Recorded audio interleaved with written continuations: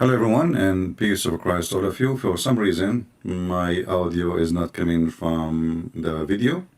So let me fix that and we will be right back with you.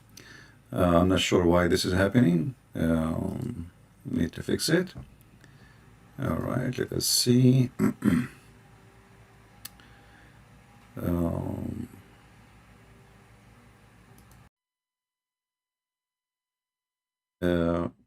You hear my sound, right? Yeah, let us see if the video will work now. For some reason, still the video is not working. Okay, let us see what's happening. I mean, the video is working, but there is no sound coming to you. So let us fix that. Okay. All right, I think now we can fix that. Let us see. All right. So now we will start from the 0. And welcome everybody. Please invite your friends. And this is our introduction before we start. وَإِنَّهُ لَعَلَمٌ لِلسَّاعَةِ, and he is the sign of the last hour. This makes perfect sense. He is the sign of the last hour.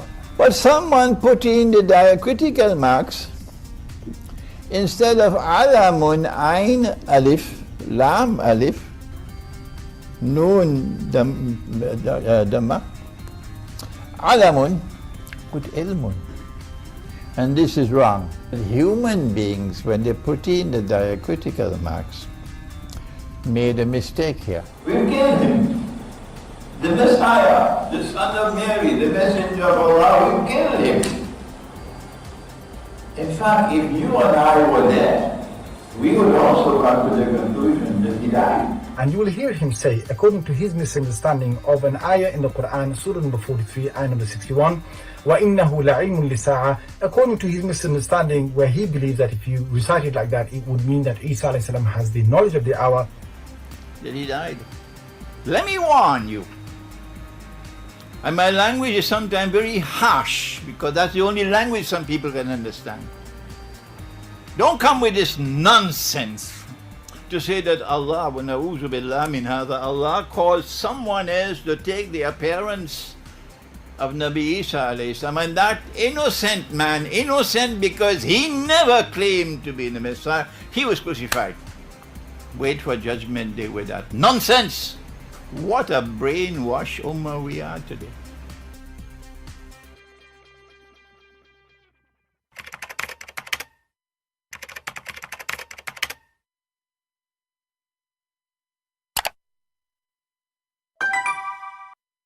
What a brainwashed nation Muslims are.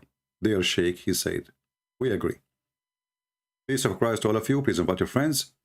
And as you see, we changed the timing. I'm trying just to have different time so we can reach more people from different locations. As you know, we go every Friday and every Sunday, morning time, 10:30 a.m. New York time. So take that into your notes.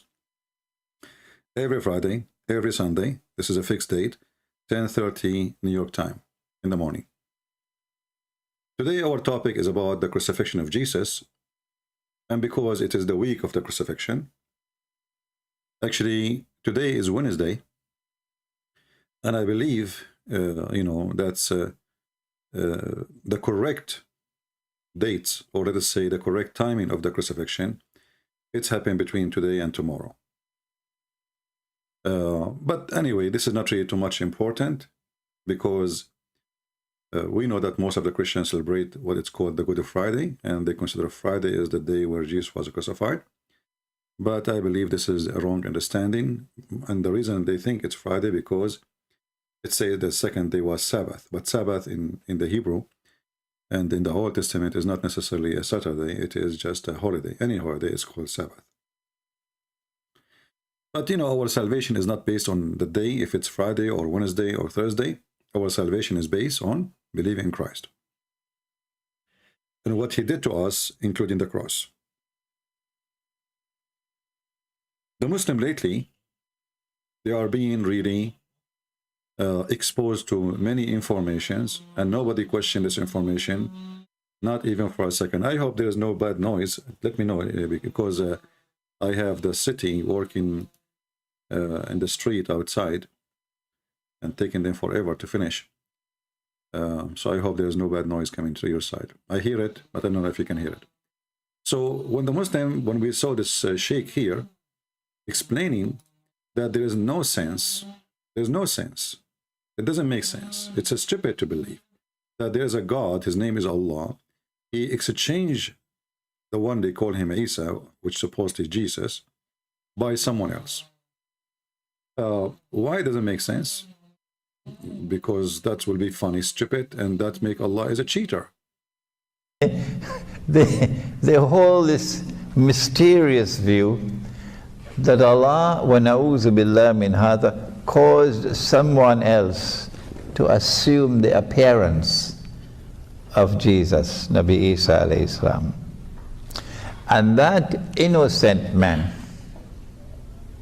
who never claimed to be the Messiah, and it is irrelevant for you to come with some red herring or some cock and bull story that he did something else for which the punishment was death. That's rubbish. Take it and put it in the garbage bin.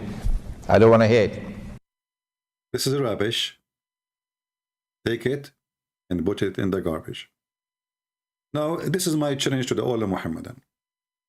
Where they got the story that Jesus was replaced by somebody else? Where do you get this story from? Do we have any Muhammadan here? He dare even to tell us where this story coming from? Did even your Prophet Muhammad, he said that to you? What exactly the Muslims, they follow? Who they follow? You know, the hypocrisy of this religion is, they say to you, we follow Prophet Muhammad. And the second we ask them, where Muhammad, he says that Allah, he replaced Jesus by someone else. What they will say?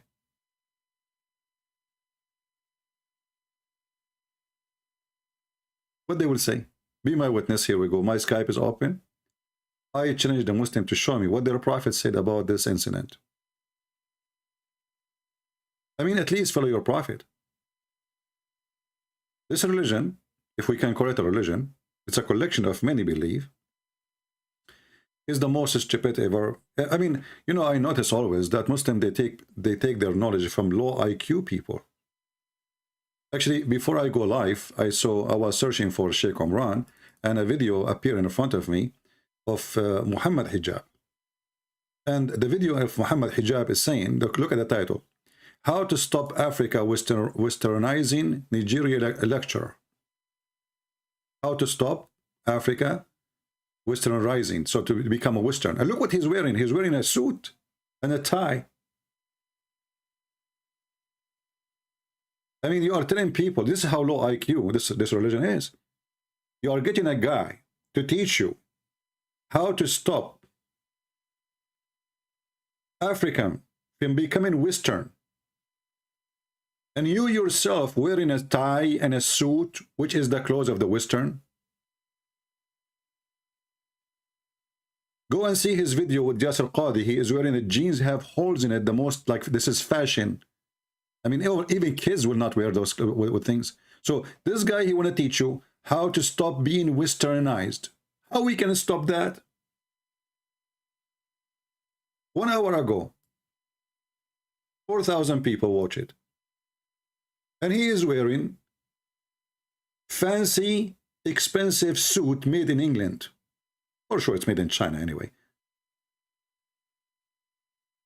And this is the guy who take off his clothes because he want to fight the Chinese to show his nipples, but he is wearing everything made in China. But here you see the stupidity. How we can stop the African from becoming Westernized, and then himself is wearing jeans and wearing suit.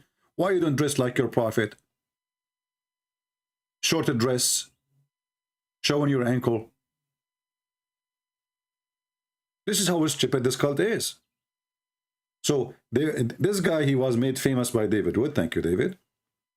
He is an idiot. He's a stupid. He says stupid things, and that's it. You know, the Muslims, they think now that the guy is the one who will teach them, and they invite him to give lecturers how to stop you from being Westernized. So this is the guy who will teach you about how Jesus was crucified too.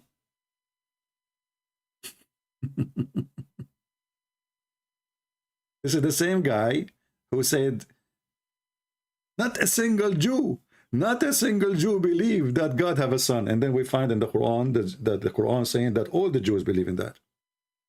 Not only a single Jew, all the Jews. Because the Quran says, Al-Yahud, the Jews, they say.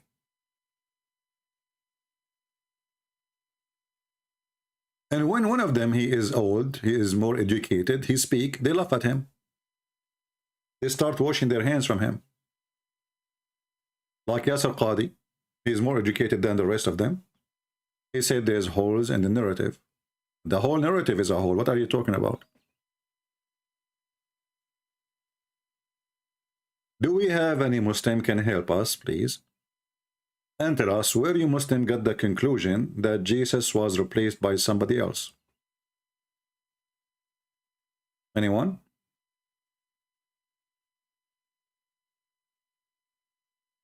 Any Muhammadan?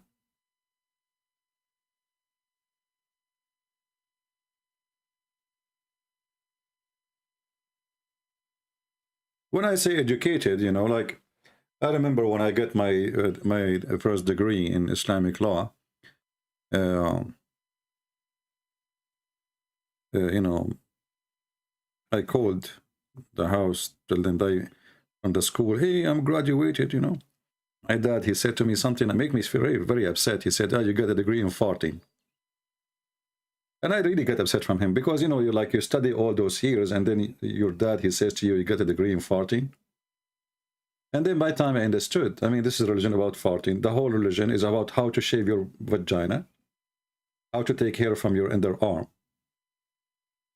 how to use miswak, how many stones you need to use to clean your anus, how to make salah before you have intercourse with your wife, otherwise shaitan will round himself around your penis. So he was right. I got a degree in farting.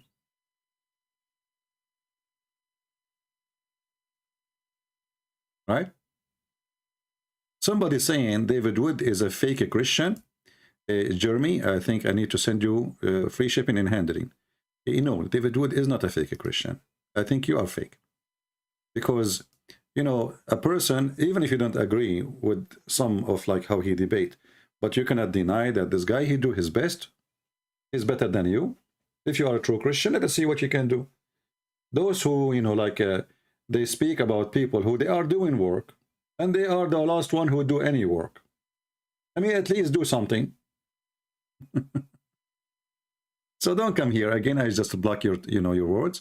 I don't want to see anyone bashing David Wood. He is doing a great job, like making short videos, exposing the Muslims in any way. And don't think you can divide us. You know, when I say that David Wood is not good in debate, I'm trying to encourage him actually to be more tough and rough with the liars. I'm not putting him down. I want him to understand that we don't debate Muslims, we get them busted. There's a huge difference between debate. Debate have to be only between two honest people. So David Wood, he go on the stage, he's honest. And because he grew in the West, he don't understand the mentality of those liars. So he assumed that when he receive an answer, he will receive an answer of a believer. Muslims don't give you the answer of the believers. Muslims, they give an answer to match your question by lying about what you said. So they can make a point. It's like somebody playing football and there's no rules, you know, in this football game. You know, I can lie as much as I want in order to make a point, about a goal. So the goal of a Muslim when he debates somebody is to put a goal, not to say the truth. If you remember the guy, you know, the one we, what his name? Perfect Dawa. I mean, the guy, everything we say to him, he denied. It's not there. We show it in the screen, it's not there. It's not there, that's it, what you can do. Anyway, my Skype is open. I would like to see any Muhammadan to tell us where you get this information from about Allah. He replaced someone. By the way, we don't believe in Allah, you know that. For us, Allah cannot be God. For many reasons. I mean, he is stupid. Have you ever heard of a God and he's stupid?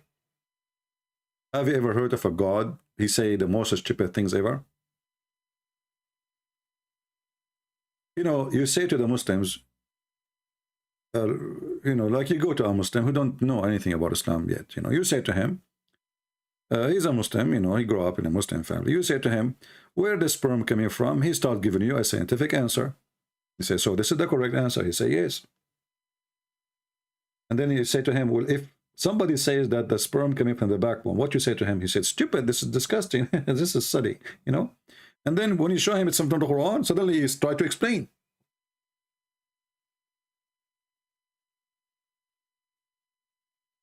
That show them, just show them that this is in the Quran. Suddenly he want to explain. That's what they do.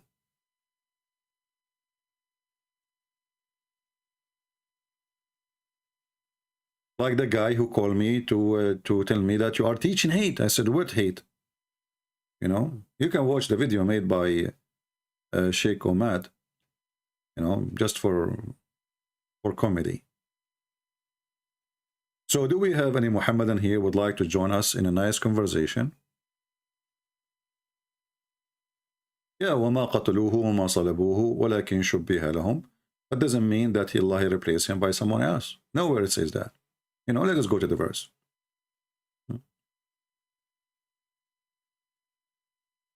Most of people maybe like they come to that conclusion because of the translation, but the verse never say that Allah replaced him by someone else. It says Allah made it appear to them. What does that mean? How he made it appear? No details. You know what I mean? Allah, he made it appear to them. Where's the details? I mean, this God, he have time to tell us about how the ant, she told the other ants to hide from Solomon. Very silly topic. Who care? And when it's come to the crucifixion of Jesus, he give us no details, nothing. I mean, the whole Quran speak only in this place. Appear to them. Okay. It was made appear to them. What does that mean? How it appeared to them?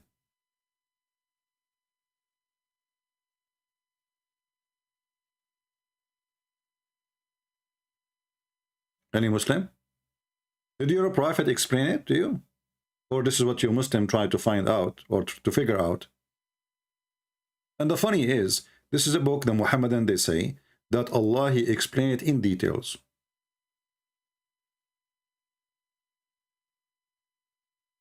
In what? In details. Was it really?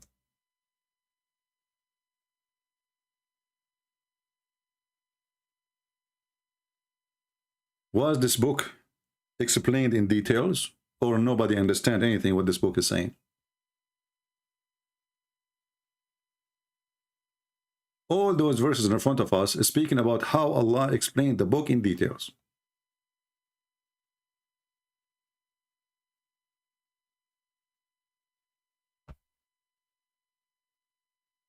So all those sign, and by the way, it doesn't say a sign. This is a stupid translation. Al-ayat, ayat mean verses, and this is ayat can be a sign too. It's like anything coming a godly thing, like perfect. So this is how we explain things. Did Allah explain it? So why you have Ibn Kathir, Al-Qurtubi, Al-Tabari, and Al-Jalalain, and each one of them he give you his own poo-poo.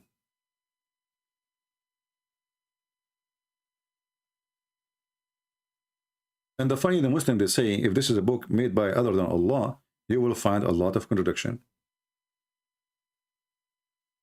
But all of this is a contradiction.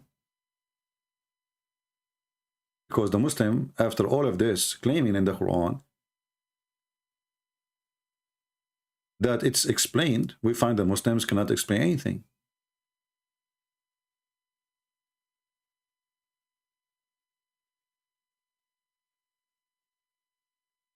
Do we have any Muhammadan here who would like to say anything for us?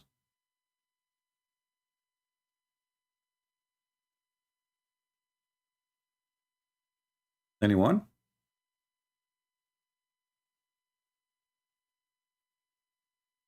The Quran does really mean acknowledge or sign of the hour.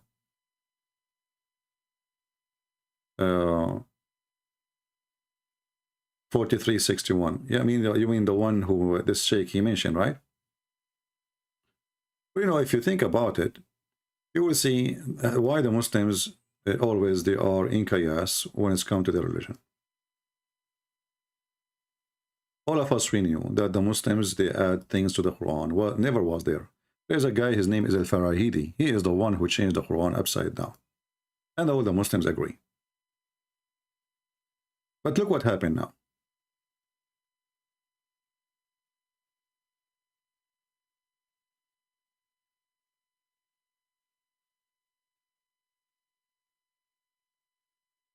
When a Muhammadan, he come to us, let us put the verse on the screen, and he tried to receive or to read his Quran. And this is the Muslim translation. And Jesus shall be the sign, a sign of the coming hour.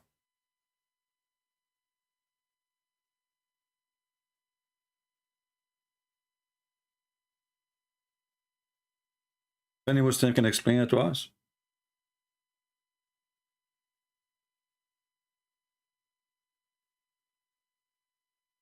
You see, when somebody is stupid, he speaks stupid. Shouldn't he say, and when Jesus come back, that will be the sign of the day of judgment, if this is what it's meant? Correct? If you ask the Muslim, they will say to you, well, this is about the coming of Jesus, the second coming.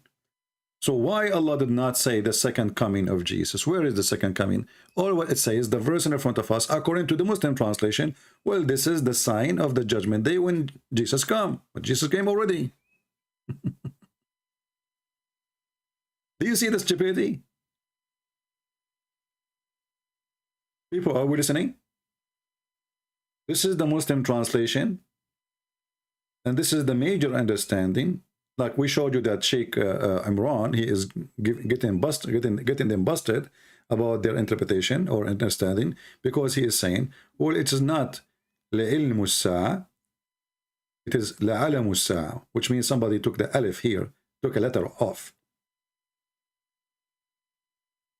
Or لَعَالِمُ السَّاعَةِ, which means he know the hour. That's why the other Sheikh, he made a video. You remember the Sheikh, Mr. Farting Sheikh? Do you remember the guy when you go to the bathroom, Shaitan, he, you know, go in your anus? You remember him?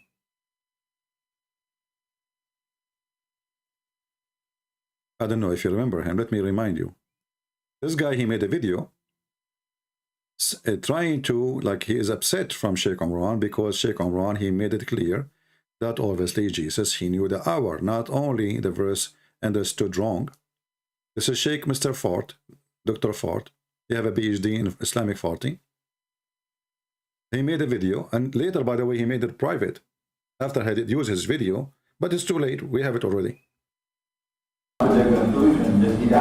And you will hear him say, according to his misunderstanding of an ayah in the Quran, Surah number 43, ayah number 61, وَإِنَّهُ لَعِلْمٌ لِسَاعَةٍ, according to his misunderstanding, where he believes that if you recite it like that, it would mean that Isa alayhi salam has the knowledge of the hour. That he died. See? The same verse. Both are Muslims, both are Sunni, both are from Pakistan.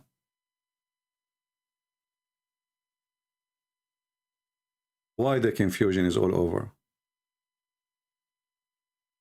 Why Muhammad did not make it clear to them? I mean, what was Muhammad doing as a prophet at that time? Having sex, busy, collecting money, watching porn? How come such a topic has zero explanation by Muhammad?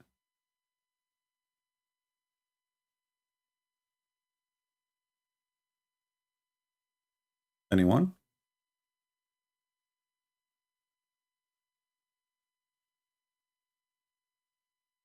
Any Muhammadan would like to call us?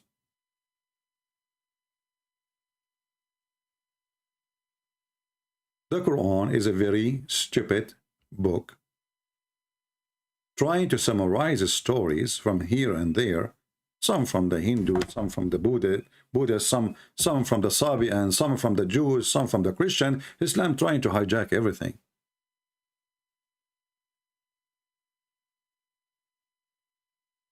Do we have any Muhammadan would like to join us?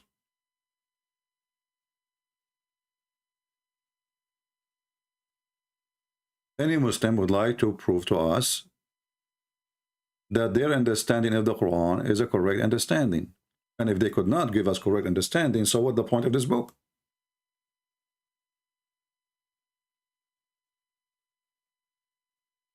This is a verse in front of us. How in the world does verse make any sense? Like now, Sheikh Umran, he tried to fix it, but still doesn't make sense. Even in his interpretation, it still does not make sense.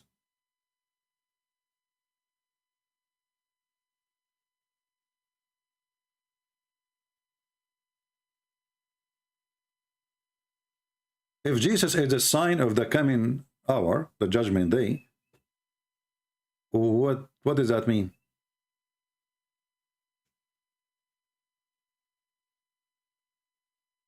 Why each year the day of a crucifixion date changes? Well, no, it doesn't change. We have a calendar, and the calendar, you see, when your birthday, you are born in Saturday. This is what your mom told you. But next year, you are not born in Saturday, you are born in Sunday. So think about it. It's a calendar, my friend. The calendar is a day, not Sunday, neither Saturday or Friday. It is a date. So if you want to fix your date, let us say you are born on 4th of December. But 4th of December can be Saturday, can be Sunday, can be Monday. It's changed. Why? Because the calendar is not perfect. And then you have to add days to fix it, or hours to fix it. Like in the case of the calendar we use. As an example, I think in the year 33 or 30, Ramadan, the Muslim Ramadan, because they have the most stupid calendar, is going to appear or come in the year, in same year twice. Can you believe it? The same year, Ramadan will appear twice. Will come the same year, the Muslim will fast twice. How that can be? Simply because they have a stupid calendar, you know, very inaccurate. Nothing there is true. Nothing there is right. Muslim, they reject adding anything. Yeah, in the year 2030, Ramadan will be fasted twice by the Muslims. I just did my calculation, and Ramadan will come twice in 1 year. You fix that. Why? Because the Muslims, Muhammad, he told them that adding days,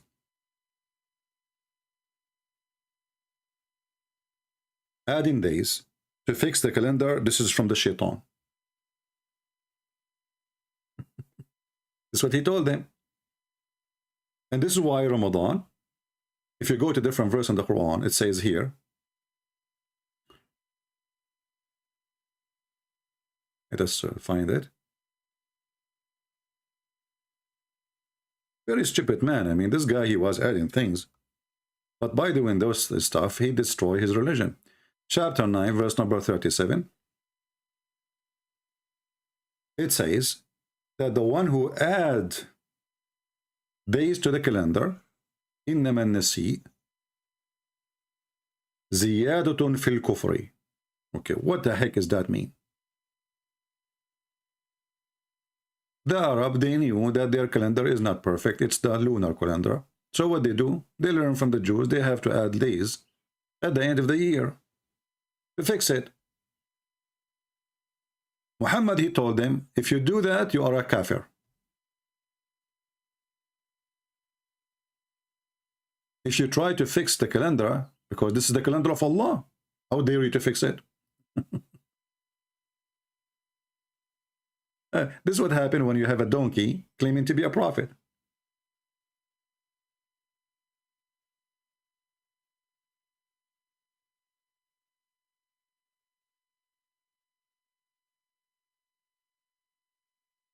Do we have any Muslim would like to explain to us the crucifixion of Jesus? Look like we have zero Abdul who dare to call. They are not sure of their religion for sure. Muslims are sure of nothing.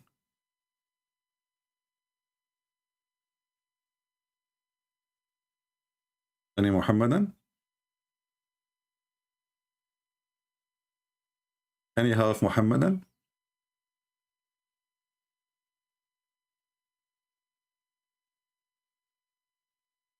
And you know, when we celebrate a day, the day they will never come back. I mean, you know, it is just a form of memory of something happened many years ago.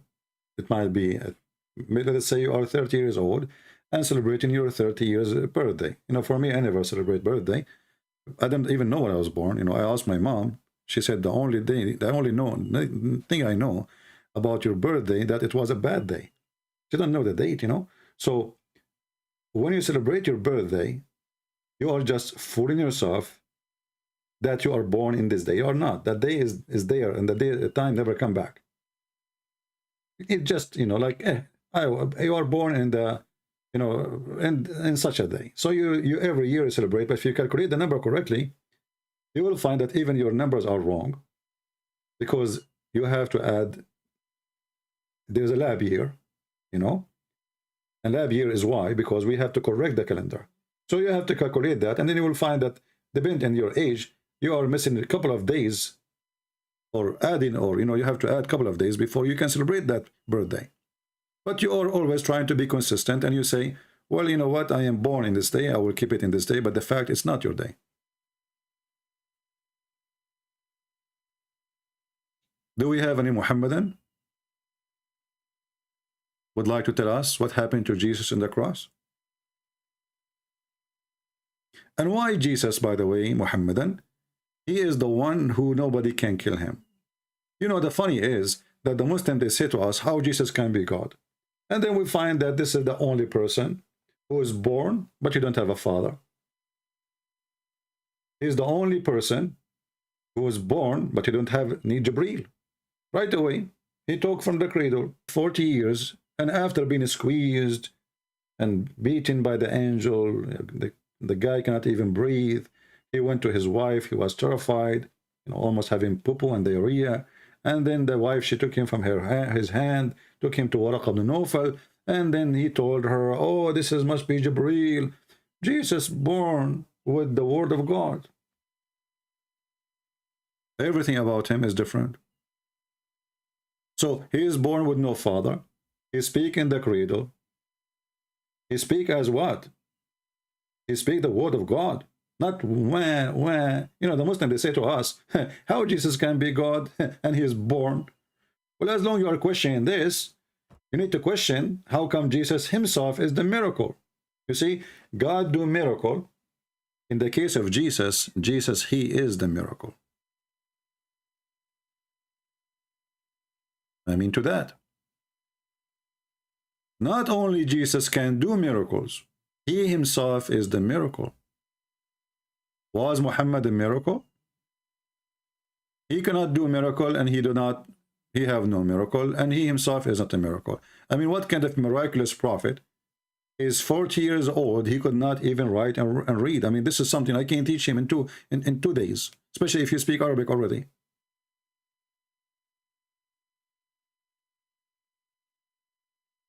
What kind of a person?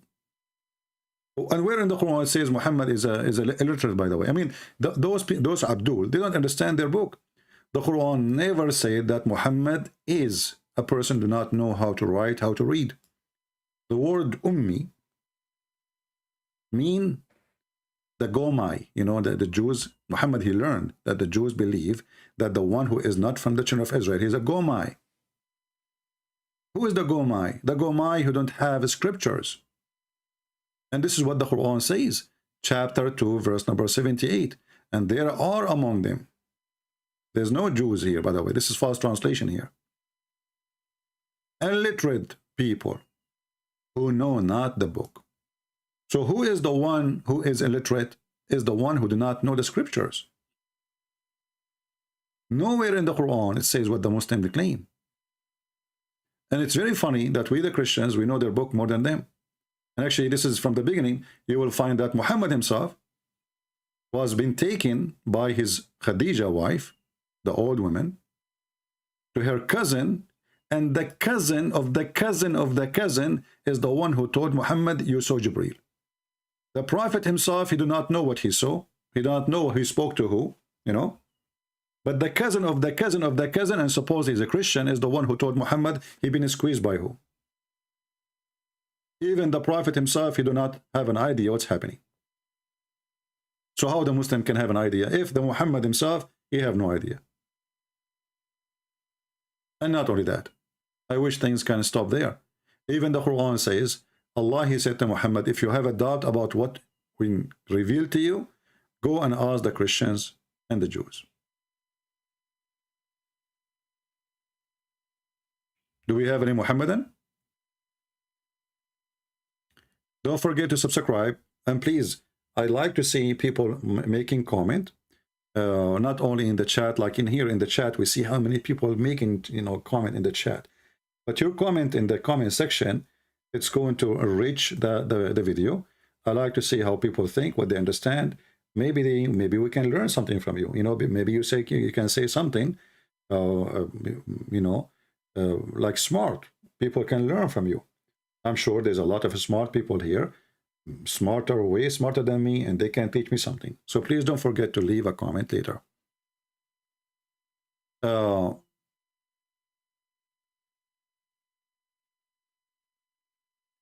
What is Islam anyway? And why Muhammad where he come this from? The funny thing about this religion, if we can call it a religion, you say to a Muslim, like the example of the guy we debated just 2 days ago, perfect da'wah, potato. This is the hadith, it says that, the Prophet says that, he says, this is written long after the Prophet. So the Muhammadan, they have no problem to deny, to delete their Prophet words in order to cover the shame and the stupidity. And the excuse is, oh, those hadith are collected 300 years after Muhammad. So then how you accept a guy who never witnessed Jesus, never saw Jesus? He don't even speak the language of the book of Jesus to teach you about Jesus. You see the hypocrisy? You will see a Muslim, he will come to you, he says, do you know that the book of John, written between 45 to 60 years after Jesus? This is what they say, after his crucifixion. So you accept somebody speaking about Jesus, his book written 600 years. Actually, even the book, even 600 years after, there's no book. Until now, we don't have the book of the Quran.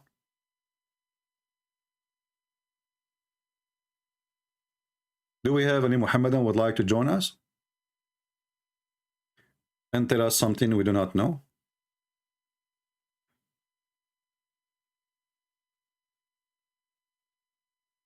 Anyone? Who is an eligible Muhammadan would like to join us in Skype and tell us where the Muslims, where the Muhammadan come with the conclusion that Jesus was not crucified? Where do you get this from? And what this verse in front of us mean? And here there's many stupid things in this verse. The Jews, they say we killed the Christ, the son of Jesus. The Jews, they don't believe he is the Christ. That's why they killed him. When you see the stupidity, the Jews, they say we killed the Christ. Okay, name for me one Jew, he say that. Do you see the stupidity? The Jews, they say we killed the Christ. Well, if he is a Christ, they will, for them, if they believe he is a Christ, they will never kill him.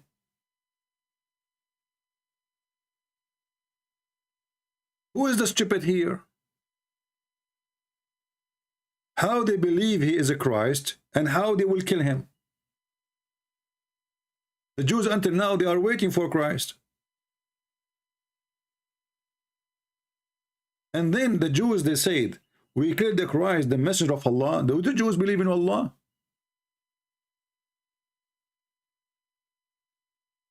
What the heck is that? This is what the Jew says.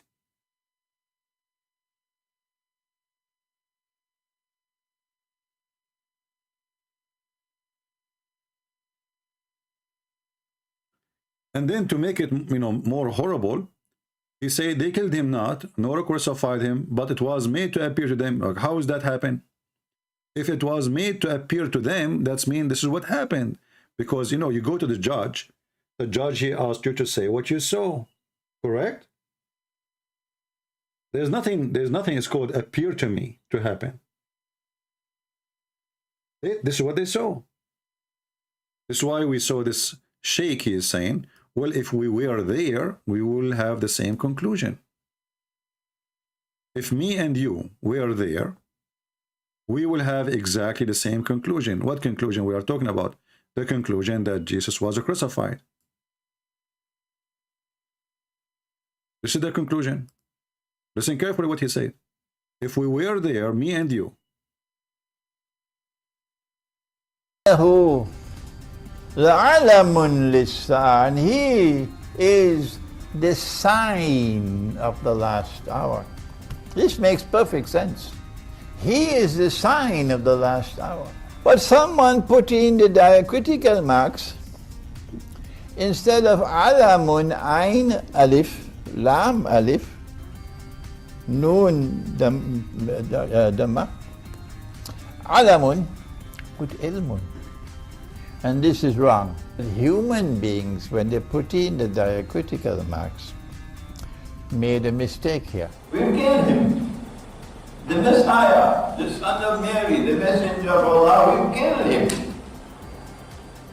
In fact, if you and I were there, we would also come to the conclusion that he died. And you will hear. Did you see it? In fact, if you and I were there, we will get the same conclusion that he died. So where is the problem? Hey Muslim, did you hear it? If you and I were there,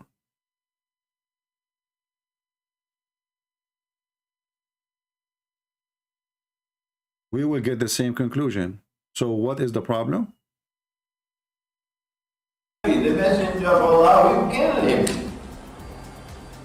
In fact, if you and I were there, we would also come to the conclusion that he died. And you.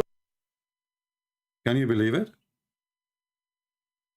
If you and I were there, you and I will believe, we will come to the conclusion that Jesus died on the cross. So who is fault here? Is it the fault that there is a God, supposedly he made it appear to us? Or it is our fault to believe in what we saw? Any Muslim? So what the Muhammadan, they come to us and they say, we have a God, he's a liar, he lied to you. He made you think that Jesus was on the cross, as you heard the Sheikh saying. If I and you were there, we will come to the conclusion that, you know what? He died on the cross. In fact, if you and I were there, we would also come to the conclusion that he died. You see it?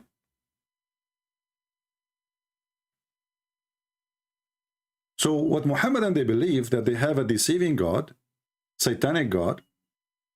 He lie, he cheat, he is not honest. And he made a foolish decision to make it appear like Jesus died on the cross. And how that would help? Did that help Allah in anything? You know, if the Muslim, they want to say, well, Allah want to save Jesus. Well, can't you save? Obviously, you saved Jesus already. Because if you made someone look like him appear in the cross, well, already Jesus is safe. And you know, if God want to save Jesus, who cares? Even he can put him in the front of them, nobody can hurt him. Do we agree? If Allah is God, and there's a billion people who try to kill me, and God, he decided to, you know, to protect me. Can a billion human being kill me? They cannot, because I have God's protection. You do not need to take him anywhere. You do not need to make someone look like him. All this garbage is a garbage.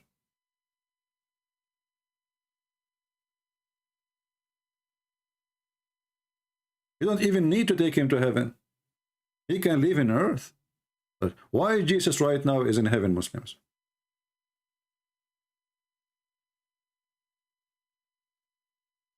Any Muhammadan? Who is a Muhammadan can tell us why Jesus in heaven? Why Allah did not put him like, okay, he don't want him to be seen by others. Why he don't put him in the jungles of Amazon? Make a garden for him, you know, like in Amazon. Isn't he just a man like everybody? Why he's in heaven?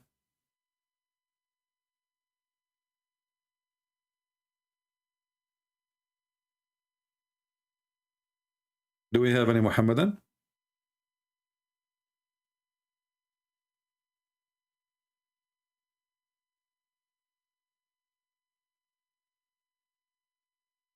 Any brave Muhammadan would like to call us and join us in a conversation about how the Muslim understand the silly Quran in such a way.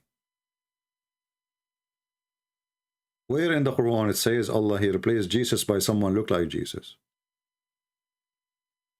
And why the Quran did not say how that happened? And if we open the Quran, any verse to speak about Jesus, we will see how confusing, how silly it is. As an example here, you know,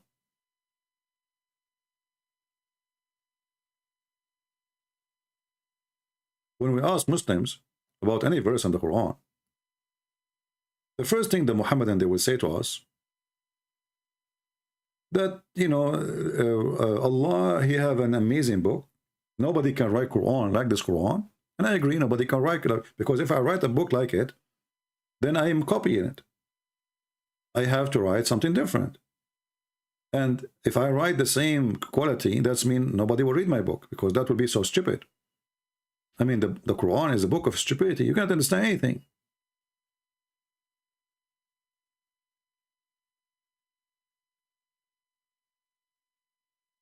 How this verse as an example make any sense? Didn't know. How you explain it to us? What this verse is trying to say to us about Jesus? And Jesus shall be the sign of the coming of the hour. This is between bracket. You see how they add brackets? I mean, there is no even Jesus there.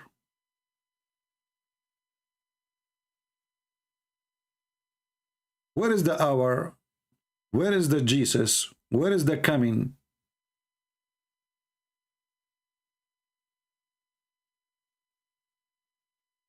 You know, when the Muhammadan they say that the Quran is written by a great author, he is God, and then we find that the Muslim they have to add tons of bracket between things in order to explain the clear book. I mean, how clear it is. Like the sun set in a muddy water, or hot muddy water, murky water. The Muslim they add appear to him in his perspective. Did Allah says that word? Can't Allah add it if it's he? This is what he meant? Is Allah short of words? So in order to fix the stupidity of the Quran, they start adding their own words to make it very flexible.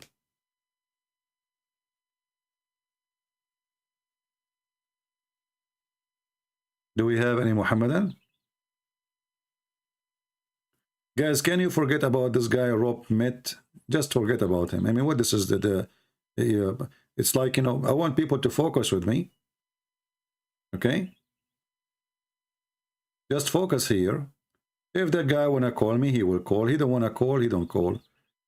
And even he is saying he is a Christian, so he's playing with you. He's just a joker.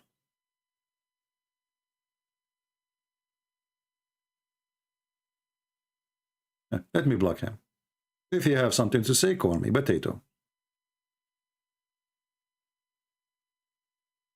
He is the kind, if his wife, she sent him to throw the garbage, he will come back with it because it's dark outside. And you speak about who's hiding. We are not hiding. If we are hiding, we will never dare to say one word about a filthy man supported by hundreds of millions of terrorists. It is you who's hiding. I write books, I do lectures, I do seminars, and I get everybody busted. The one is hiding is your prophet, according to you. He ran away and he hid in the cave of Hira. Oh, sorry, the cave where the spider was. And then we find that this story is coming from the Old Testament, and the coward is trying to copy a story which is not really exactly what it says. Muhammad, he ran to the cave and he hid in the... What kind of a brave he is? Why you hide? Oh, because they want to kill him. So I thought Allah will protect him. How come Muhammad need a spider to protect him? And the second you ask the Muslim, by the way, where we can find this story coming from? They don't know. Is that authentic hadith? They fabricate stories that the people of Quraysh, they want to kill him. He hide in a cave, and then when they try to enter the cave, they found a spider web in the front, which means nobody enter here, so they give up. They did not search the cave, but Muhammad was there. You ask them where you get a story from. The Muslim, he will touch his nose, touch his anus, touch everything, but he cannot touch the hadith. He will touch every topic except the question.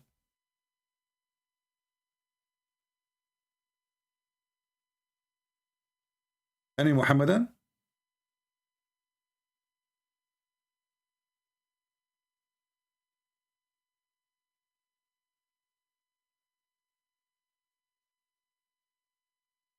Do we have any real true believer? He is here. He can help us to understand what the Quran really is saying. Don't send me hi, don't send me hello, and don't text me if you are a Christian. I will block you in Skype.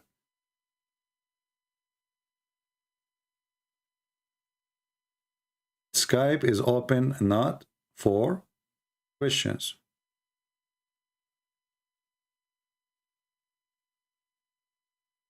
If you have a question about Islam, ask me in the chat in YouTube, not in Skype. Skype is open for the Muhammadan and Muhammadan only. We are here to show you, and the reason we challenging the Muhammadan, because we don't want to do what the Muslims do. They got two Muslims bashing Christianity, lying about it. We want you to hear the other side of the story. Maybe I'm wrong, right? And usually what we get is a kid, whatever we show him, he denies. He says, okay, I don't accept this hadith. Well, if you are a person who don't accept this and that, don't call me then. We want to debate Muslims. A Muslim is somebody follow Muhammad, accept what Muhammad teach. If you don't accept what Muhammad teach, so why you call yourself a Muslim?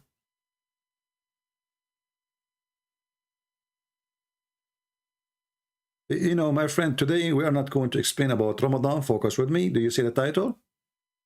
We have a title, we have a topic, and this is a blessed week. We have the crucifixion of Jesus. So we want to focus on this topic. Don't give me questions that have nothing to do with my topic today. Do we have any Muhammadan here would like to give us any proof that the Quran share any true information? Anything?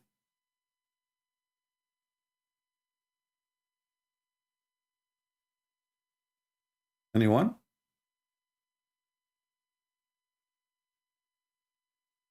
You know, don't take me wrong. I want to convert to Islam. I like virgins. I really like virgins. I mean, I go to the store, I buy virgin oil. Hello?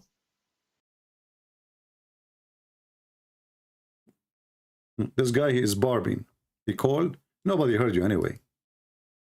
He's barbing, you know. He's a barb. Barb is a form of fart, by the way. So this is the best you can do, you barb? Okay, Barbie girl. When a Muslim, he decided to call us, he did barb. He barb and hang up. This is the chapter of barbing. Do we have any brave Abdul? He have anything to say beside barbing? By the way, Muhammad was a Barbie girl. I mean, the Muslim, they have videos about how beautiful he is, how pretty. I look at the moon, I look at the Prophet, I look at the moon, I look at the Prophet, I look at the moon, I look at the Prophet, I look at the moon, I look at the Prophet, I look at the moon. And the guy is crying like it's so a sensitive issue, like how pretty he is. This is how stupid this religion is. You will never see Christians speaking about how handsome Jesus is. Those people wrote articles about his belly bump. How wide under his arm, the shape of his ears. When the Prophet of Allah, he piss, the earth open wide her mouth and swallow it because she is thirsty for his shit. Excuse my English or my French. They are obsessed with this man, but this man is not even a man.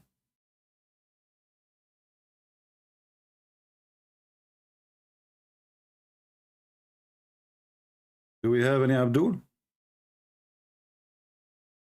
Who want to lead me to the guidance of Allah so I can get the virgins? And 80,000 little boys.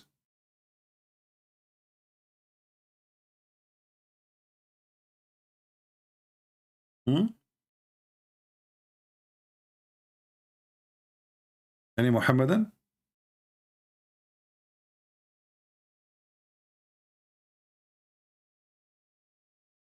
Not a zero brave Muhammadan. And then you will see later, he will say to you, well, a Christian prince, he do not debate real Muslims. He debate only weak ones. I have my Skype open. I don't know who's going to call me. Why don't get me the strong ones? Here we go. A strong one of you. He says something. You Muslim, you bury him alive. Mimi Hijab, he interview Yasir Qadi. Why? Because he is his master. You know, if I am interviewing you, that's mean you are the character who is going to be asked the questions, and we are listening, right? So they interview Yasir Qadi. Yasir Qadi, he gave them a big nail. You know where. Suddenly, Yasir Qadi is not a scholar, is not a sheikh. He's a Jew. And they want to make him a barbecue. Same as this guy. This guy, he spent his life teaching about Islam, attacking Christianity. He said something, gave them a big, huge column nail. Not, this is a big one. This is way bigger than even Yasir Qadi and holes in the narrative. What they say? He's a liar. It doesn't say that, CP.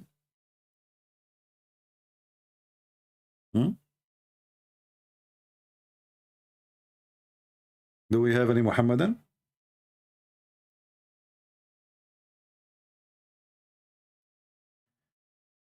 I blocked you in a Skype. You are a liar. Give me your Skype name, I will call you. I will block you only if I call you, you never respond. If I call you once, twice, 3 times, obviously you are playing games. Give me your Skype now. Post your name in the chat and I will call you immediately. As you see, we need someone smart like you. Mr. Musiba, can you post your name in Skype? And I will call you in the front of him. Give me your name in Skype, my friend. What Muhammad? Your name is Muhammad. So now if I search in Skype for name Muhammad, I will find you. I mean, guys, do you see how easy it is to find the guy? His name is Muhammad. Are you the kid who says to me, I do not have dictionary?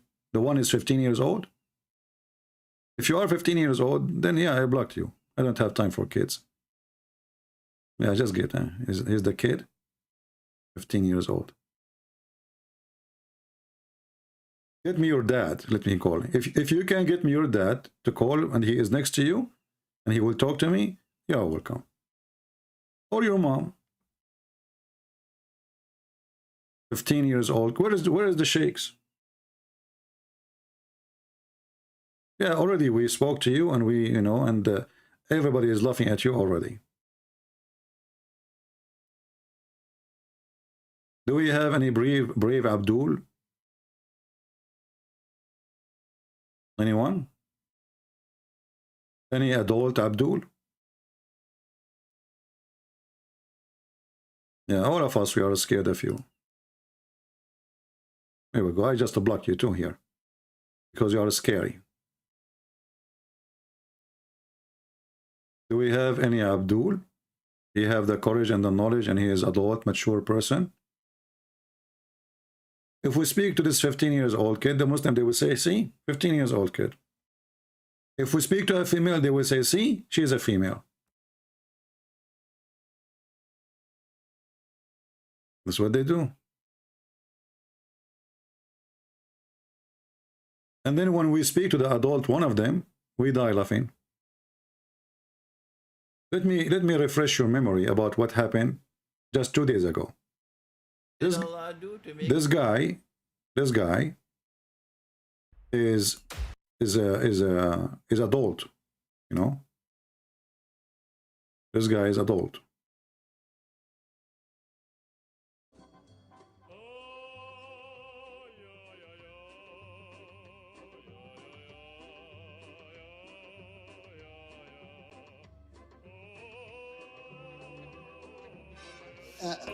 Do you know in Arabic which word has been used for cut and hand or chop and hand? No, go ahead and enlighten us. Yes, it is at and yad. At means has 32 times has been used in Quran with many different meanings. With the most sacrificial. So it doesn't matter who are you. The most, taqwa is in Arabic, but I can interpret it as sacrificial. Okay. For that Allah's way. Yeah, somebody told me that in the chat your name is Perfect Dawah. Yes. Okay, Mr. Perfect Dawah. As long as you are a person who do Perfect Dawah, can you read the verse for me in Arabic? In Arabic, no, I have read it in Persian. So how you can do Perfect Dawah without knowing how to read your book? Okay, because I read it from different translation. So perfect dawah. Even you understanding of the Quran, even you understanding of the Quran is based on a translation. I left you up from your tail and your head is down. You can't escape me. I'm Christian Prince. So I want you to answer. So those who believe in such a thing, are they stupid, you think? Yes, definitely. Okay, that's when you are stupid because this is in the Quran. No, this is not. It is in the Quran. So the hadith. Okay, hold on, my friend. Let's say Islam is barbarian. Perfect dawah, my friend. Yeah. So you are saying that the one who cut hands and feet in the hadith, barbaric, he cannot be Muhammad, correct? Yes, definitely cannot. Okay, what if I show you that you are stupid and this is in the Quran? Listen, perfect dawah. Okay. I'm going to give you a last opportunity to fix all the poo-poo you did today. You know? Okay. I want you to use the best detergent to wipe it out. Yeah, you can watch the video. You can go to Sheikh Omad page. I encourage you to subscribe to his video. He's very funny and he is very skilled, obviously, in making videos. And he have the very good sense of humor. Watch it and laugh. Everything he denied, we got him busted in the screen. It shows in the screen. And, you know, it's just a very laughable religion. And this is the adult. This is what they do. They try to wash their hands from what their prophets say. What their Quran say. So the Quran say something, it doesn't say that, CB. This is not what it means, CB. And then, okay, where you get this from? Like the sun set in murky water. Okay, where it says this is his perspective. Where is the word perspective? Did Allah says that? Did even your prophet says that? Do you see the hypocrisy? Did even your prophet agree with you? Or your prophet agree with the opposite? No dignity. Zero dignity. You know, Muslim, they write about Muhammad everything. Muhammad, he is holding 3 stones to clean his anus. Muhammad is shaking his penis 3 times. Muhammad is blowing his nose 3 times. Muhammad is blowing his mouth 3 times. Muhammad is, putting water in his hands 3 times. Okay, 3 times. And then we find that Islam is against Trinity, supposedly. But then we find that Muhammad do not even know what the Trinity is. And then we read this. Muhammad is saying, swearing by Allah, by him in whose hand is my life, the son of Mary will soon descend among you. Soon when? If you read in Arabic, it says liyushikna. Yushikna is not a soon. It's now, here, in the corner. This was 1400 years ago. And then Muhammad continue, and he says, he is going to kill the swine. Any Muslim can explain to us, what does that mean? What is the problem between Jesus and the swine? Any Muhammadan can tell us? I mean, Jesus is sent by Allah according to you. Okay, we will let that go for now. Jesus is against false teaching. Okay, that's wonderful. What does swine have to do with this?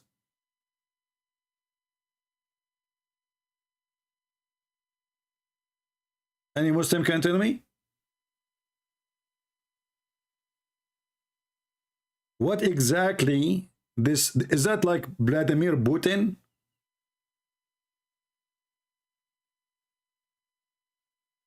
Why Jesus? So God of Islam, he saved Jesus for maybe 1,000 or 1,000,000,000 years to come, and when he come back, he will have 2 guns, and he will see Mr. Swan. He says to him, "Be the man and face me.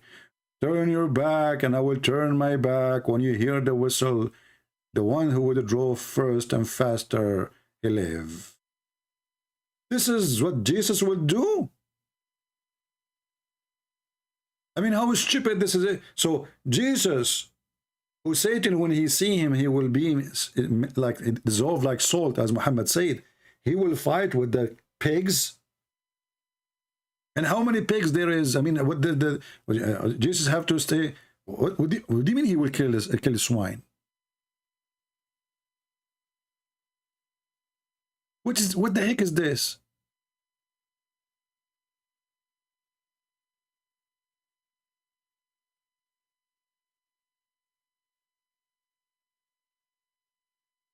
And isn't it the swine is one of the good animals who tried to put the fire down of Adam? Of Abraham? You remember the hadith? You remember the hadith where Muhammad, he claimed that all animals, all creatures, they tried to put the fire? The fire which was trying to kill Prophet Abraham? All the creatures except Mr. Lizard.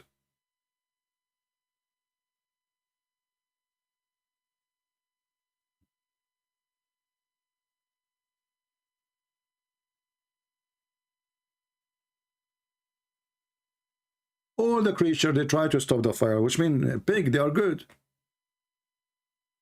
What the problem? What? I mean, how silly, how stupid this religion is.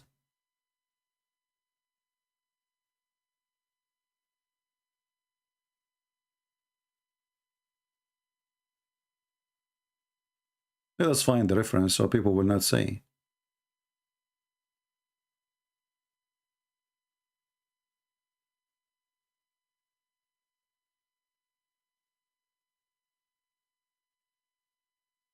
Read with me and laugh.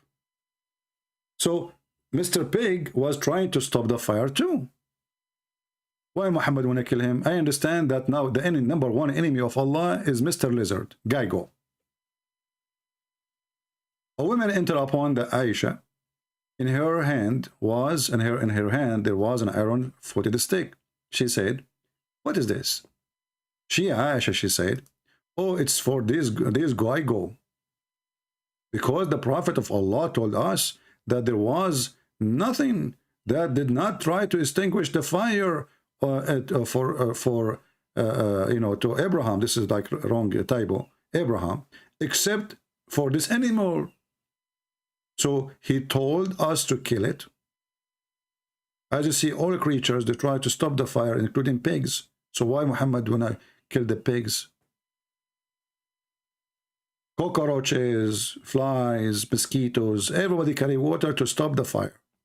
Chickens, turkey.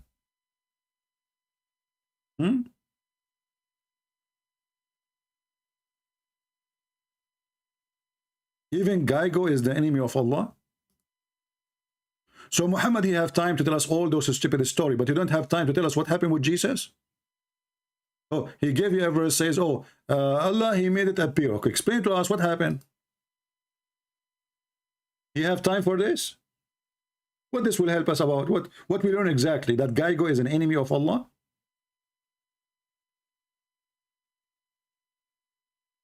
Is that really from God? I mean, you know, to be honest with you, this Geigo is really, suspicious. Just think about it. You know? Muhammad, he looked at the Geigo and he said to himself, you know what? I mean, if you look at him, you can tell that this guy is really something fishy. He is the enemy of Allah for sure. And look, he's laughing. Look how evil he is. He don't care what he have done. He's showing no sign of guilt or to repent or say, forgive me, Allah. True story. And then the Muslim, they say to you, do you know how many discovery we have in the Quran, brother? Scientific discovery, brother? You do? And this is one of them. Mr. Gago, he tried to burn Abraham.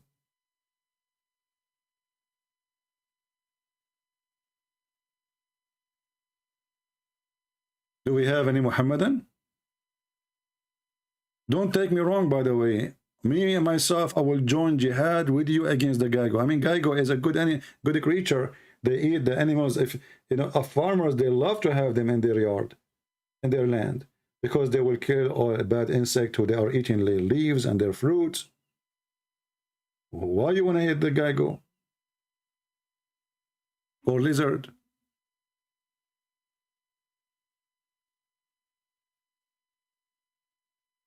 Do we have any Muhammadan?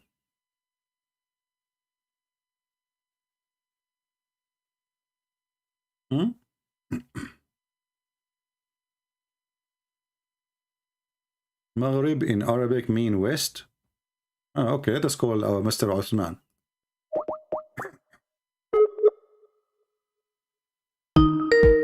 Mr. Osman is correcting me now about what the Arabic mean.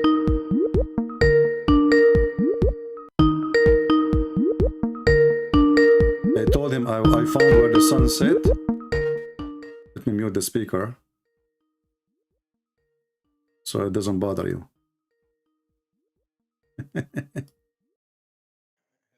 Yes, Mr. Osman, how are you doing, my friend? I'm good, man. You? So, yeah, I saw your comment. I said to you about the sunset in murky water. You said Maghrib mean west. Maghrib, of course, it means west. Okay, and how that will solve the problem? Yeah, because west, it means the western part of the world, also where the sun sets. Like, it means that. Then what's the point?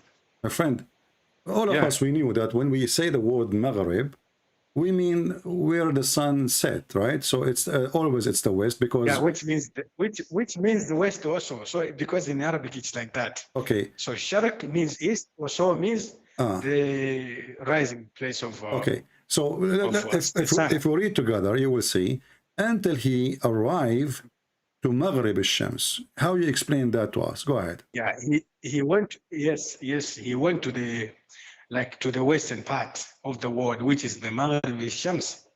Yeah, but here he keep walking until he arrived to the western part of the world. Yes. What is that? Because the world has got the west part and the east part. You don't know that? No, my friend, we have west everywhere. In my house where I'm living now, there's a west, there's an east. I do not need to go anywhere to witness the west. Oh. So you are saying and you're agreeing that according to the Quran, the west is a certain location. Yeah, of course, we say west and east in like relative. But in this certain, but in this certain location, what happened? The sun set. Is that correct?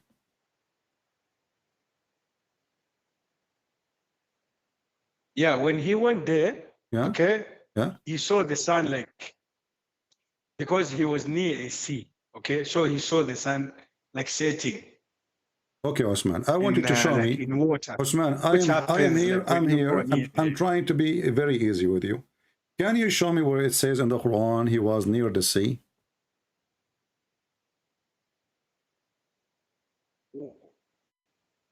No. Like, let me explain, okay?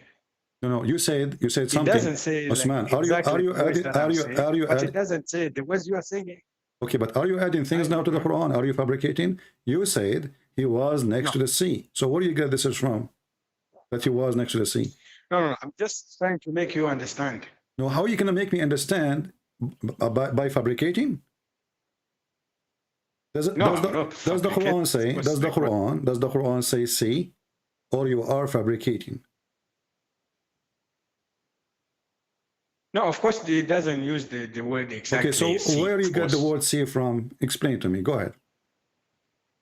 That's how the sun is like is seen when you are near the sea, the ocean, like water bodies when you are near there, like okay. big My river friend, or something like that. can you open the verse with me, and you will see that he was next to a spring of water, not the sea. He was next to a spring of water. A spring of water. A spring of water, my friend, is not even 2 foot of water. Spring. That's why they call it spring. It's not a river, right? So spring of water, it can be even like in the size of a finger or the size of a hand or maybe 1 foot. So how the spring, the Quran says spring, you're Muslim, you try to fix it, you say it's a sea. How the spring in a magical way become the sea? No, it's like you don't understand the Quran. Allah, you don't understand. My friend, you understand the Quran. I'm asking you, the Quran says spring, you say sea. No. Did Allah use the wrong word? No, but for you, like you compare the Arabic that we use right now, maybe the Fusha now, and the Arabic that is in the Quran, which is wrong. My friend, the Arabic, nothing changed with it. Aynun hamia, ayn is ayn, is a spring of water. We use it the same for the eye. So ayn is the word means spring, and even your Muslim translation is saying that. So you say to me, you are translating the Arabic, but this is the Muslim translating the Arabic, which they understood, and they are Arab, and they are not like you do not know Arabic at all. So you are saying to me, how does that spring, in terms of Quran terminology, how does that spring like looks like? Okay. You tell me. When Allah, my friend, who is specialized. You see, this is the problem with the Muhammadan. They add things to the Quran in order to fix the Quran. They don't stick to their book. If your book, if your book, my friend, in Arabic, does the Quran use the word Bahar in the Quran? Bahar. You know what Bahar mean? Yes. Bahar means sea. So the word Bahar exists in the time of Muhammad, the same word. So there's Bahar, he can say it's a sea. He did not say that, he said a spring of water. So why Muslims, they ignore that the Quran used the word sea many times, and the Quran, or the one who wrote the Quran, obviously he knew that word. So if you want to say sea, well, he will say sea. As an example, chapter 18, verse number 60. It says Al-Bahrain. Chapter 25, verse number 53. Al-Bahrain. Chapter 27, 61. Al-Bahrain, chapter 55, 19. Okay. Al-Bahrain. No. So the same chapter we are reading from, it says it used the word sea. So why Allah there he uses spring when already he used sea? No, I can no. I don't have like much knowledge about the. No, you see, my friend. You see, no. You have knowledge. You see, you are the one who have knowledge. Because if you don't have knowledge, how you replace the word spring with sea? Did you replace it based on knowledge, or you are just trying to defend? Is that was it a knowledge of you when you said to me? Sometimes there are some, because that's the problem. You don't let someone to talk. You just my talk. friend, I'm giving you all the time to talk. That's not true. I'm giving you all the time to talk. So I'm saying to you, when you say to me that the word spring, spring means sea, is that based on knowledge, or you are fabricating your own knowledge? No, I'm saying that like the meaning of the verses, okay? You cannot just say Arabic now it says this, then the Arabic of the Quran say that. For example, let me just give you an example. Laban in our Fusha, like the modern Arabic, Laban is like yogurt. Milk is halib, but in Quran, Laban is milk, right? Okay, so like there might be words the way we use them now, the way they are used in Quran, like they have different meanings. I'm not saying the hamia in the Kaf it's sea or something, but it may be a water body which is not this. What hamia mean? Hot water, like hot water. So is the sea hot water? Is the sea hot? Yeah, the water might be hot or really? Hot. The sea is hot. That's deep. So let me ask you, who knows the Quran and speak Arabic very well, better, you or Prophet Muhammad?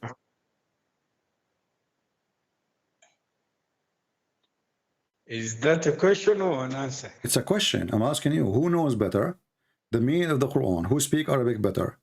You or Prophet Muhammad? But the thing is, you don't know Quran. You don't understand the Quran. My friend, You said you studied I'm not Islam. saying me. I'm not putting myself in the middle. I'm saying you or Prophet Muhammad. I did not say you or me. I did not say me or Muhammad. I said, who understand the better the Quran? Everybody knows You the or Prophet knows the Muhammad? answer. So you're asking very rhetorical questions. Who understand the Quran better, you or Prophet Muhammad? So if you want to understand this verse, you can explain it better than Muhammad, or Muhammad can explain it better than you.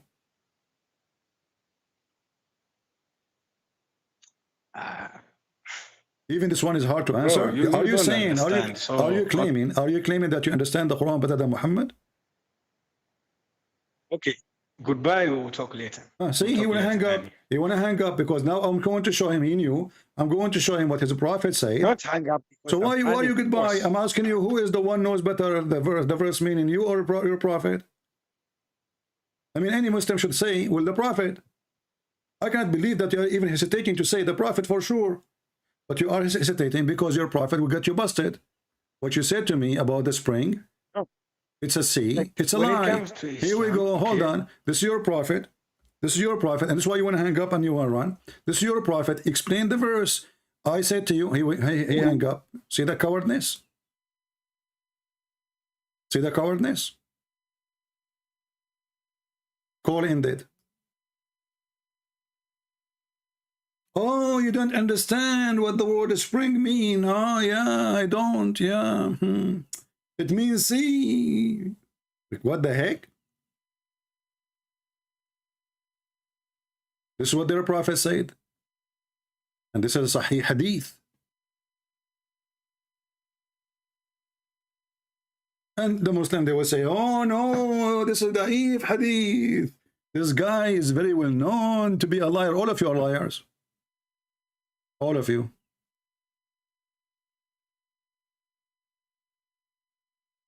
Here we go. Muhammad did not go to that place. And he is not in the front of the sea. He saw the sun setting. He said, do you know where the sun goes? Goes. Do you know where the sun set?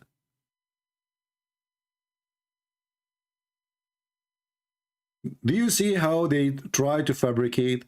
And the funny is, they say to you that Christians, they have many versions of the Bible. My friend, this is translation. What versions? It is you who have many versions of the Quran. The same verse, even in the same Arabic, you give us a billion meaning just to cover us, the Muhammad.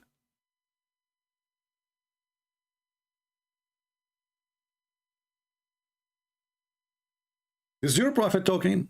So who knows better the meaning of the verse, you or Muhammad? They don't want to answer. If he say Muhammad, then we will show him what Muhammad said. And he was hesitating to say Muhammad.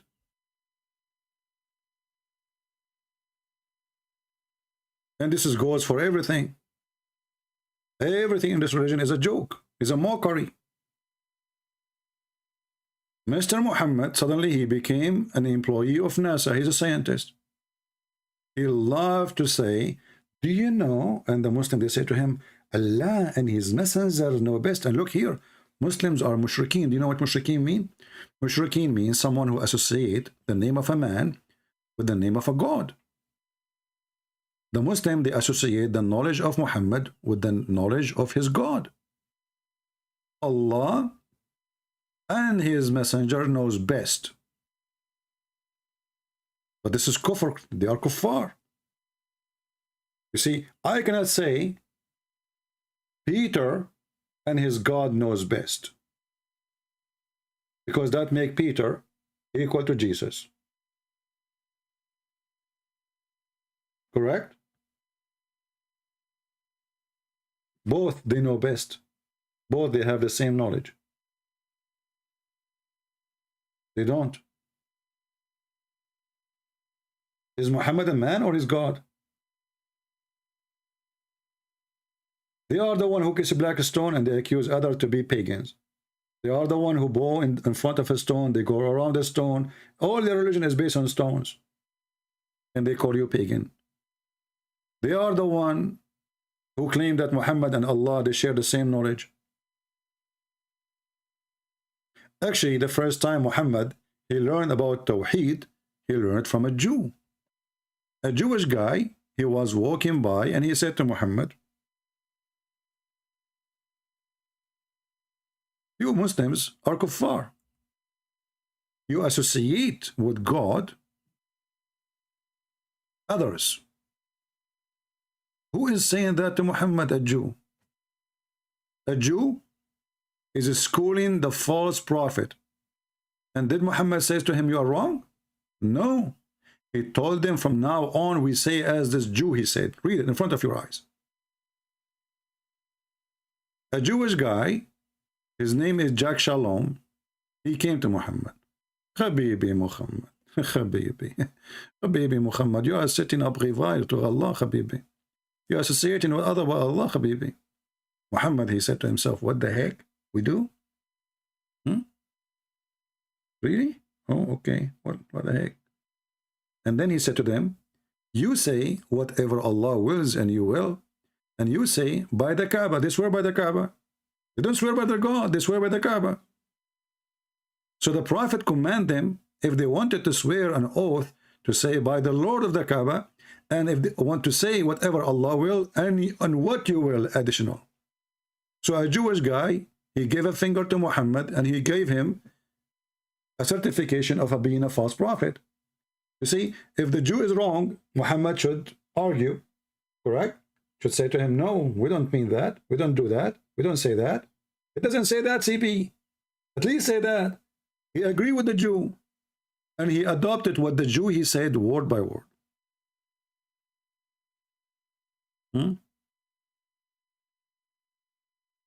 A fun party.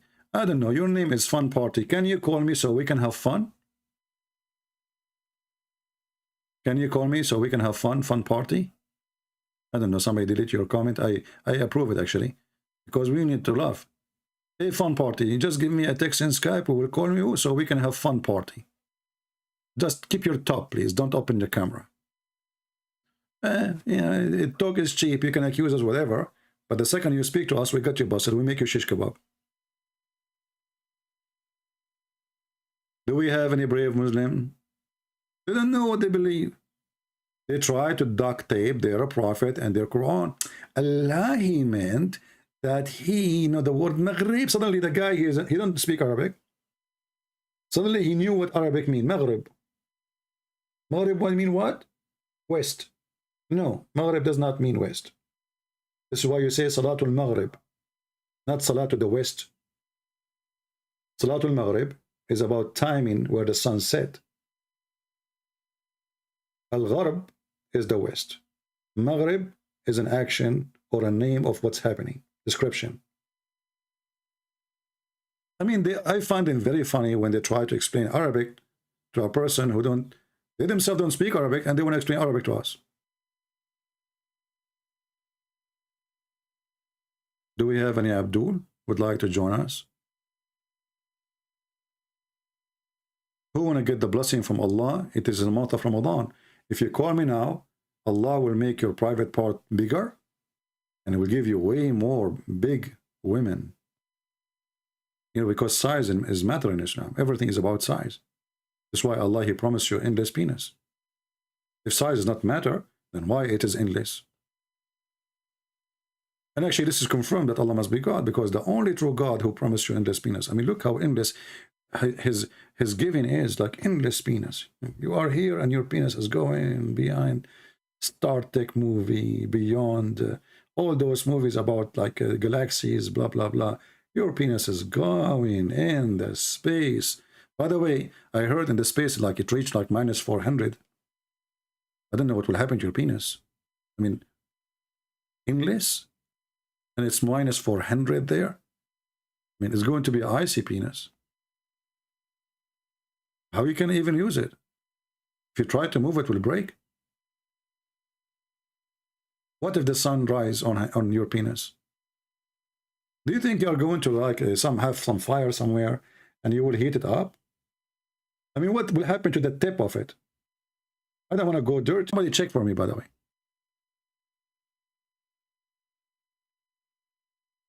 Ardul Maghrib, the country in the west.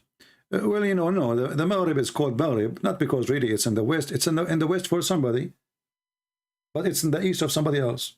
You know what I mean? All of those phrases doesn't mean anything really. As an example, if you look at the map, you know, you will see this country is in the east of this country, but it's in the west of the other country, the same country. I know this guy is trying to text me.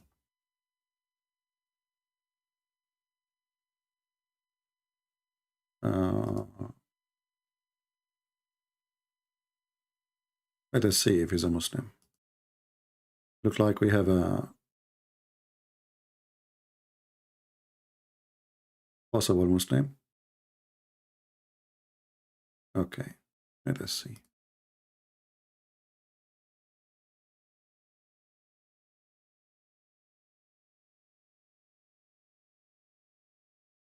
Hello?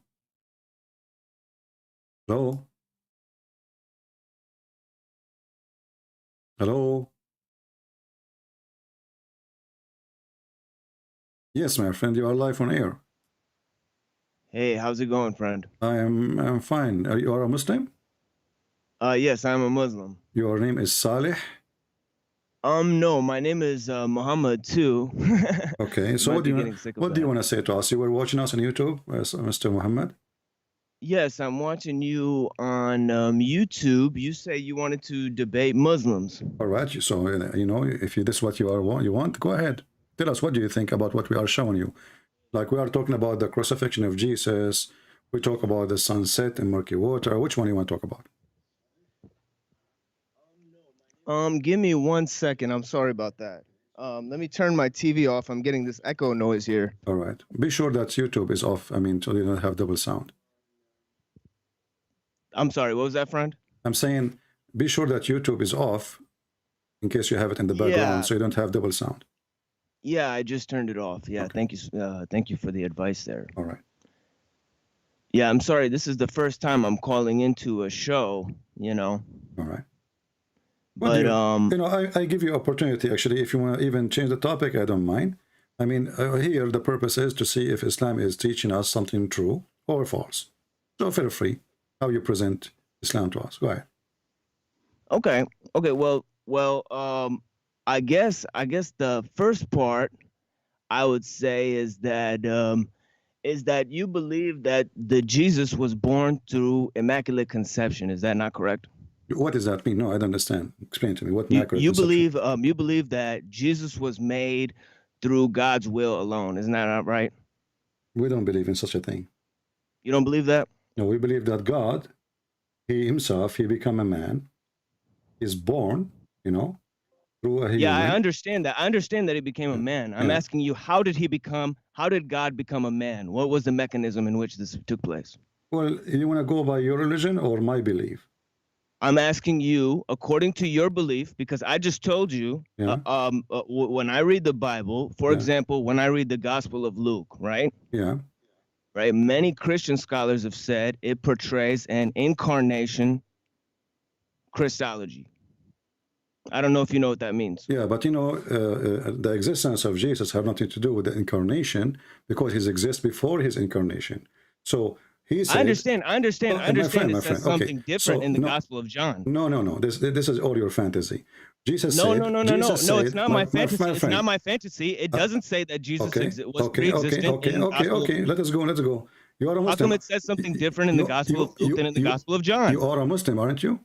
Yes, I'm a Muslim. Okay. I'm asking you a question and you're not answering. No, this is your understanding. This is false understanding. No. How come it says something different? You said Jesus was a pre-existent being. Exactly. Okay. But it says that in the Gospel of John. I'm here talking about the Gospel of Luke where it doesn't say that. Show me where in the Gospel of Luke it says Jesus was not a pre-exist. Where does it say in the Gospel of Luke that he's pre-existent? My friend, you are the one who's making that. What are you laughing about? Where does it say? You are the one saying, not me. When you say something, you have to prove it.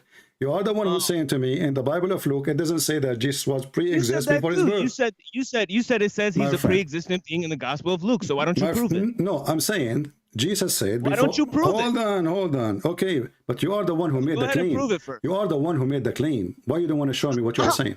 You never made the claim that Jesus is called a pre-existent being in the Gospel of Luke. You never made that claim. I am just saying. I did not even say where. I said in the Bible, Jesus said, before Abraham, I am. You are the one who said to me. You are the one who said to me. Listen. I'm asking you where it says it in Luke. You are the one saying to me. Hold on. This is very funny and very stupid. You are the one who said. You are the one who said in the Bible. In the Bible of Luke. In the Bible. Hold on. You see, we don't want to talk like kids. It is you. It is you. It is you who said in the Bible of Luke it says different. Okay, show me. It doesn't say show me. It doesn't say he's the Logos in the Gospel of Luke. Show me, because John, he is speaking to the Greek. Oh my God. And the Greek don't say, oh my God. Now let me listen. So you failed to show me anything from the Bible. No. You failed to show how it's not. You failed because when you make a claim, you have to prove it.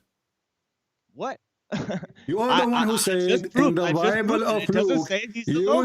You said in the Bible of Luke it teaches something different. Man, this is ridiculous. Are you just going to talk over me or what? You are talking. You see, you are being a coward now, trying to find excuse. No, I'm not being a coward. I'm asking you a question, and you won't answer it for the 50th time.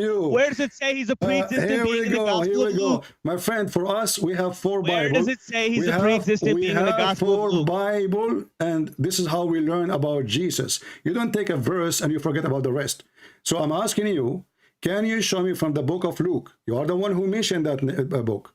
Can you show me where it says Jesus never existed before his birth? Yes. It says you said that God became a man. Is that not correct? Mm-hmm. That's right. Mm-hmm. Okay, so he became a man. So he came into existence as a man. Is that not right? That's what you just said. Well, he is born from Mary as a human being in the flesh. That's right.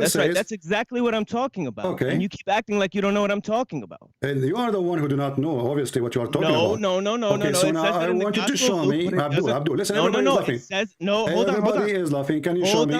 Can you show me from the book of Luke? But it doesn't say it in the Gospel of John. Listen, so what? In the Quran, it says no, Israel. Hold on. Don't change the in the subject. Quran, we are not changing the subject. We are not changing the subject. You said you wanted to help me change the subject. Now you want to talk about the Quran now. We're talking about the Bible. We're talking about the Gospel of Luke. Okay, show me in the Bible of Luke where Jesus never exists before his birth.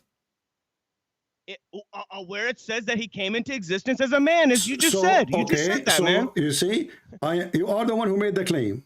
And you don't want to prove it. And you're the one who followed up and said my claim was true. You said he came into existence as a man. Okay, hold on. You couldn't point out anywhere in the Gospel of Luke where it said he's a pre-existing being. Listen. You couldn't do it, man. Listen. You couldn't point out anywhere in the Gospel of Luke where he says he's a pre-existing being. You are just like where does it say that, man? Okay, I will show you from the Bible. I will show you from the Bible of Luke. You read your own damn Bible and find out where it says he's an incarnated being in the Gospel of Luke. Go ahead. I will show you from the 4 Gospels, not only from Luke. No. Show me in the Gospel of Luke. Do you accept what your Quran? Do you accept your Quran? What he say about Jesus before he was born? What? What? Do you accept what your Quran says about Jesus before he was born? Excuse me. I called into your show. You told me. I'm asking you. You are a Muslim. Right? You are a Muslim. For me, you told me. You see, in order for you to get me, in order for you to get me busted, you have to show me a verse. You're telling me you have to show me a verse from the Bible against my belief. You fail. I'm saying to you now, do you agree with the Quran about the birth of Jesus? You can't show me where it says he's a pre-existent being in the Gospel of Luke. I will show you all over. It's all over in the 4 Gospel. Now, this guy's a moron. Do you agree? You are a moron. You are a moron, or you are Abdul. Look what your Quran says. This is why you are ashamed of your Quran. Because if you don't agree with any book of our books, then you should not agree with the Quran. Because the Quran says that Jesus was the Logos. Where does it say Jesus is the Logos? In the Quran. Where the fuck does it say that, buddy? You see, you are a very good Muslim using the F word, speaking about your God. Thank you very much. No, So listen, here You're we go. a very bad Christian. Here we go. Talking over people, not allowing people to talk, not following the Christian tradition of debate. Mr. F word. Talking over people. The verse in front of you. Where does it say logos in the Quran? Logos is a Greek word. Do you know where the word logos comes from? No problem. The Quran uses where does only, the word logos the Quran come from? uses only the Greek Bible of John. This is why it's called Injil. Read with me, chapter 4, verse 171. Where does it say the Greek Bible is called that Injil in front of you? Read it. Chapter 4, verse number 171. And the Quran uses only... It says logos in there? It says logos in the Quran. It says logos because logos... Does it say logos in the Quran? Read it. This guy's a charlatan. Read it. It says logos nowhere in the Quran, you moron. Read it. Yeah, it doesn't say logos. Read it so we can find out. In the Quran. Do you know what the term logos means? Abdul, read it, and we will find out. Hey, excuse me, moron. Do you know what the term logos means? Mr. F word, can you read it? Why you don't want to read it? Hey, F word. Do you know what the term logos means? You explain it to me after you read the Quran. Does it say logos or not? It doesn't say logos in the Quran, moron. Okay, why you don't want to read? My friend, it take you 2 seconds. You are an adult, mature. Stop talking like a kid. Can you read the verse? Yeah, I don't read logos here. I don't read logos here. Okay, what it does say? Where's logos? What it does say? Tell me what it does say. Even you do not know even what I'm talking about, I'm sure. I can read and you can read. Okay, it doesn't say logos. Okay, show me. Okay, go ahead. I can read and you can read. My friend, it does not stop say saying logos I can read and you can read and you can read. Muhammad cannot read. Here we go. I can read, you can read. No, Muhammad cannot read. You can't read logos in the Quran. You're a liar. You're a liar. You are illiterate like you're a prophet. Can you read for me chapter 4, verse 171? And you find where it says logos. Chapter, yes, it's in the front of your eyes. It says kalimatahu. It says logos. Do you know what kalimatahu mean? What kalimatahu mean? It doesn't say it in the Gospel of Luke. Shut up. Shut up. You are a coward trying to escape. You shut your mouth. It doesn't say it in the Gospel of Luke. From all the gospel that Jesus is a pre-exist before his birth. It doesn't say it in the Quran. It doesn't say it in the Gospel of Luke. Okay, then read. You're a moron. Read, Mr. the F word. Tell me what logos means. Read. Can you read? Read. No, I'm not going to read for you. I'm not your monkey, dude. Where does it say logos in the Gospel of Luke? My friend, you are the monkey. Where does it say logos in the Gospel of Luke? Learn how to speak English. Read it. Hi, here we go. I gave it to you. You are the one who complained. It says this is only in the book. I'm not the one who complained. Abdul, you are the one who made the claim. You prove it to me. People are laughing at you and people are posting even verses for you to get you, but I'm not going to quote them yet because you're trying to escape the Quran. The Quran got you busted and show that you are a stupid idiot because you are speaking against your book. Yeah, it doesn't say logos in here, so you're the stupid idiot. Read the verse. Because you said it says logos in here and it doesn't. Get me busted and read the verse. No, I'm not going to read the verse for you. You know how to read. I know how to read. It doesn't say. Get lost. You are a coward, son of Muta. Moron. Coward. Your God, he chose the book of John specifically. How we know? How we know? Because the verse in total agreement with John chapter 1, verse number 1, and the stupid Quran use the word Injil to describe the book of Jesus. Injil is a Greek word. And you are the one says to me, Logos is a Greek. Coward liars. Make me lose my voice. Screaming. Is that your book keeps saying Injil, Injil, Injil? This is a Greek word. So when your God speaks about Jesus, he chooses specifically the Greek book of Jesus. And when we say to you, read your book, you cowardly refuse. Because here it says that Jesus is the word of God sent down to Mary. So before his existence as a man in the flesh, he was the word. And this is in total agreement with the Bible of John. The word become a flesh. Coward. When somebody says this is different from the teaching of Luke, then you should show me Luke.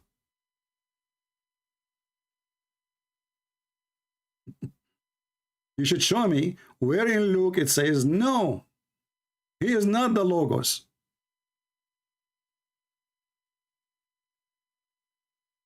Do you see how cowardly they are? Jesus was the word. And if you ask the Muhammadan, is the word of God created? They will say no.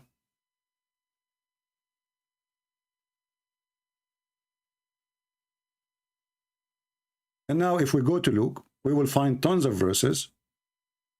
I did not quote because obviously you don't want to read. You're just trying to jump like a monkey.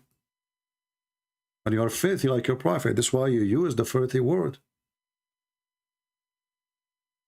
Jesus says to the Jew, what do you say about Christ? Let me open the verses. Coward. You think by screaming you make a point? You don't want to read, right? Why you don't want to read? Because it's an embarrassment. The second you start reading, people will laugh at you.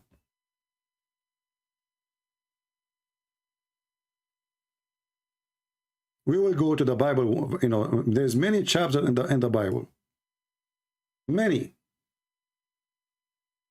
What a cowardly human being you are. When you go to somebody says, this book is different from this book, then you have to support what you say by proofs. Quote for us verses, and let us see if they agree or they disagree. But because you are a coward, you refuse to read.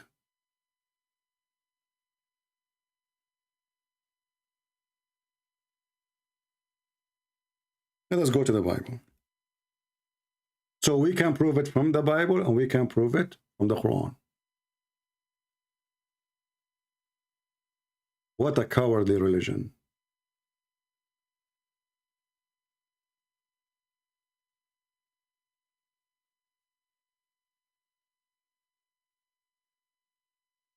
Let us see. You know, actually, each time Jesus, he speak, he confirmed that his existence is before his birth. Let us go first to book of Matthew, and then we will go to book of Luke, and then people will laugh at you.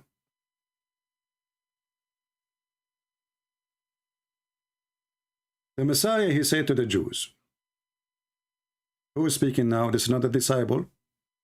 This is the Messiah himself speaking.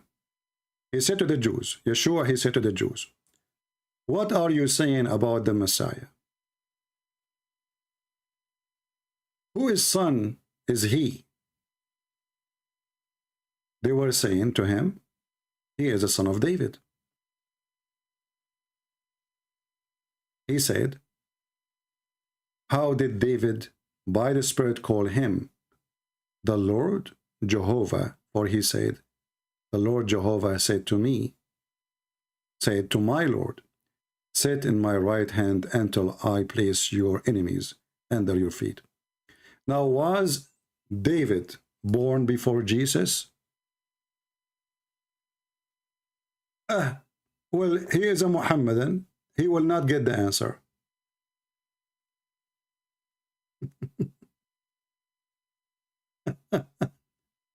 Now he will play dead. He will play dead. He will say, oh no, David actually he was after Jesus. You see, if Jesus does not exist, David worshiping Christ for what reason? Worshipping someone is not exist? Coward, like your prophet, no dignity, no honesty. I never found a Muslim he is honest. And then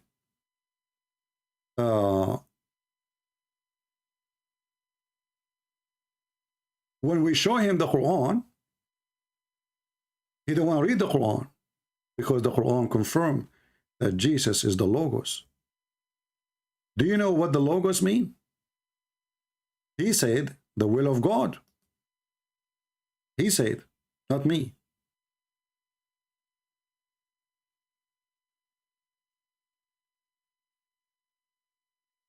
This is Jesus. He was the Word, and the Word became a man. And he is a spirit and a man and the Word of God in the same time. 3 in 1 person. It's in the front of your eyes.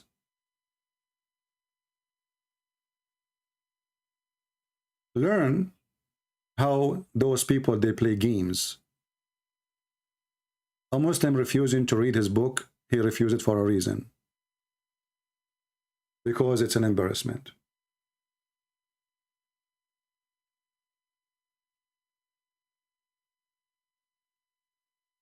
Where in the book of Luke it says Jesus was not exist? Can you show me?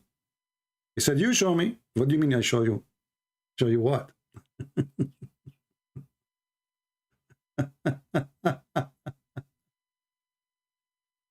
Oh, Lord have mercy. Hypocrisy, stupidity, F-word language, low-class, trashy religion. Very trashy religion. The second you step at their fingers, you close the door of the van over their fingertips, they go nut and they go crazy. This is in the book of John. But my friend, the book of John is written obviously for a reason. If all the books will say word by word, there's no reason to write 4 books. There's no reason. This is why they complete each other.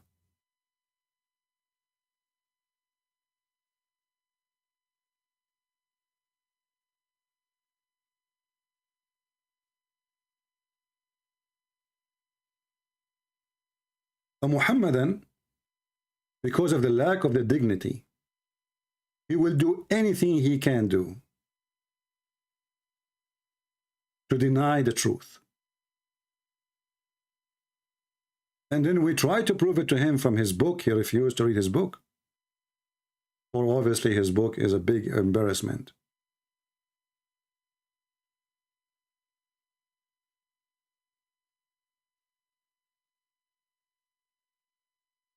And now if we go to the book of Luke, what we will find about Jesus? Every verse in the book of Luke confirm who is Jesus and where he's coming from. Very cowardly argument.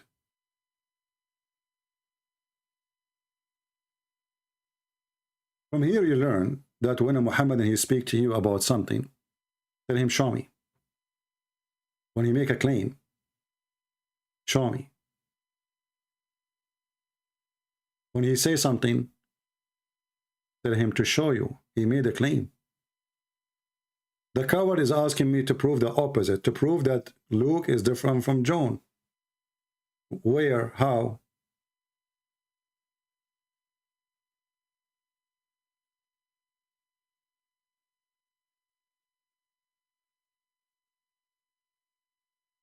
And when he said that this is the Greek, he forgot, because he's an idiot, that the Quran only mentioned the Greek book. Only. That's why the stupid Muhammad, he used the word Injil.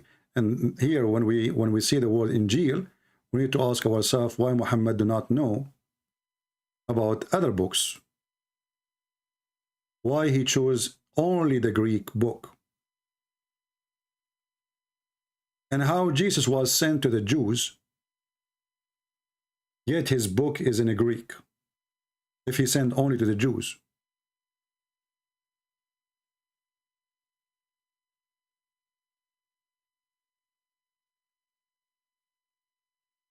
Do we have any decent Muslim? He have little decency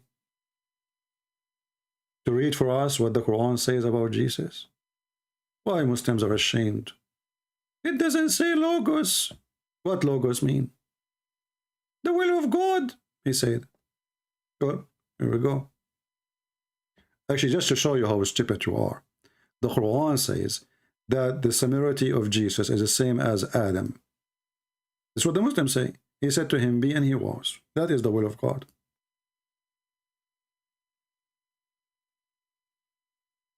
But then when we check and we investigate the Quran, we will find that neither Jesus, neither Adam was created in the Quran by saying to them, be, and he was. To the point, even Adam, he complained to Allah, and he said to him, finish me before the sun set.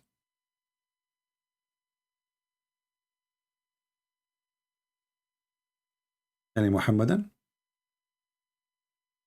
Emery D, why you don't respond to the lies, 107 lies? Well, people who cannot find my first page and they say it's a fabrication, and then we get them busted in the book of Sex of Allah in 2 seconds. They are kids, and we always get them busted. Here we go, call me and read for me or tell me one of those lies and I will get you busted. Why don't ask your potato to call me and get me busted with one? Did you ask yourself why? Because he knew he is the one is lying. And you know what? If I said million things about Muhammad and 107 of them is a lie, that's mean Muhammad is the biggest fraud ever, because I said millions of things about Muhammad.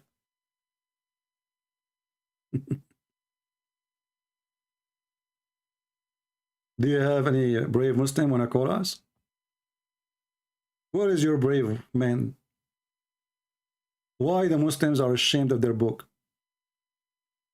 My book says that Jesus been worshipped before his existence on earth.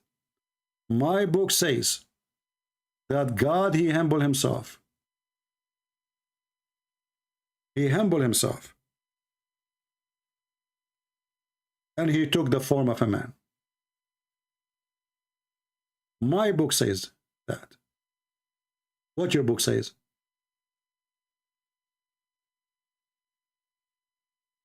Huh?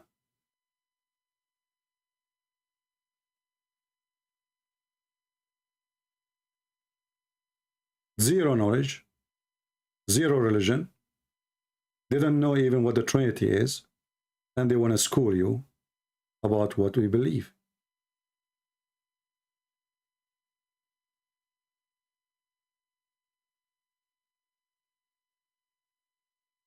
Do we have any Abdul?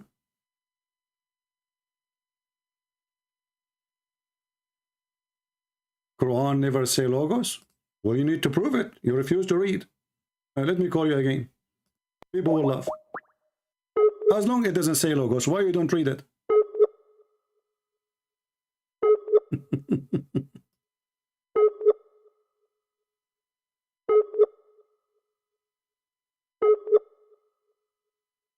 Bad internet, huh? Hello? Huh.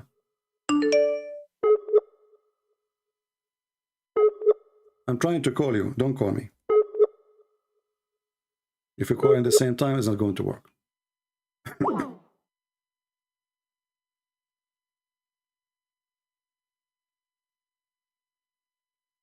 Let me try again.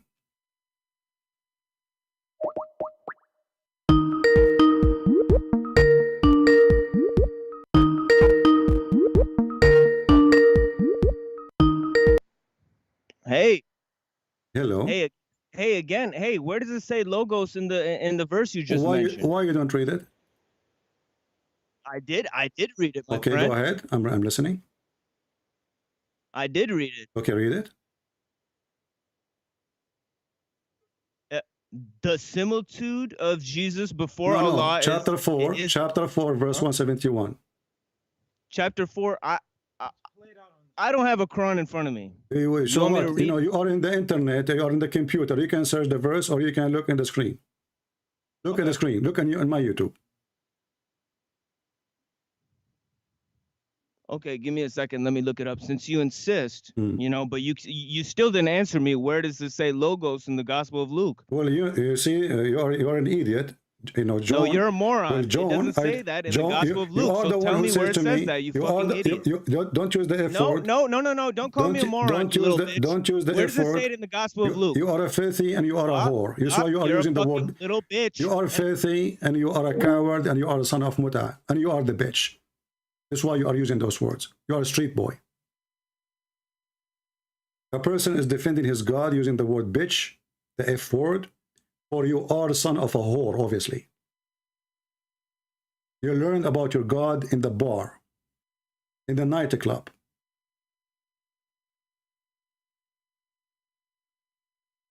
The word logos is used in Greek because it's a Greek language, you donkey. What do you want him to use? He's speaking to Greek people. Every book is written in a language and direction to a nation. That's why your stupid Qur'an, your son of a Mut'a, says, we never send a messenger except in the tongue of his people.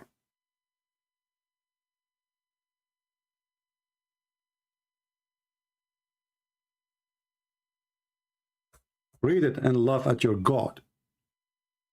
So how Allah, he sent the Bible in Greek language? That's why the Quran say Injil. And how Jesus then is the messenger for the Jew? In order for the book to be called Injil, Jesus must be a messenger for the Greek. Son of Muta. And you want to talk about bitches? Go and see how your wife can be divorced and remarry, and divorce and remarry. And if you divorce her 3 times, she cannot come back to you unless somebody hump her. Filthy mouth. Like your prophet. I'm not surprised.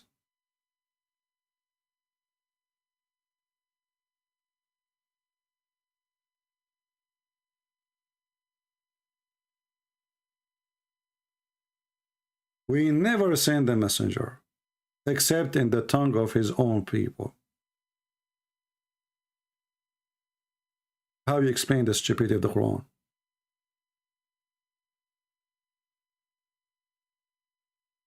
You cannot.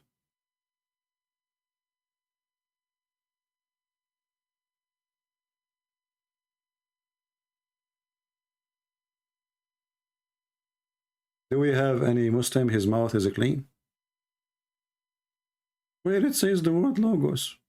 Well, the logos is the word of God. And where is the word of God? Obviously the word of God in Islam in his ass. It's not in his mind, according to you.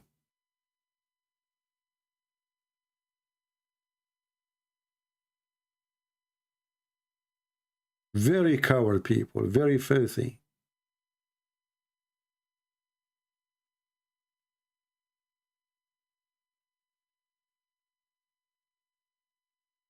And now if we go and read from the book of Luke, do you accept what Luke is saying? And can you find me the contradiction with the book of John? He failed. And now if we show you what book of Luke is saying, what you would say? He will say, I don't accept. Whatever verses we show. Because they are hypocrite coward like their prophet. Do we have any brave Muslim? Who is a brave Muslim? He can challenge me to prove that Jesus exists, pre-exist, before his birth. Anyone?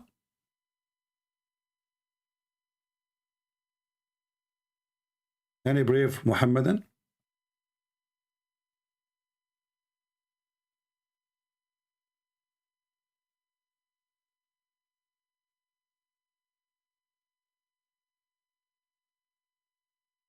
Anyone?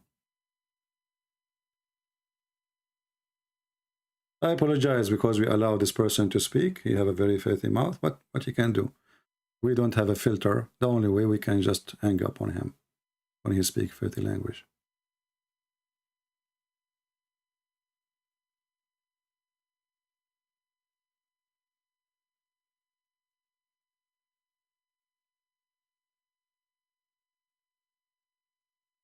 Any Muhammadan?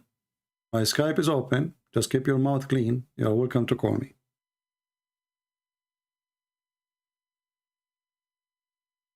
Let us see this Abdul.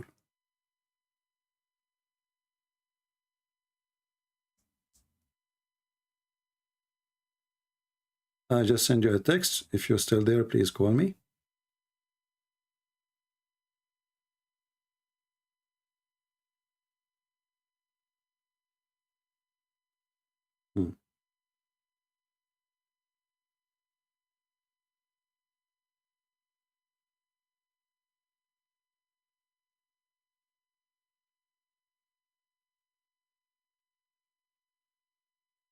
Let us see this guy.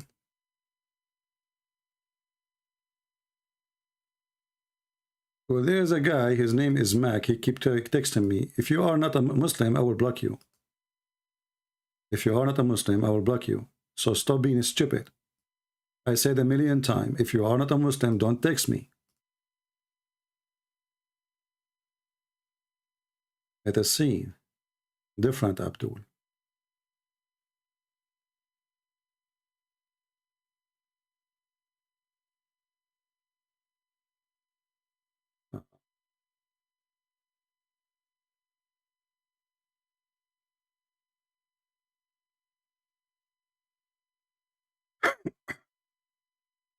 Let us go here and read these verses.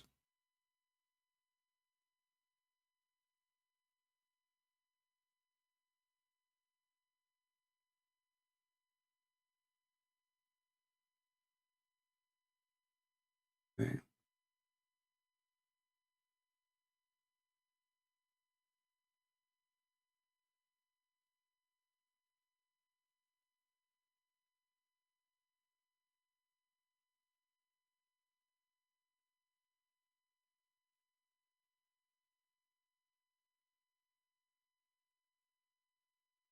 This is Abdul, but he is saying he do not know much, so I do not know what to say. Well, then why you want to call?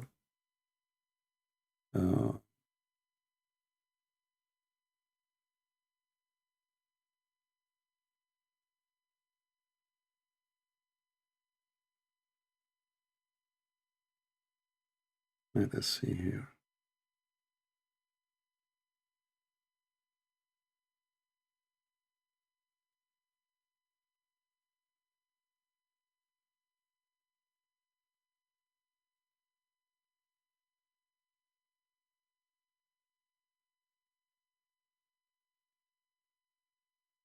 You know, in the book of Luke, each time the Bible speaks about Jesus being God, well, obviously his existence have nothing to do with his birth, because God is always exist. Even in the Quran, you see the Quran actually copying the book of Luke. If you go in the Quran where the angels came to Mary, and they say to her that you will conceive a son, and his name will be the Messiah. His name what? Actually, will not will be. His name is the Messiah. How he was called the Messiah before he is exist. Read carefully. Chapter 3, verse number 45. And this is again trying to copy the book of Luke. Behold the angels, they said, O Mary, Allah giveth thee glad tidings of word from him, not a word, bikalima. His name not will be. His name is the Messiah. This false translation. There's no will be. Bikalima minhu ismuhu al-Masih. His name is the Messiah. You change the translator, you will see how everything changed.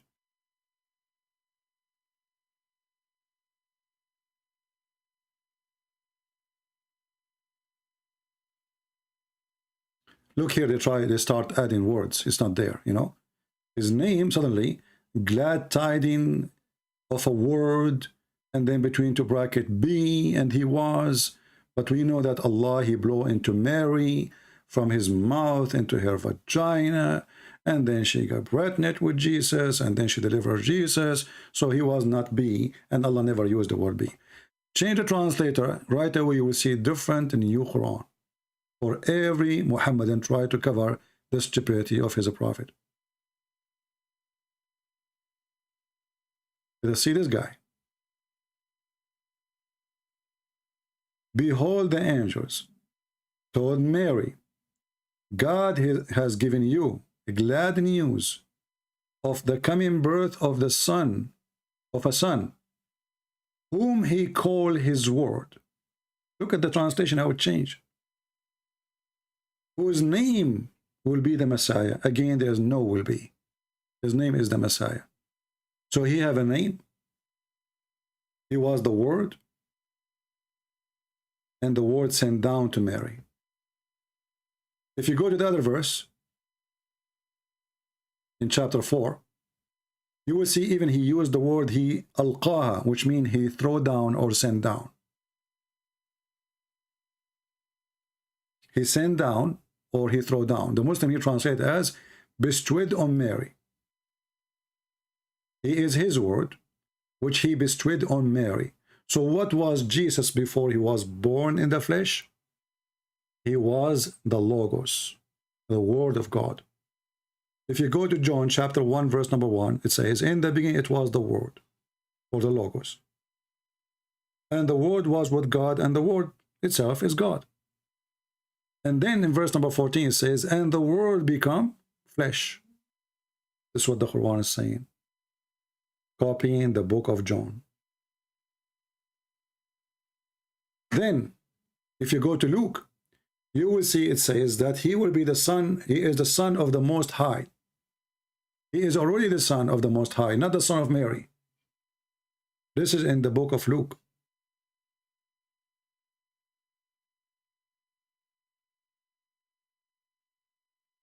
In the book of Luke, he is the Son of the Most High. So, is he born from Mary to be the Son of the Most High, or he is the Son of the Most High before even Mary exists? He is the Son of the Most High.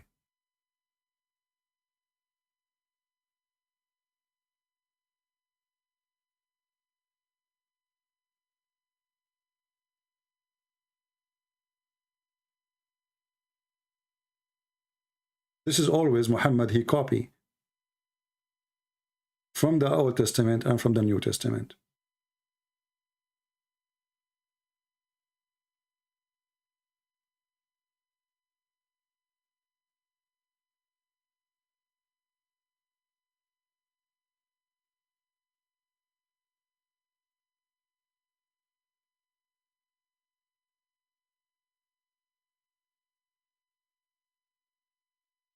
Let us see here.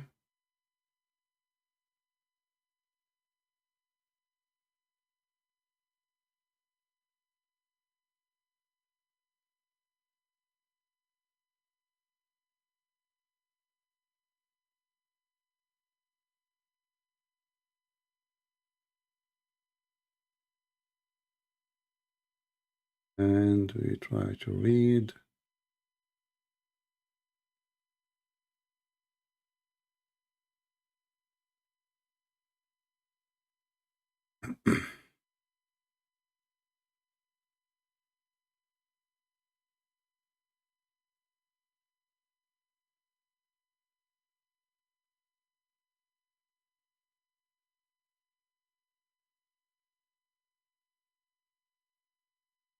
Let us read this chapter here. I'm just trying to find an English translation which is easy to read for me. And if we have a sound, recording sound, so we can play it. This one does not have audio.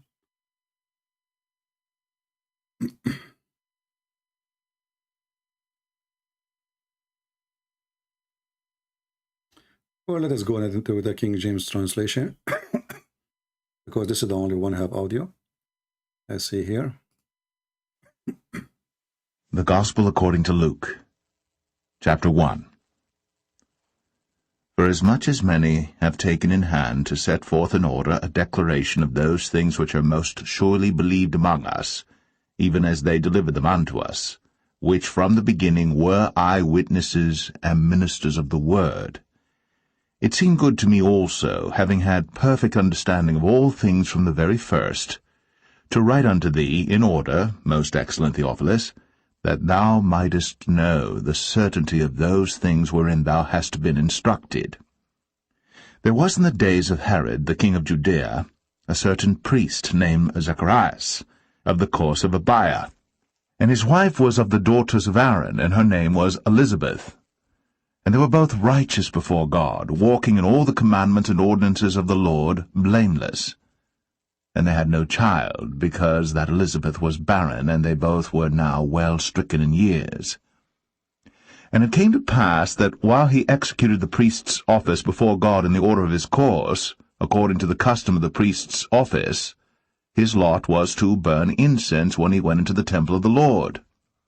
And the whole multitude of people were praying without at the time of incense.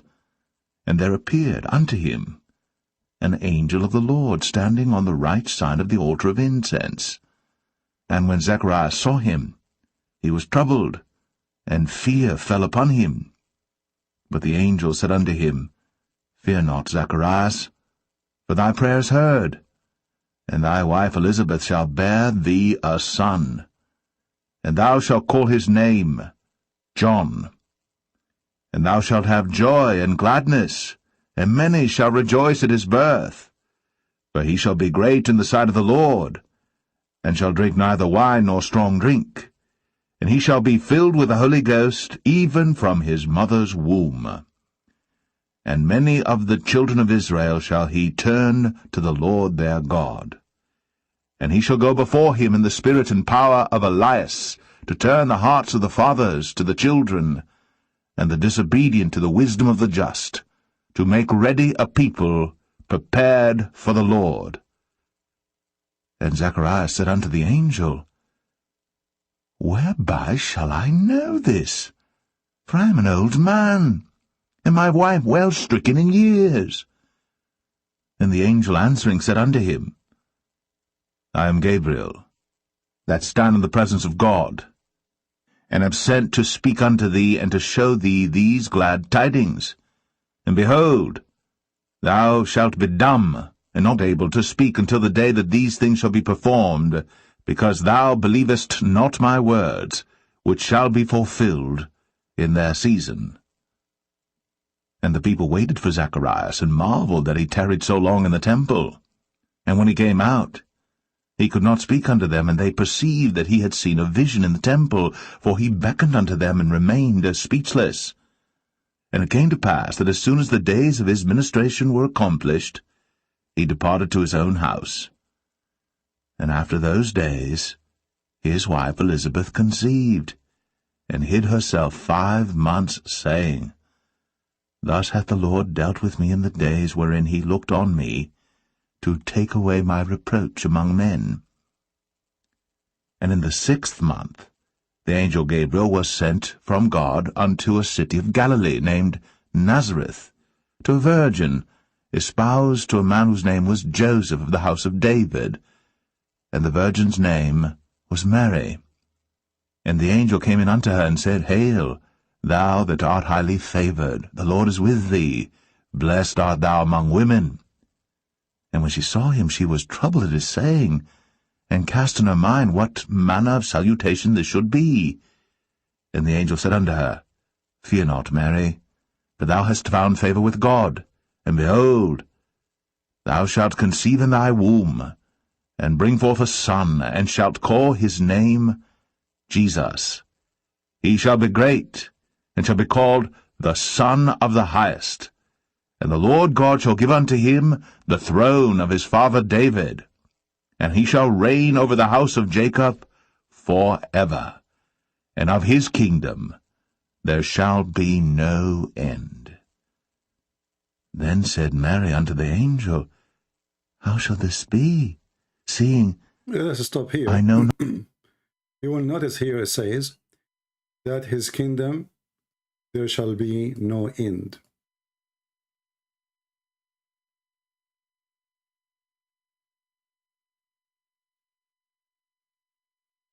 Well, is that something will happen, or something already is exist? He have the kingdom. He is the king of the Jews. He is the king of the world. He is the king of the kings, and his kingdom will never have ends. That's why Jesus says, before Abraham I am. That's why he said, I am from above, you are from below. That's why the Bible says that the whole world is created by him and for him. And then Abdul, he says to us, it doesn't say that, CP. We as a Christians, we don't believe only in one book. We believe in 4 books. So when you speak to Christians, you speak to them about their books, not one. And the book of Luke confirm all over that Jesus is God. And the second you say God, that means he is always exist. For God, there's no point of existence for him. This is what the word God mean. If God, there is a point of existence, that means he was not God. Because what was before him? Who is the creator? So this is what we believe. And the Muhammadan, he tried to play games. And the Qur'an, when the Qur'an says that the similarity of Jesus is the same as Adam, the Qur'an made a stupid mistake. Because Allah, neither when he created Adam, he said to him, be, and he was.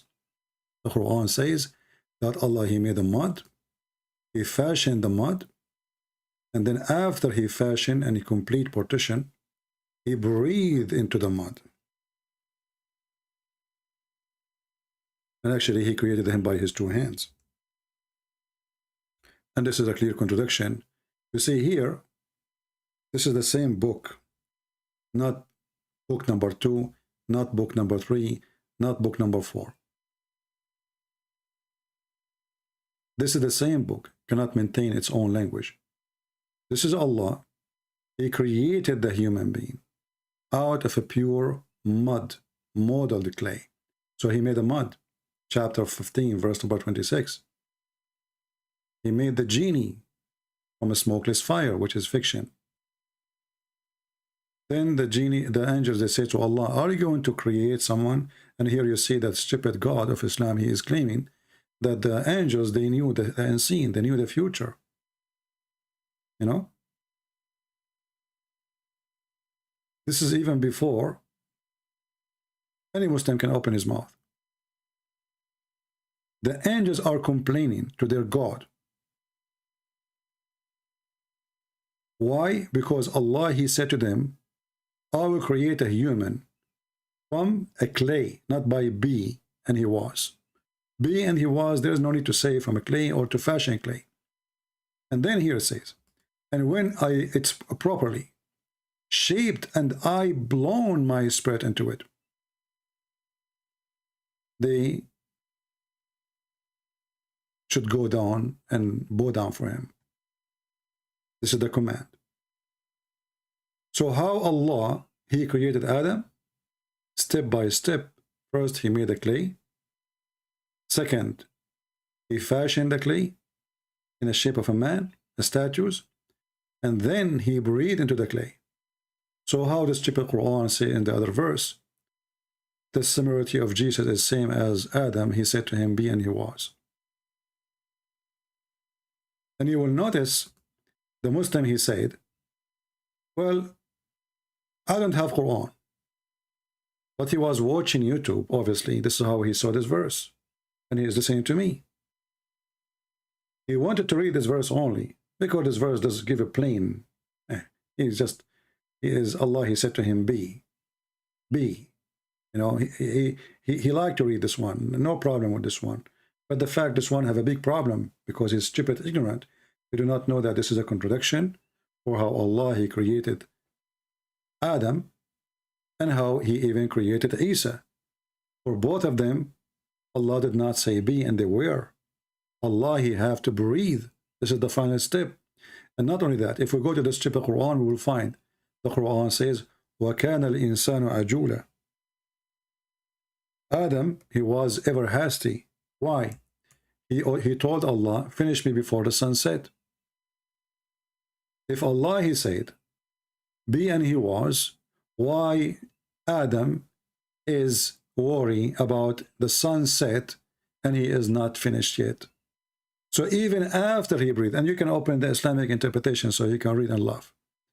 You can go right now to Ibn Kathir and you will see that Allah, when he created Adam, he asked him to finish him before the sunset.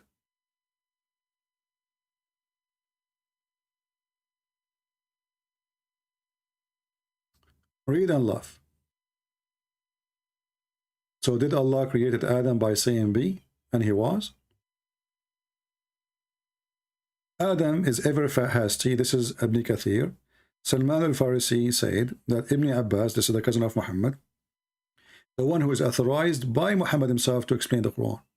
He mentioned the story of Adam when he wanted to get up before his soul reached his feet. When his soul was breathed into him, it entered his body from his head downward.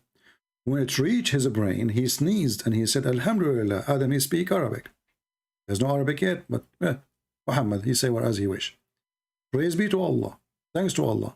Actually, Alhamdulillah is not praise to be to Allah, it's thanks to Allah. And Allah, he said to him, may your Lord have mercy on you, O Adam. He gave him a name right away. When it reached his eyes, he opened them, and when it reached his body and his limbs, he stared to stare at them, or started to stare at them in wonder. He wanted to get up before his spirit reached his feet. He could not. So he said, "Oh Lord, make it happen before the night come." So where Allah, he created Adam and he said to him, be, and he was.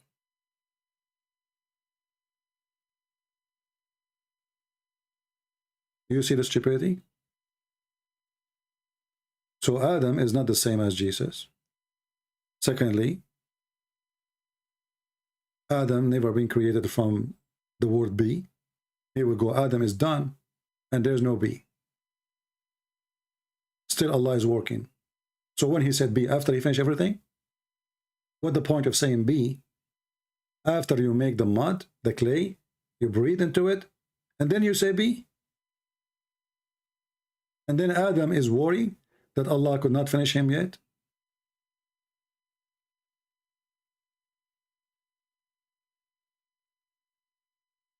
Do we have any Muhammadan?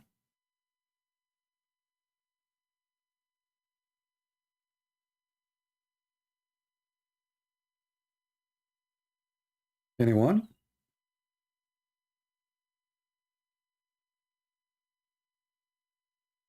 Just be careful. If you have a filthy mouth, we will give you what you deserve if you speak filthy language like the previous street boy Muhammadan. This is how you know what kind of a person you speak to. You know, children, they learn from their parents, the language they speak. What this man, he said to me, is what his mother, she say at home, and what his father say at home. And this is the language of their house. Very filthy, very trashy.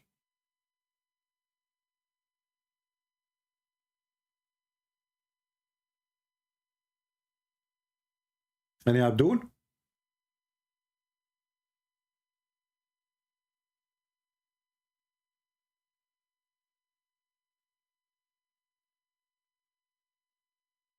Anyone?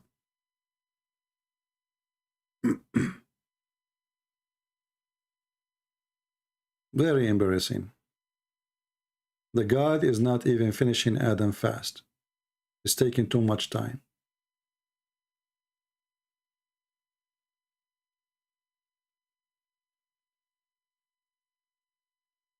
Anyone?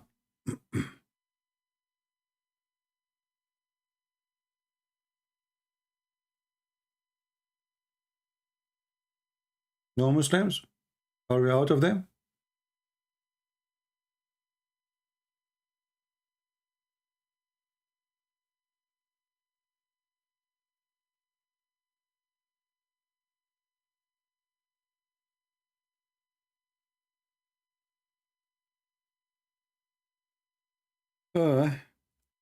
I was expecting more Abdul to call us. That look like. Let us try. I'm looking in Skype trying to find the old messages from the old Abdul. Maybe we can, you know, like get them into chorus.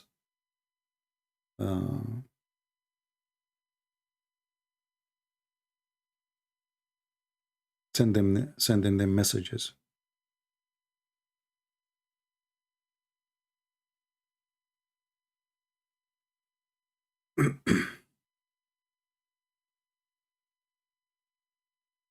Let's see.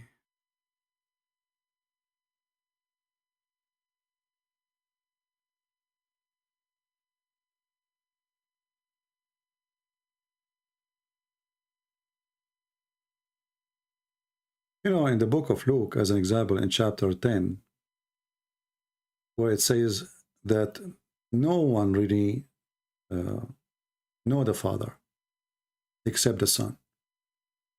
So if Jesus is just a person who is born like us, And this is before he go to heaven. You know, if he was not in heaven, he is just born, as you are born and I'm born. But we know that Jesus' birth was a miracle. But if he is just, his existence was the moment where he was born, then how he say, no one knows the Father except the Son?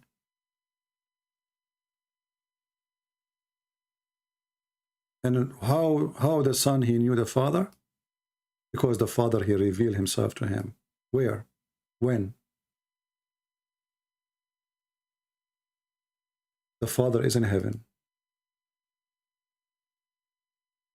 So the book always, the Bible is a book of 4 dimensions. Each book give us more details, more clear details. That's why we have them, the 4 of them. We don't have one. Otherwise, we have one and that's it. There is no need to have 3 and 4. We will have Qur'an, mean nothing.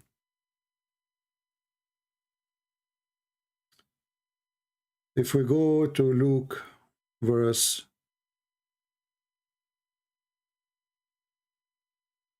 let us see.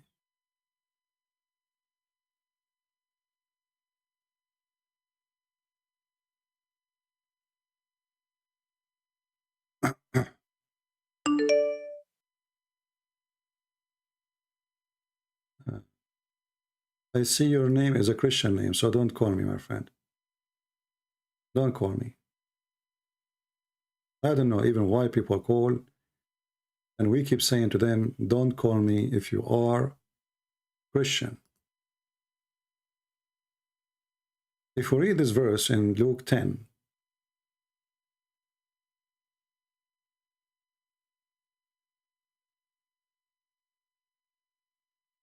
let us go there.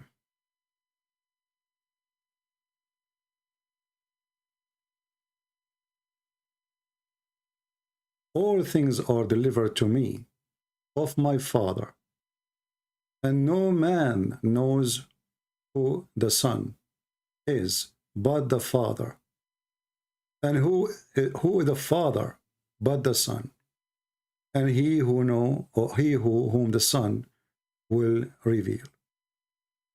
Speaking to who? Speaking to his disciple.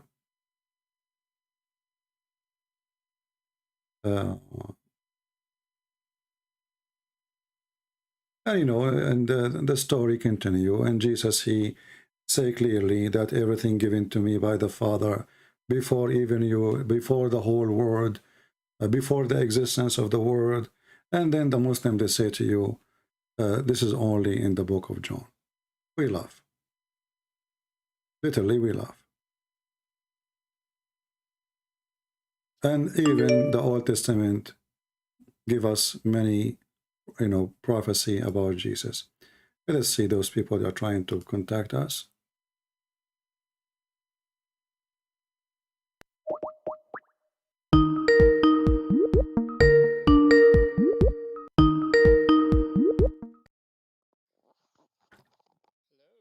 Hello. You are a Muslim, my friend? I'm an ex-Muslim. Am I still allowed to talk? Okay, you are an ex-Muslim. Okay, we will, let us, what do you want to share with us? Oh, thank you so much. It's been nearly 1 year. I tried to call you, CP. I'm a Shia. I was born in Iran. Okay. And by the grace of Lord, I'm Christian now. Wonderful. So most of the time you talk with the Sunni Muslims. Yeah, and last week, actually, 2 days ago, we have a Shia. Actually, he claimed he is not a Shia. He claimed he is just a Muslim. He didn't say, but I can tell he is a Shia. Yeah. And he referred to the Masud Rajavi. We know him. Right. Yeah, he's a terrorist, actually. Yeah. How can I use, because the Shia, they're so deceptive. You know, when we say the Hadith or Tafsir, they say we don't agree with any of them. So how can we argue with them? No, this is not true. The Shia, they have their own books. They have, like, as an example, the book of Al-Kafi. is the same as al-Bukhari. So when they say to you, we don't agree with the tafsir, this is a lie, you know? This is absolutely a lie. And is there any reference to your books in regards to how to debate with Shia? Or well, you know, because usually Shia, they don't really stand up to Shia. They are focusing to try to extend their cult between the Muslim Sunni. They are not too much exist in the front of us. You know, the majority of people are Sunni. That's why we don't focus too much on them. But, you know, debating Shia is even easier than Sunni, except one thing. Shia, they practice taqiyya and everything. You know what taqiyya, right? I don't know it in my Taqiyya is when language. you can lie in order to do protection. Oh, okay. Yeah. So in order to protect your belief or yourself or from being exposed, you can lie. It's okay. Muslim Sunni, they practice taqiyya too. But Muslim Sunni, they are, you know, less... Shia, they use taqiyya and everything. You know, two Muslim Shia, they are arguing about something, they use taqiyya. You know? Yeah, that's right. Yeah. And is there any funny things in the tafsir like Al-Kafi that I can use it? Like in Al-Tabari and Ibn Khatir, there are so many stupid things. I'm just wondering if there's anything in the Kafi as well? Well, the Shia, actually, they have billions of things. I can give you some example from their trustworthy books, so they cannot say we don't agree with it. As an example,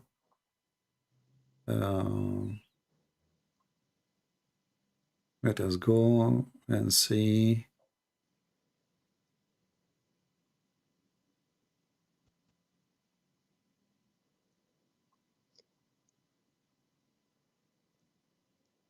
Let us show you some reference.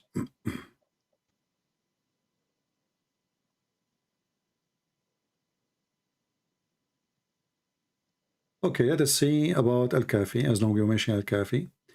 As an example, they say, they speak about the sign of an imam. You know what imam is, right? Yes, that's right. Okay, the imam is a person who don't scratch his, like he don't stretch, sorry, his hands. And he see his front and he see his back. And his farting smell like musk. This is in the book of Al-Kafi, volume number 1, page number 319. Let me find it for you. I'll put it on the screen and we will use Google Translation. So Shia don't say we are making things up. This is the book of Al-Kafi. Al-Kafi is even more authentic than Al-Bukhari for Shia. Volume number 1, page number 288, it says here.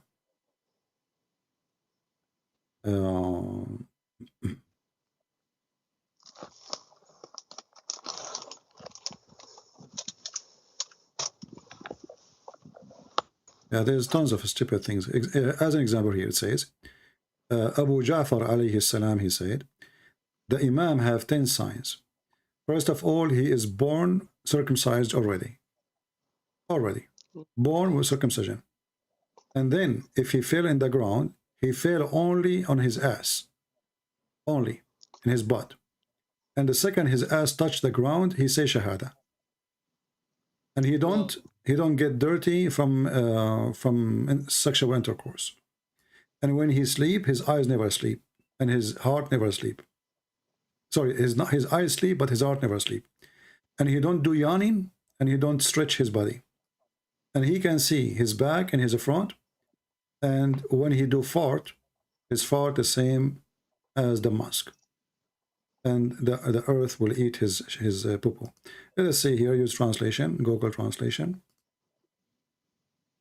You know, Google Translation not too much accurate, but, you know. So here it says, the Imam have 10 signs. He is born circumcised, not a clean, circumcised. If he fell in the ground, he fell in his ass. And he said the Shahada. No, the Shia, they have 2 Shahada, supposedly. And when he sleep, his eyes sleep, but his heart never sleep. And he never yawn, and he never stretch his body. And he see in the behind and see in the front. And when he do fart, his fart smell like musk. And again, this is the book of Al-Kafi. part number 1, page number 388. No? So, you know, what make you leave Islam, my friend? As long as you were a Shia. To be honest, I didn't want to become a Christian, but where I live, you know, my English at the time wasn't good, so I went to the church to use the free English class, because the church provide the English lesson for the people who are not English spoken. And then it was once a week, and they were just so kind, CP. They accept you no matter, you know, what your previous belief is, what your skin color is, what you're thinking. They just embrace you with any idea that you have, regardless. So slowly, I was like so curious to see what they believe. You know, why they're so kind with no exception.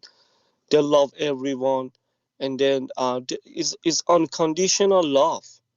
And I said, and slowly, you know, I start attending the church, not for the English, but for the Bible study and these kind of things. And I realized they have the all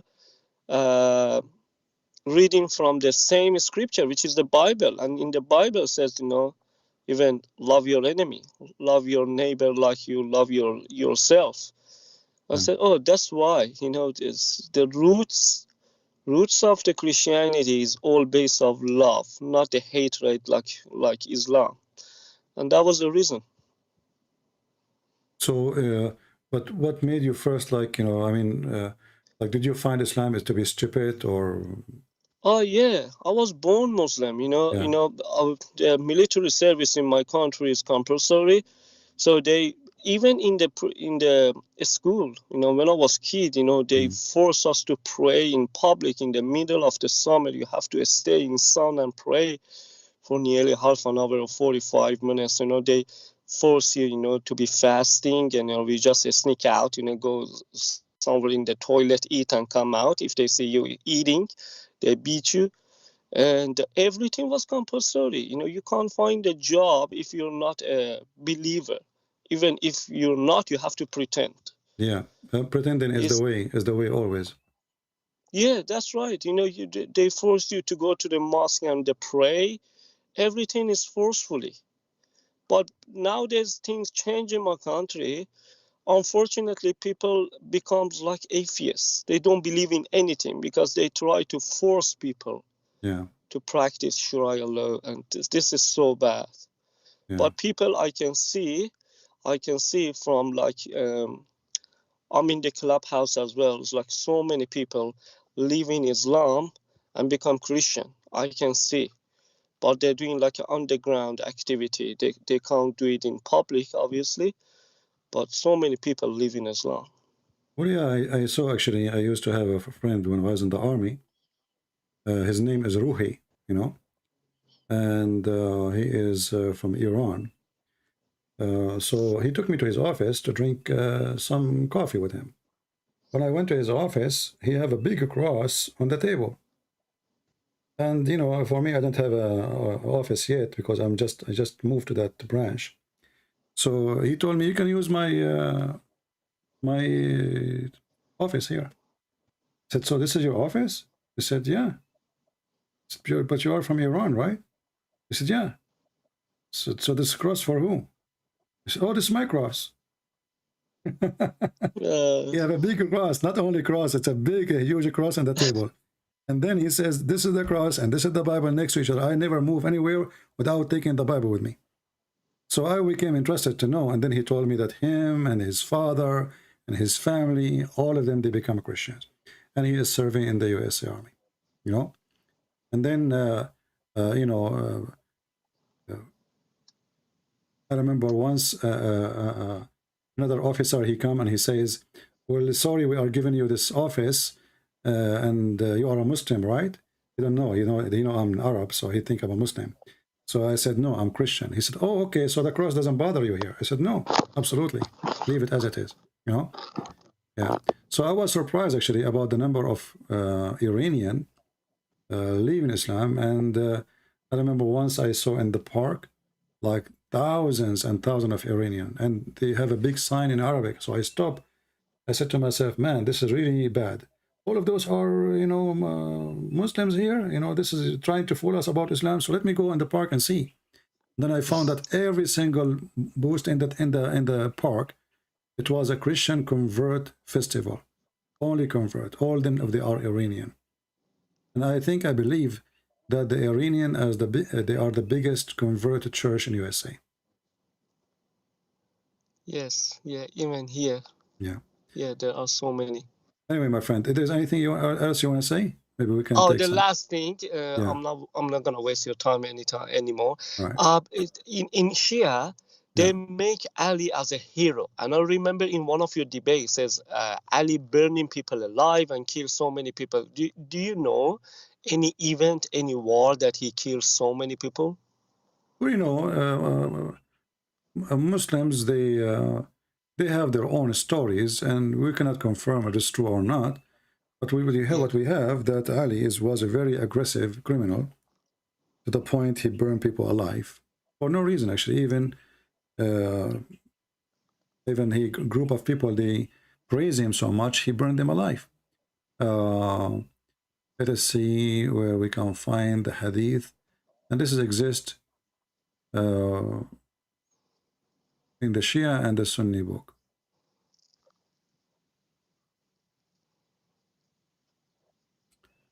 Let us see.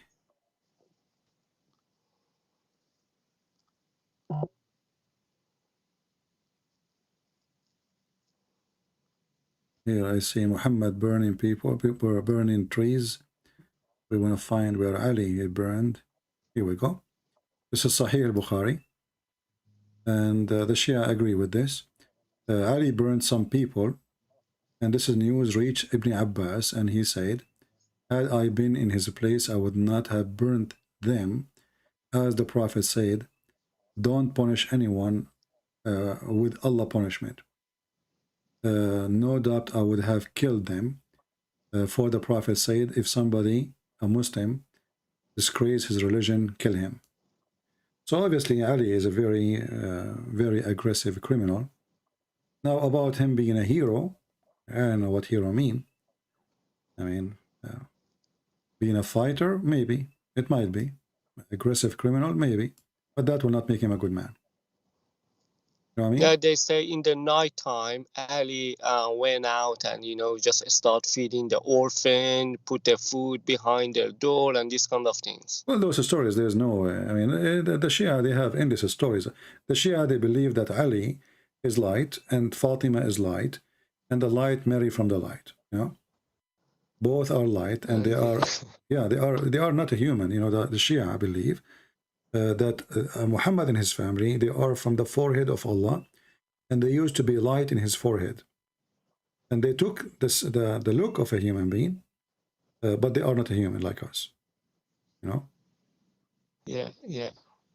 That's why they say Ali and Fatima, النور تزوج بين النور. The light married from the light. You know, both of them, they are light, and they married each other. Yeah.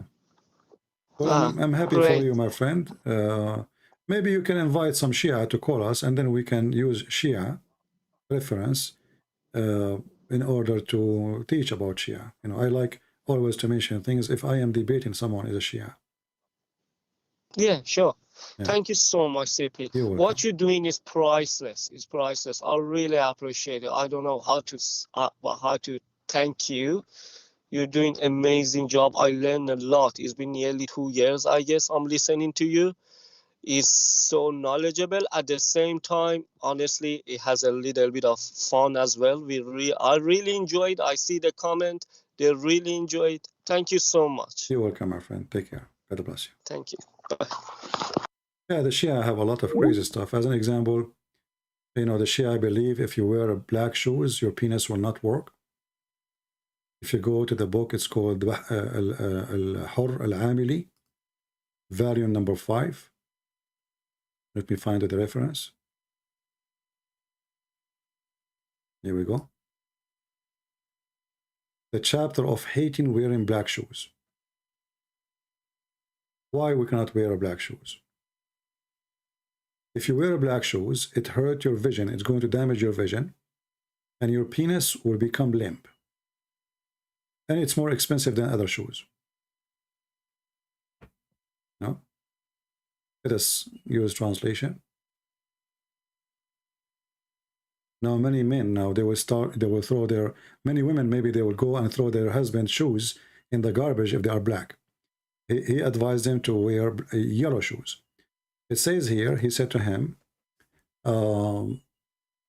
why, he said to the, he looked at the companion and he said that they have a black shoe. Translation is not coming right.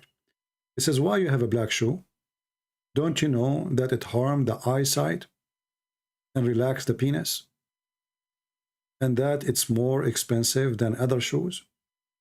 And no one wear it except he, like he becomes so proud. So the Shia, they hate to wear black shoes, and they favor the yellow shoes because yellow shoes will make your penis strong. Well, I mean, Shia, they have way more stupid things than the Sunni, but doesn't make any difference really. Both of them, they have stupid things. But I think the Shia, they beat everybody in their madness. You know, like Al-Hassan al-Hosein speaks 70 million language, something like that. I mean, crazy stuff. Do we have any other Muslim? We have here.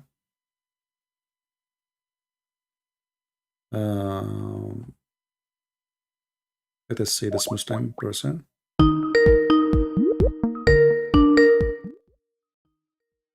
We will mute the microphone and tell the speaker.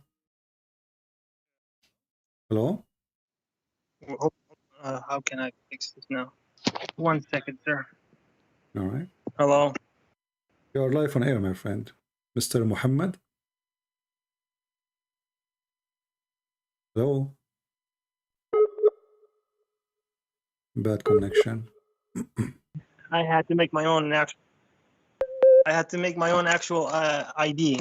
What is it called? All right. So, Mr. Muhammad, what do you like to say to us? Go ahead. Well, actually, well, first of all, my name is Muhammad, son of Abdullah. Okay. And yes, I've been to Islam. Well, I was born in the city of Medina here, and I'm still currently in Medina. All right. Yeah, about your questions. So I've been watching your videos. Well, you know, today we were talking about the crucifixion of Jesus. I don't know if you can elaborate about that. What do you Muslim believe about the crucifixion of Jesus? What do you think about his crucifixion? Was he crucified really? Well, sir, I can only tell you the things that I heard. So don't take this in any knowledge or written way. But let's just say, well, you are born in the Medina, and as I know in Saudi Arabia, I mean, 5 class out of maybe 7 or 8 is Islam. You know, so I mean, Islam is heavily taught in the school. So you should know the answer. What do you think about that? It is more than what you think it is. It is most likely, let's say, enforced.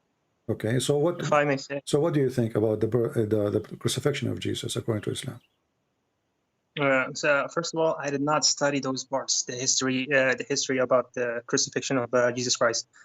But I can only tell you one thing. So since when we were young, we were told, it was Jesus Christ was crucified and died, but before his death comes in, his soul was taken by Allah, and it was replaced by someone else. But where is this story coming from? Exactly, that's what I'm trying to explain to you. So these stories were told to us, but I cannot find that story myself, even though I did the research. I mean, it's let's just say the Google has very some amount of research talents, but it did not find that. But you see here, Muhammad, what happened, that now what we are discovering, me and you together, that the Muslim, they don't follow their religion really. They follow somebody's, he said, she said. Who said? Why they said that? Nobody asked the question. I've been watching your videos like for let's just say from the start of Ramadan month. So this is the 8th and 9th. Yeah, and to be honest, I did do the research myself, and you are correct. And yes, I did ask. Well, what is it called? What do you say? What do you guys say? Mullah, Sheikh, Sheikh, yeah, Sheikh. Mufti. Yeah. One of them. I just hinted the question about verse 33, chapter 33, verse 50. Okay. Then, and the answer, like the other guy said, not very satisfying answer. But yeah, I mean, even though I mentioned the Qurtubi that you also mentioned about the 16 privilege of the Prophet. Yeah. All those things, and the answer that I got was not what I was expecting. So yeah, you are correct. But the main reason that I'm trying to call or trying to deliver the message to all the Muslims who are trying to prove they're part of the story, like the other brothers from Pakistan or UK, they're trying to convince you with whatever they have without having any let's just say backdoor or knowledge, any evidence, anything, right? Any evidence. Yeah. So what do you, so what do you think now? Are you like I feel like you are now kind of, maybe you want to leave Islam or something like that. I don't know if I'm wrong. To be honest, you do make a lot of points, but you know that what you're asking is kind of a suicidal mission. I'm not asking you to do anything. You know, you are smart. You know what you are doing. You're adult. So are you like suspecting Islam to be truth? Sir, look, as a Muslim, and I'm also in Medina myself, currently in Medina right now. All right. Okay, you can hang up if you don't want, I don't want you to risk your life. You know, we are live on air, as you know. So if you think that will risk your life, you can hang up. Well, at least let me say one thing that I wanted to share from the beginning. Okay. To all the brothers that are listening, Muslim brothers and sisters, fathers or mullahs and sheikhs, if you study or trying to research all the questions that has been asked by Christian Prince, it is literally written down there. Like whenever a topic or a conversation about age of Aisha, hiding it is useless. It is true. Whatever that was mentioned in the hadith, that is true. Also, it's written Sahih al-Bukhari. So yeah, before jumping into any conclusions, try to understand the actual knowledge itself.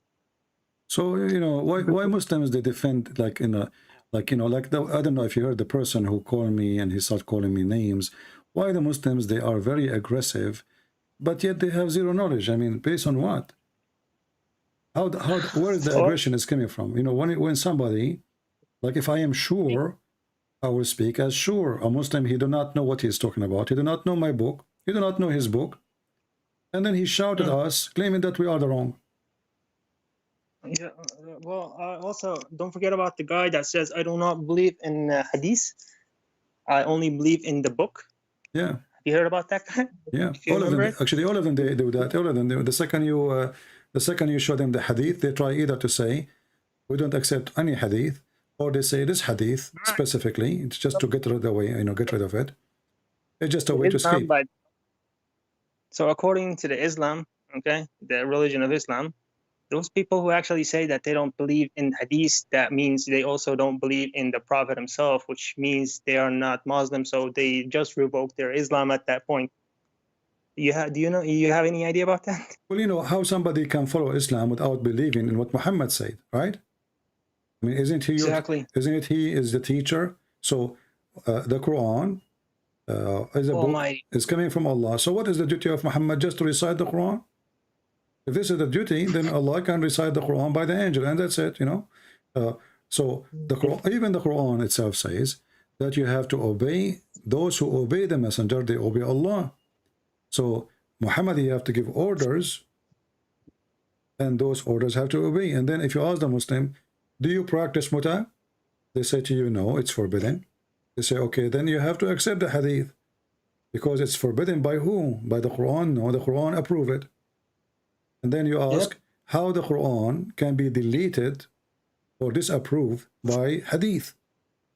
The Muslim always lie to us and they say, well, if the hadith contradict the Quran, we take the Quran over the hadith. Then we find the second we ask them about the muta, they say, well, you know what? We don't accept to do muta no more because the Prophet, he forbid it. But this doesn't mean hadith is more strong, a statement of Muhammad is more strong to follow than a statement of their God. So which one the Muslim they follow? Yeah, let me add to that if you don't mind. Go ahead. You know the Shias, this Shia side. Also, in the Quran, it's only mentioned the 3 prayers, not the 5. Exactly. Okay. Yeah. And one more thing. There was one more thing about the Shias that you mentioned, and I did research, and it turns out to be truth. That was also written in the Quran, and it actually did approve, but it's been added as an addition through hadith. Everything is. I mean, everything is. You know, the issue is Muslims, they collect those books for centuries, and now we read them for them. They get upset. How come you did not get upset for having those books all those years? And if they themselves read the book, they don't complain. As an example, there's a guy. He have a video. I don't know if you saw it in Suku Film channel. He was saying, "Sound like Allah. He gave us permission to do prostitution." But when I make a video says a Quran teach it's okay to do prostitution, they say it doesn't say that. CP, you're a liar. You know. But when they speak alone, the video is there. When they speak alone, Muslim together, you know, they say, look like the Quran give us permission to do prostitution. If I read it for them, if I read it for them and I am the one who say it, they say you're a liar. When a Muslim is alone, they read it and they agree, it's okay. Very hypocrite, you know, very hypocrite cult. Yeah. Oh yeah. About the slavery thing that you mentioned about the Arabs and the slave owning thing. Just so you know, that is still an active thing. Well, I know what Saudi Arabia is. Until now, they have slaves, and the biggest slavery country in the world now is Mauritania, as I understand, and never been forbidden by Islam to not have slaves. You want to count about 5 million. Yeah, the whole country in Mauritania, almost in the 70% of population is slaves until now. But you see, slaves is not really what make me refuse Islam or not. Because Muslims, they try to explain, like, Islam came and there's slavery already. And Islam encouraged people not to have slaves. By what? By freeing a slave. But if you read carefully, you will see Muhammad, he made to free a slave, but he did not forbid him from capturing a new slave. So now, it's like you have to sacrifice a turkey in the Thanksgiving Day in America. Oh, yeah. So what you have to do, you have to buy a turkey. You have to buy a turkey, right? In the Thanksgiving Day. So what Muhammad did, in order to flourish the slavery market, you go buy a slave, you free the slave, and then another Muslim, he need a slave now because he want to be forgiven. So he go and buy another slave. And this is what make the market of slavery go crazy. So Muhammad, he did not forbid slavery, he encouraged slavery.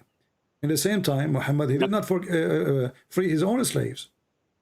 Even Bilal, the most famous slave, which is bought by Abu Bakr, Muhammad, he died, and he come to Abu Bakr and he said, Bilal, he said to him, well, if you bought me for the sake of Allah, free me for the sake of Allah. They keep promising him, you will go to heaven, you will go, okay, but free me, I fought for you, I almost died for you many times, free me. The man is begging for his freedom. If you don't mind, you in right now at this point, for the audience of yours, I bet there's multiple Muslims actually listening to it right now. Brother CP is saying is the actual truth, and it's also proven through hadith as well. It is the truth, and you cannot deny it. Yes, it may sound a little bit skeptical and not Islamic, but that is what it is. I mean, if you're a Muslim, you have to accept the truth, as it's written, as it's proven. The hadith, the word hadith means muhadasa. Muhadasa means conversation or word. Don't speak Arabic, because that might reveal your identity if you speak in Arabic. Speak in English only. Yeah, that was just one word. Yeah, I know. Yeah, but it's okay. I mean, just because I don't want you to get harmed.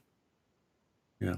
To be honest, well, for me, it's kind of easier to find what is it called, the translations, because the book itself has been translated for more than a few languages. Yeah. And I do communicate in multiple languages. Well, let's just say 7. And on some of them, I do search the translation in the languages that I know, like the 7 of them. Like also, it's written in the Urdu translation as well. It's used by the nation of Pakistan and Bangladesh and India and few more other countries, if I'm correct. Yeah. Well, my friend, thank you very much for calling. And I hope we will have more Muslims see the truth, and the truth will set them free. And for me, I encourage you to read the Bible, so you might save yourself, because we might leave Islam, yes, but salvation, is important too, right? I'm already on it. You don't have to mention it. I'm already on it. All right. What do you think about the Bible then? Well, let's just say, now try to understand the point of view of a person who was actually raised in this religion since birth. Yeah. Okay, and living in a country or a part that is, that is actually enforced. So looking through other let's just say other religions, it's kind of risky. But thankfully, I mean, we are in the 21st century. We can use our mobile through VPN. Yeah, I know. Yeah, well, I understand. But, like now, we're lucky more than before, before in Saudi Arabia. I mean, even satellite is not there. People in Saudi Arabia used to listen only to a radio Monte Carlo. I don't know if you know about it. It's a station in Arabic, and they have, like, after they close, after 9:30 p.m., they have a program. They close for 15 minutes. Then after that, they have a program for the Arabic Bible. And this is how many Saudi, they left Islam by this station. You're talking about, like, when I was 13, that channel was on. Yeah. I remember it. Yeah. I remember it, the time when the war against Palestine was also started, because that was also on the TV. I remember it because we used to have those box TVs with clicky turn things. Yeah, well, the Muslims, they are even like, once there is a Saudi, he was watching a TV news, and he saw, like, Israeli soldiers and Palestinian, Hamas, etc. So he said, where is that? They said to him, this is the Jews in Israel with the Palestinian. He said, Jews in Israel, like the Saudi, they move their hands, Jews, وين المسلمين منهم? Huh? وين المسلمين منهم? He did not know that Israelis exist. He never heard of it. He have no idea. Yeah, this is Saudi Arabia. But now things is different. Now there's internet. Now there's, but this is how the situation is in Saudi Arabia for a long time. But for sure, now the internet changed everything. And thanks to the internet, you are speaking to me now because of the internet. Yep. Thank God to that. Yeah. Anyway, I mean, we can have more conversation, like, privately if you're interested. Feel free to contact me when I am. Usually I go on Skype only when I am live. This is why you wouldn't be able to contact me when I am offline, unless you, like, we schedule it, Like, the second I finish my live, I hang up my Skype. But sometimes, like, people ask me to speak to somebody, he not sure about Islam, he want to leave Islam, but he don't want to be in public, he want to be in private, or a woman, or etc. So we speak in private. Yeah. I just remembered one thing that I wanted to ask. Yeah. So I've been watching the videos, okay? The what's it called? The people who actually come to debate with you, Yeah. which don't want to accept the actual truths that you're saying, and they start to, you know, yelling and blah blah blah blah blah blah blah, and you also follow them up. How do you have that mental stability? Like, how do you deal with it? I know you have a life too. I know you have a probably maybe family or relatives that you're living with. How do they deal with those? Well, you know, for me, I look at the Muslims, I feel sorry for them first. It's like, you know, when somebody, you go to the hospital, you're a doctor, you know, and when the patient, he see you, let us say you are like a kid, and he see you have a needle in your hand and you want to give it to him, right? The kid, he hate you because you are going to give him a needle, and this needle will have pain. And not only that, the medicine might be, you know, like very painful. Or when you drink a medicine, he forces you to take it. It have a very bad taste. This is what the Muslims they do to me. So they, you know, they get upset. They shout. They move their legs and their feet. They hit the ground. They curse me. They call me names. But you know, I understand that this is because of their foolishness. You know, so I forgive them. Like the guy who, you know, like they provoke you. But I learned too. You know the Quran. The Quran says that the Muslims. He told the Muslim, the Quran, that the reason the Christians are nice, not because they are nice, because Allah, he cursed them and he made them subdued to you. So the Muhammadan, he learned that when a Christian, he is nice to him, he think that this is because Allah, he cursed me and made me nice. So the Muslims, they are like superior, you know? Wow. So this is what it says. Yeah, this is what it says. In many verses in the Quran, actually, in chapter 2, verse number 61, and chapter 3, verse 112. So the Christians are nice, not because they are nice, not because they are following Jesus, but because Allah, he put a shame on them, you know? Wow. So they put, yeah, so the humiliating will strike on them, whatever, you know. So always, ضُرِبَتْ عَلَيْهِمُ الذُّلَّةِ. So wherever you see them, always they are, you know, they act like you insult them, they don't beat you up, they don't fight you. You insult them, they say, may God forgive you. That because simply Allah, he cursed them. Oh, sir, don't forget, while everyone is listening, don't forget about the part that in the religion of Islam, saying assalamu alaikum to a non-Muslim is forbidden. Yeah. Because you have to insult them, you have to humiliate them, you have to make fun of them, you know? Oh, wait, just one more second. Like, have you, I mean, I bet you already saw those big stage debates, like sexually staged questionnaire about the big muftis, or whatever you call them. The first thing that they stand on the, let me just call it a table at the moment. I'm not good at English that much. Oh, well, I do, but I just forget the words because.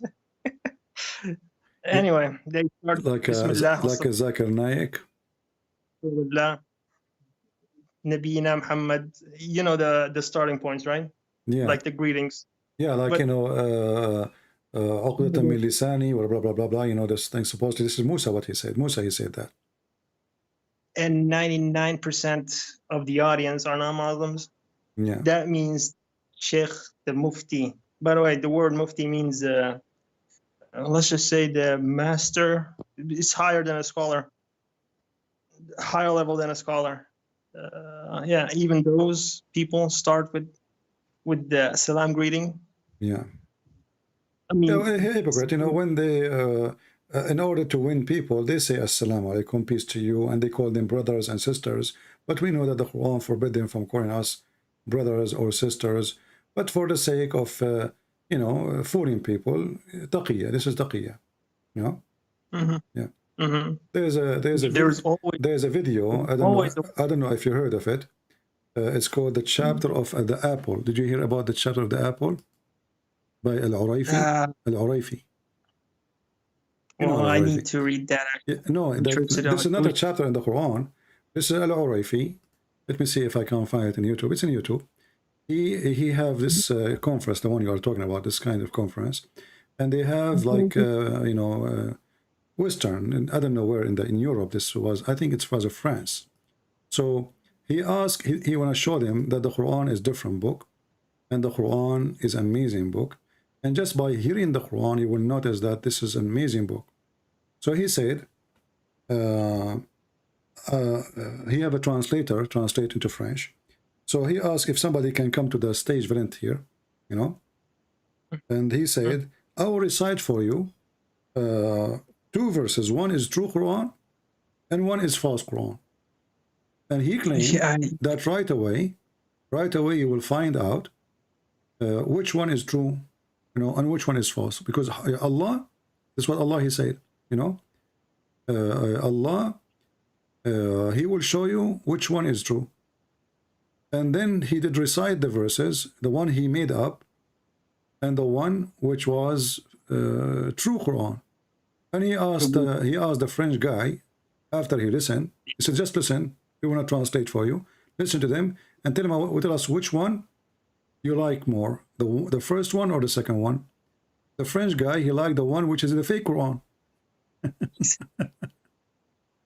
Yeah. You told me the story, but I haven't watched the video. Yeah, I will find it. You know, people, they make fun of him. It was a very, very bad embarrassment. You know, like, yeah, because, you know, like supposedly now he will prove that the Quran is a book of God, and how your heart will tell you, your heart will show you. Let us show you, and then, you know, you will see, you will notice right away. I'm not on YouTube. I'm looking for it actually right now. I'm not a much tech savvy kind of person, so yeah, it's all right. I open a YouTube channel and Skype thing. Yeah, I will try to find it. Actually, the look here, I found. Oh boy. Let me mention it again. I'm not watching YouTube. I'm just on Skype at the moment. It's all right, my friend. Okay, we will talk about it later. Well, thank you for calling, my friend, and God bless you. And I hope you will accept the Messiah as your Lord, as your Savior very soon. Seriously, sir, it's been a delight to communicate with you about it. So all right. Thank you for your time. All right. God bless. Appreciate it. Take care. Definitely. This is the chapter. It's called the chapter of the apple. Maybe I should use it from now on when I speak to Muhammadan. Somebody made it look like it's part of the Quran. Actually, I just copy it because this is very wonderful. We can use it. So he did read this verse to the French guy. And he said to him, I will give you 2 verses. One is from the Quran, and one is a false Quran. Which one is the Quran? Allah in the Quran, he says, Allah will show you. You will see the difference right away, you know. And he recited this chapter. I'm trying to find the video actually, but I could not. Let me see. I hope they did not delete it. Let me see.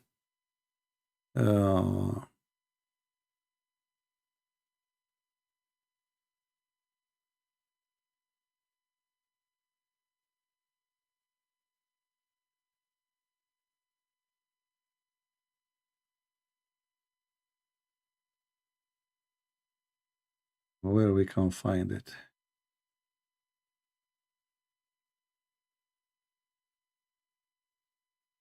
Big conference, a lot of people in the stage. A very bad embarrassment.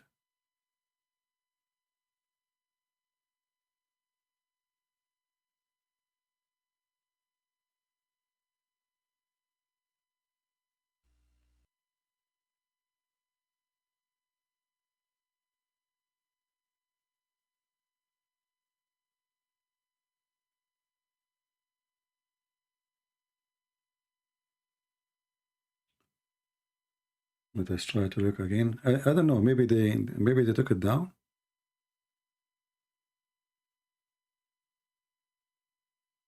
Here we go. I found it. This is the original version of it. So here, as you see, they have like a conference, and they ask who is a person who don't speak Arabic to come to the stage. One person, he volunteered, obviously he's been honest. He came to the stage and he told him, now I will recite for you two Quran. One is fake and one is true Quran. And everybody will see how Allah will guide your heart to the true Quran. له أنا هل يفهم العربية أو الفارسية أو يقدر يفرق؟ Est-ce que tu comprends? He's asking, tell him, do you know Arabic or Farsi language? Can he make a differentiation between what I would say? Les langues étrangères telles que l'arabe, le perse ou autre? No. He said no. I don't know. No. ما يقدر يفرق. يعني لو أتكلم مع عربي أو أردو أو فارسي ما يقدر يفرق. So if I speak to him in Arabic or Urdu or Persian, he cannot make a differentiation. The answer was no. C'est-à-dire que si là maintenant le Sheikh parle avec toi en Urdu, en perse ou en arabe, tu peux pas faire la différence. لا يفرق. طيب قل له أنا سأعطيه جملتين أريده أن يحاول يكتشف الفرق بينهما. I'm going to give you two sentences and I want you to find the difference, the differentiation between them. Là il va prononcer deux phrases et il veut que tu vois est-ce qu'il y a, ou plutôt tu lui fais ressentir ce que ces phrases ont fait sur toi. D'accord? Donc tu vas essayer de lui dire quelle est la différence entre ces deux phrases que tu ne comprends bien sûr. I don't know how many of you speak French, so you do not need my translation then. Absolument pas. طيب. He said, I'm ready. Okay. So I explained to him. Now I will give him two sentences, and now he will find the difference between them. One is true Quran, and one is a fake Quran. مع الكلام الأول. ذكر رحمة ربك عبده زكريا. This is the true Quran now. The first one is the true Quran. إذ نادى ربه نداء خفيا قال رب إني وهن العظم مني واشتعل الرأس شيبا ولم أكن بدعائك رب شقيا وإني خفت الموالي من ورائي وكانت امرأتي عاقرا فهب لي من لدنك وليا يرثني ويرث من آل يعقوب واجعله رب رضيا. هذه الجملة. This is the first one. He was quoting the true Quran. Now he will quote a Quran without telling the guy. You know, the guy do not know the difference now. And this is the challenge. According to the Muhammadan and the Quran, your heart, because Quran is nothing like it. You know, right away Allah will guide your heart to the Quran. You will be amazed. So now he will fabricate a Quran, sound like the Quran. But your heart will take you to the true Quran. Listen carefully. الجملة الأولى قل له. Ça c'est donc la première phrase. طيب يأخذ الجملة الثانية. Là maintenant, il va prononcer la deuxième phrase. Essaye de. So now this is the second statement, which we know already. I'm telling you, this is not Quran. But the guy in the stage, you do not know. Dire est-ce qu'il y a une différence entre les deux? نحن اجتمعنا في هذا المكان ثم جلسنا في هذا الزمان ثم التقينا معك وجلسنا معك وأنسنا لما لقيناك ثم سوف بعد ذلك نفارقك لكننا سوف ندعو كثيرا لك. طيب هذه الجملة. This is the second one, and you sound, he can make it sound like the Quran. And now they will ask him which one is better. Ça c'est la deuxième phrase. قل له هل شعر بفرق بين الكلامين. Est-ce que tu as ressenti une différence entre les deux phrases? Did you find any difference between the two sentences, the two statements? Qu'il y en a une parmi les deux qui a peut-être touché ton cœur. Voilà, la deuxième. La deuxième, الجملة الثانية. He liked the second one. He liked the second one. Do you see the stupidity? Do you remember when Mimi Hijab, he was having this interview with this guy, what's his name? Pederson, Jefferson, whatever his name. You know, I forgot his name. So he recited the Quran for him. And the guy, he said to him, but why you did recite this Quran? The coward, Mimi Hijab, he did not tell him really why, what the reason. The Quran says, this is a book. When a human being, he hear it, even mountains will go down, but it's amazing.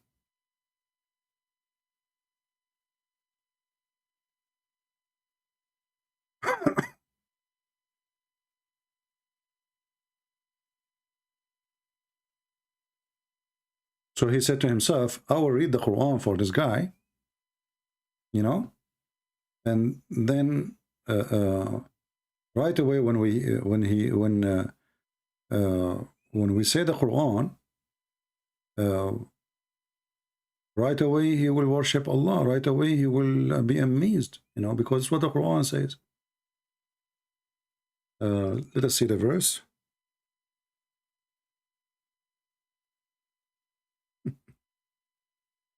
This is what Muhammad told them.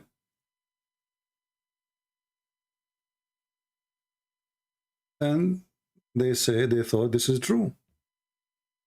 If you read this Quran, even to a mountain, the mountain will bow down. So this guy, he want to show them that those verses is true. Here we go. I will read for him one fake verse. I make it up, and one is true Quran. Right away, when he hear it, he will love the true Quran.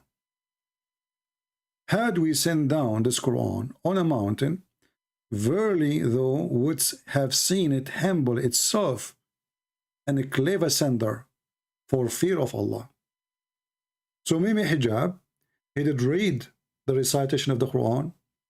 Which one he did read? You know? I think he did read not this verse. I think the second one, maybe the third one. Yeah, I think this one he did read. He did not read that one. And then when this guy, he said to him, why did you read this one for me? And what the point? He said, well, we Muslim, we believe that this Quran, if we send it on you, like we say it to you, like it's going to have a special impact in your heart and you will believe. And the guy did not believe. And as you see here, the guy, the other Muslim, the guy, the French guy did not even believe. And then when Mimi Hijab, he quoted the Quran to this person, he took the quotation, the verse he was saying, and he reposted again with echo. I made a video about it, if you remember. He made the verse with echo, so it make it look like amazing. Do we have any Muslim here would like to say anything? Look like we have many Muslims leaving Islam lately. Wonderful. Let us see this guy if he is a Muslim.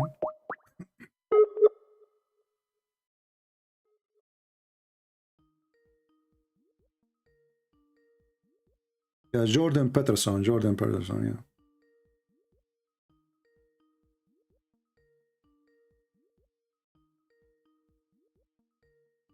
We are calling someone. I don't know if he's a Muslim or not. Maybe he's not.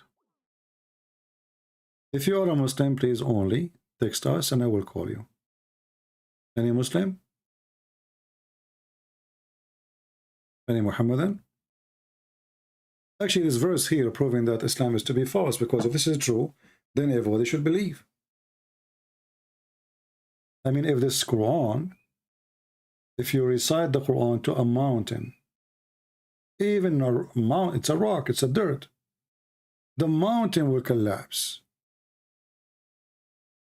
and believe. So how come we are laughing at it?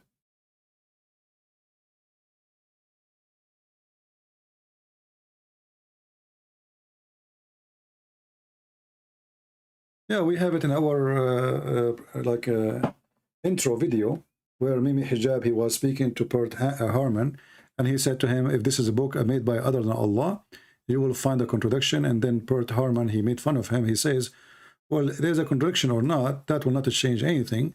I have a phone book, have zero contradiction, you know.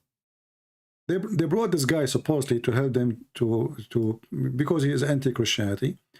This is telling you how desperate the Mohammedan are. They bring someone who don't believe in Christ at all to prove their point. But he got them busted. He said, yes, the Messiah was crucified. He was buried. He died. And not only that, he said to him that the Messiah, he thought he is the Messiah. He thought, which means Muhammad is a liar.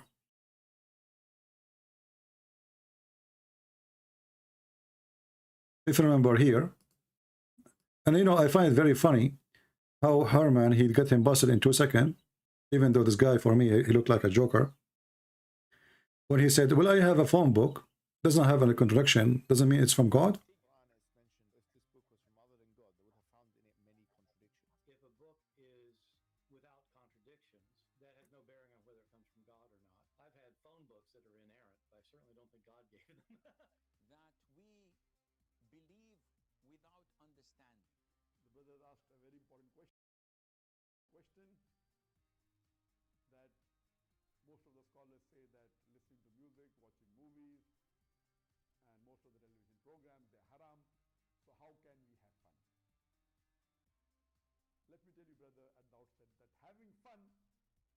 In Islam, as long as the fun is halal fun.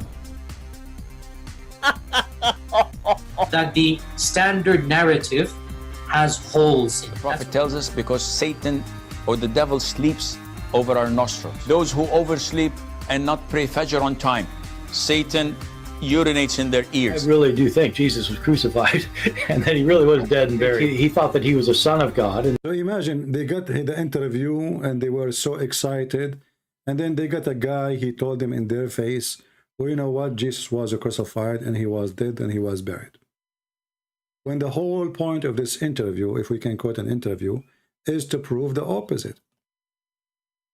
You see how stupid they are? We are not done. We are not done. We just started. I have more appetite to make more Muslims leave Islam.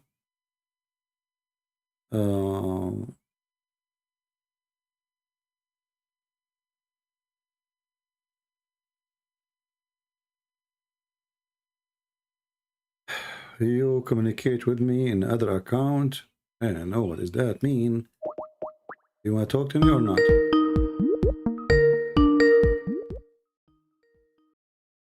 Hello? Hold on. Oh, 1 sec. Hello? Yes? Hey, how you doing, Are sir? you, I was trying, are you a Muslim? sir, I think we just had a communication earlier. Oh, okay, so this is like different account or what? I don't know. This is the same one? I'm not sure. I think this is the same one. I'm trying to add you on a different All one. right. So I thought this is the different one. I apologize. All right. Like I said, okay. Yeah. See ya. Yeah. Okay. I don't know. I don't know who's calling me. You know, I see text. I thought maybe this is a new person. Let us see if there's any other person.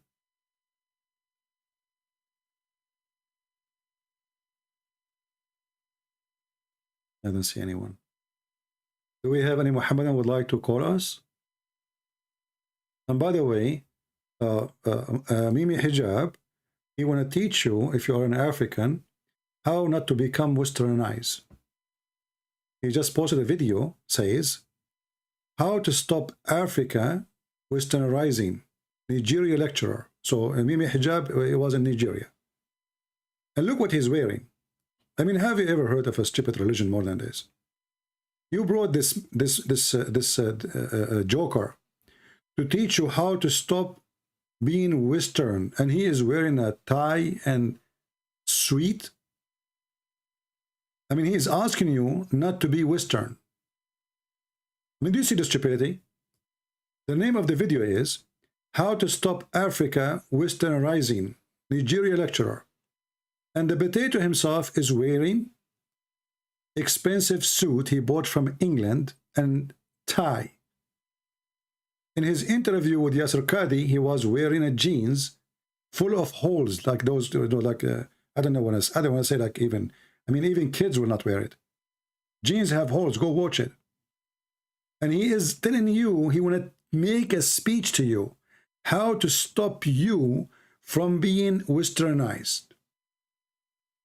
What's wrong with those people?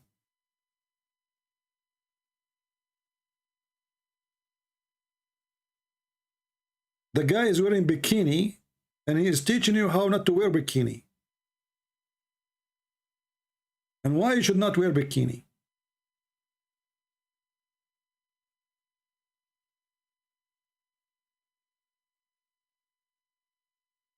Do we have any Abdul? By the way, I don't watch his videos, but you know, YouTube suggests them for me because sometimes we, like 2 days ago, 3 days ago, we play his video for fun, you know. So YouTube suggests the video, and right away came in front of me. How to stop Africa westernizing Nigeria lecturer. And the idiot is wearing what? And now he will claim that this is the clothes of the Prophet Muhammad before Islam. And the Christian, they hijack it from them. The kuffar, they hijack it from the Muslims. This is the true Muslim clothing.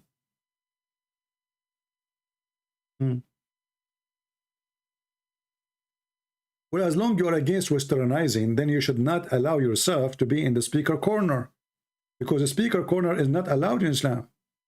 If somebody speaks against the faith, you kill him. So everything you do is based in Western culture, you coward liar.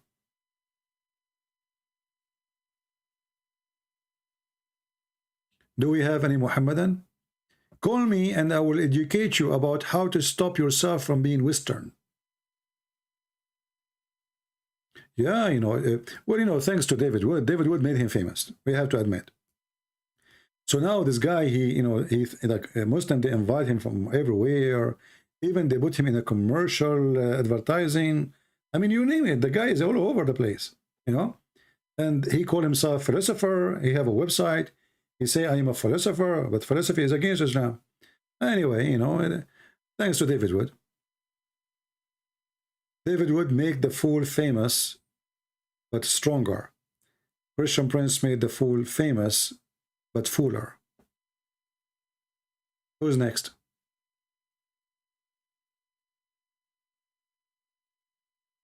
Do we have any Muhammadan?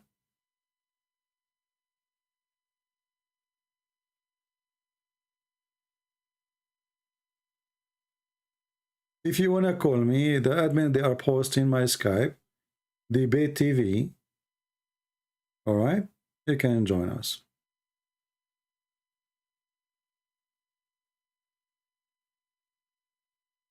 Yeah, you see, my problem with, you know, some Christians who debate Muslims, like, I appreciate their work. I'm not speaking against them. Some people, they think I'm putting them down.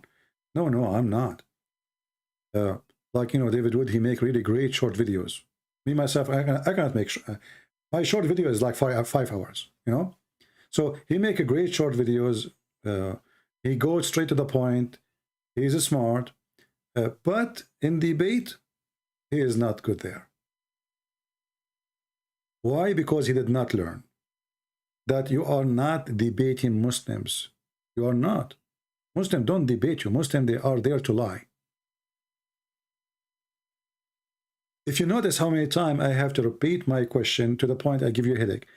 Answer the question. And you know, some of you says, let the guy talk, man. Let the guy talk. Why you talk over him? He will not. If you let him talk, he will talk forever. He will say nothing. You have to force your question. Otherwise, there's no point of this conversation. Christian until now did not learn how to speak to Muslims. They assume that when they speak to a Muhammadan, he is a decent man. I mean, come on, the guy have a beard. He pray to Allah. So you assume what? You assume that you are talking to a believer. But didn't you learn by now that those believers in the devil and they are allowed to lie? And for them, they believe they are at war with us, which means, and war is deception. Don't you know that there are people who believe that it's okay to lie to the Christians? So you are not debating them. We have to get them busted. We don't debate them. When I call this coward, he hang up on me more than 7 times in less than 5 minutes. I did not say anything. He played for me an audio. Did you say that?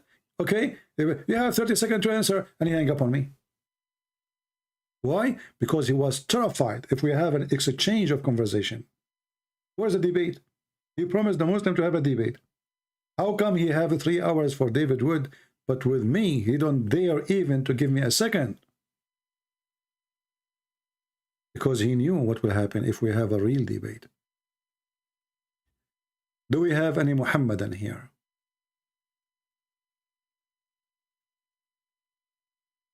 Anyone?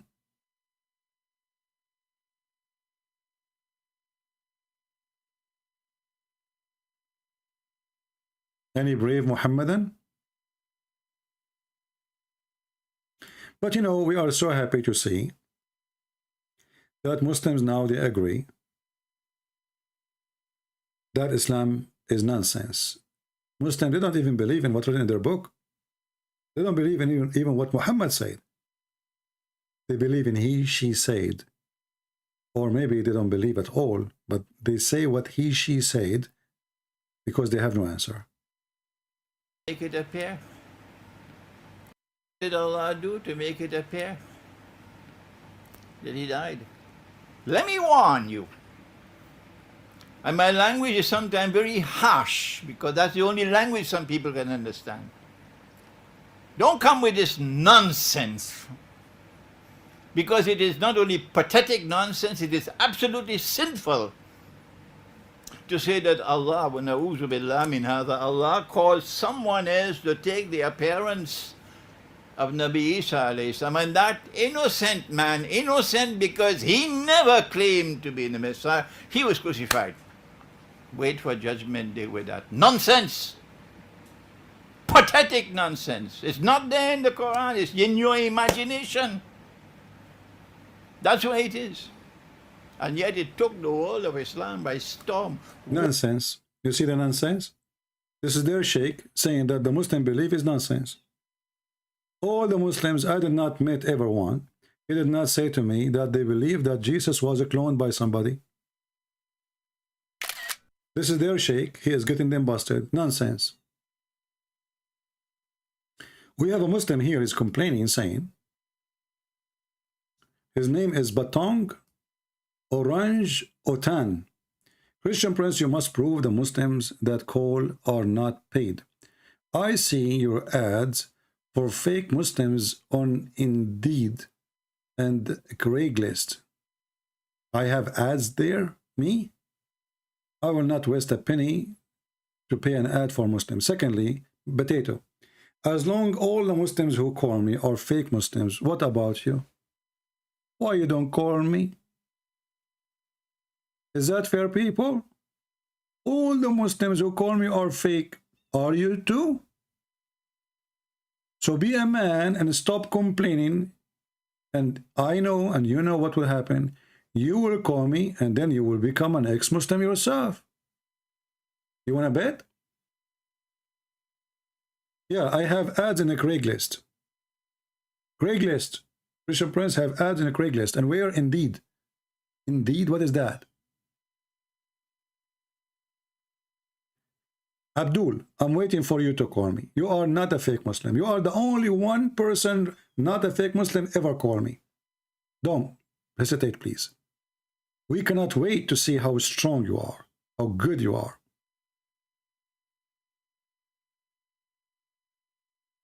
Anyone?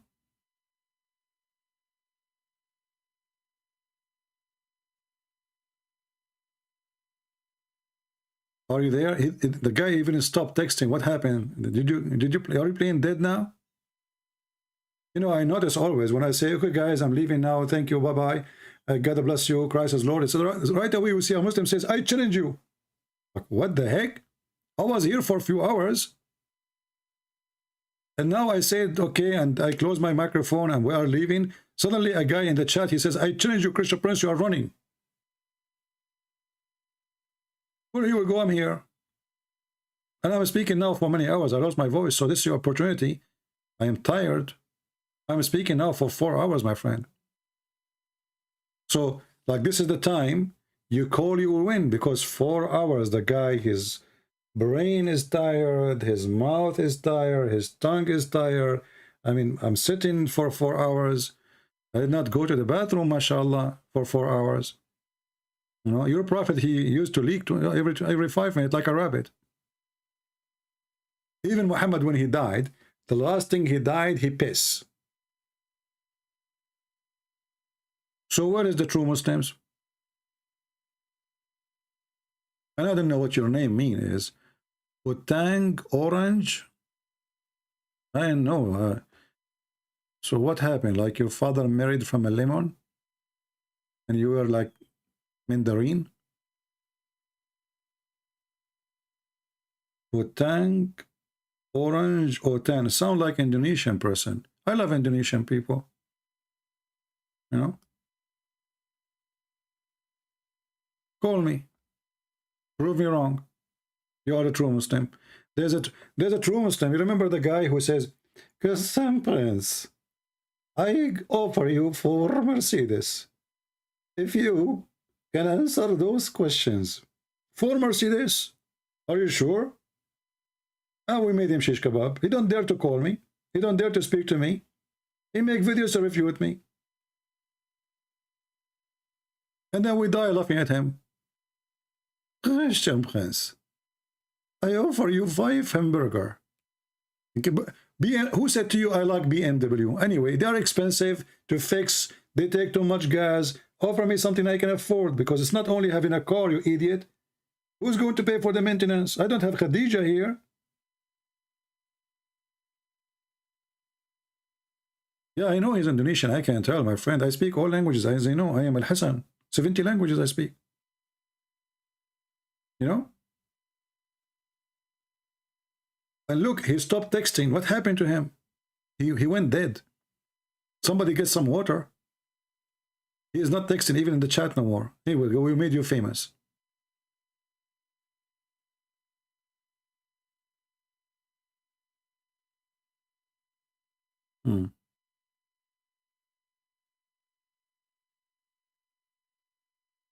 This guy remind me of the Muslim I saw once in the Philippines. I was in the elevator. I finished talking because I lost connection. I was speaking Arabic in the cell phone. So he heard me speaking Arabic. So he thought I'm a Muslim. So he said to me, "Assalamu alaikum." You know, you are going in the elevator up. You lost connection. So we hang up. He said, "Assalamu alaikum." I said, "Wa alaikum assalam, Abdul." He said, "MashaAllah, you know my name?" You should see his face. You should see his eyes. His eyes were coming out like, how in the world he knew my name? You know? When I said to him, "Wa alaikum assalam, Abdul," his name is like a frog coming out. Like, what? MashaAllah, how you know my name? I said, "Don't worry about it, Abdul. All Muslims are Abdul." You know? He said, "You are a Muslim, right?" I said, "No. Thank God I'm not." You should see his face. He could not believe it. I'm saying to him, "Thank God I'm not. I'm not stupid." He said, "What?" You know? And then I took him. I changed my direction. I was going up in the building, me and him. And I said, "What about me and you? Let us, you know, I don't know where you're going, but if you have time, we can go right now, me and you, to the park." We sat there, and I can show you why I'm saying, thank God I'm not a Muslim. So, Mr. Botang, orange, lemon, mandarin, chocolate, whatever your name is, do you look? You are holding your shin. You are a thinker. Wow.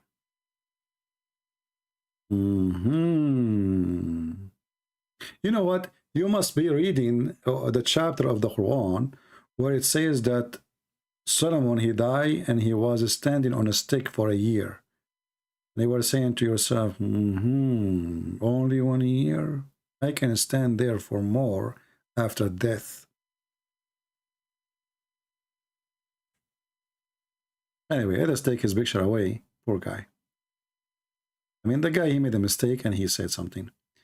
You do not want me to make fun of your Bible? No, you Muslims, all what you do, you make fun of the Bible 24 hours, 7 days a week.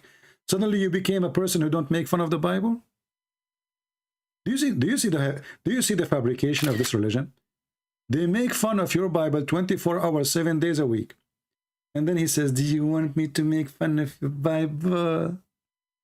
Well, isn't you Muslims who curse us 5 times a day and say, "Don't Allah," you read Al-Fatiha, you say, "Allah, don't make us the same as the lost one." Who is the lost one? The Christian, right?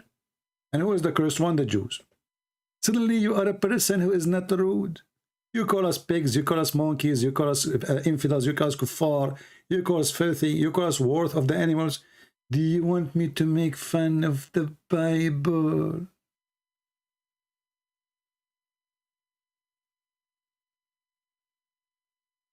You know what? You should put some ears in your ears. should somewhat they call it earring.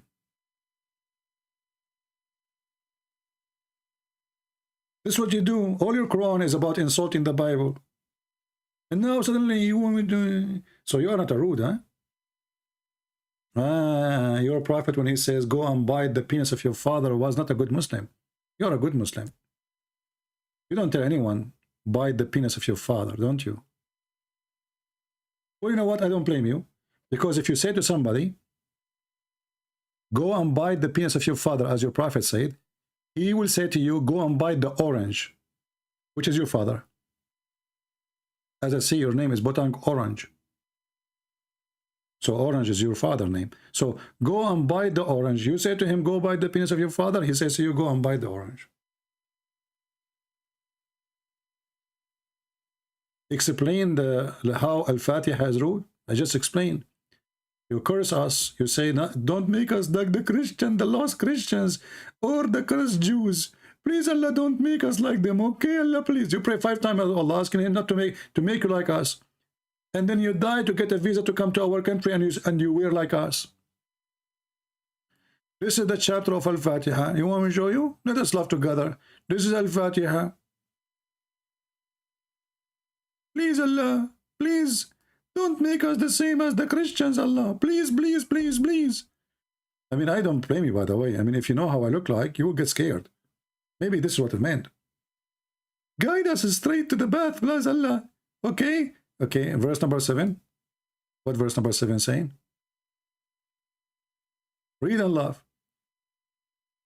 Okay, Allah, please guide us, okay? Not like those Christians who they are erred, nor those who go astray, nor the religion of the Christians who erred from Islam. I mean, brother. Or the Jews who cursed by you, Allah. You see it? This is your Quran. This is what you say to us 5 times a day. Before you go even to the bathroom in the morning, you start cursing us. 5 times a day. You know what? You don't sleep with your wife 5 times a day, do you? Do you see how important we are in your life? I mean, your wife, you cannot, and I don't think you can do it, you know, unless you are a prophet of Allah. Because only prophet of Allah, Allah gave him the power of Al-Kufayt, which is a power of 40 men and boom, boom. I mean, hey, come on, he's a prophet. The qualification of a prophet is to have a very strong penis. Start tech war. I think, you know what? Muhammad, he never need to reload. I mean, his gun is always ready. Have you ever heard of a God? His prophet invoked him because his penis is not working, and then he sent him a dish of shish. I eat kebab every day. I don't get the power of 40 men. I got 39. Which kebab he's reading? I want to know what kebab he. What is the secret of the recipe of Allah? And the Muslim, they say to us, if Allah wants something, he say B is going to be. How come he did not fix Muhammad by the word B? He sent him a dish of shish kebab. And you know what? Who knows what the spice Allah is using? Maybe it's the Indian spice making Muhammad so hot.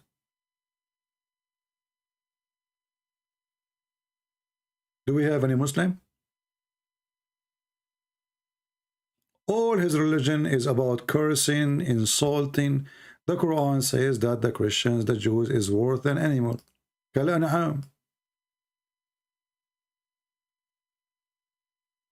There's a Muslim from, you know, he's a potato from Pakistan, live in England. He said, look at those cows. Look at those cows. They are animals. They are more useful than the Christians. And the coward himself, he is using a phone made in America. And behind him, there's a Mercedes made in Germany. And he claimed that we are useless. The cow is better than us. When he lived in welfare, he never had a job. And he drive a Mercedes. Where's the money coming from? This is your Quran speaking about us. And this is what this guy was quoting in his video.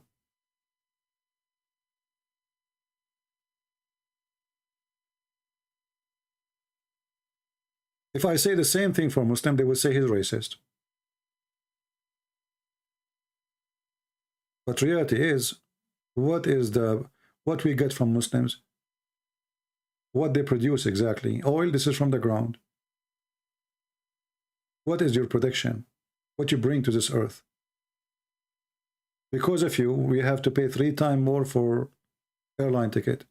Because of you, we have to go 2 hours, 3 hours before the flight. Because of you, we have security check everywhere. Because of you, because I'm an Arab, I am suspicious wherever I go.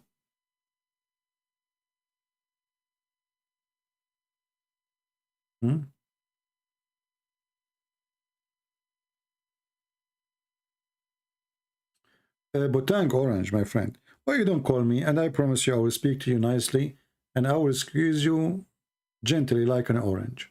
Usually I squeeze hard, only lemon. So instead of complaining, why you don't call me? You know, let me tell you something.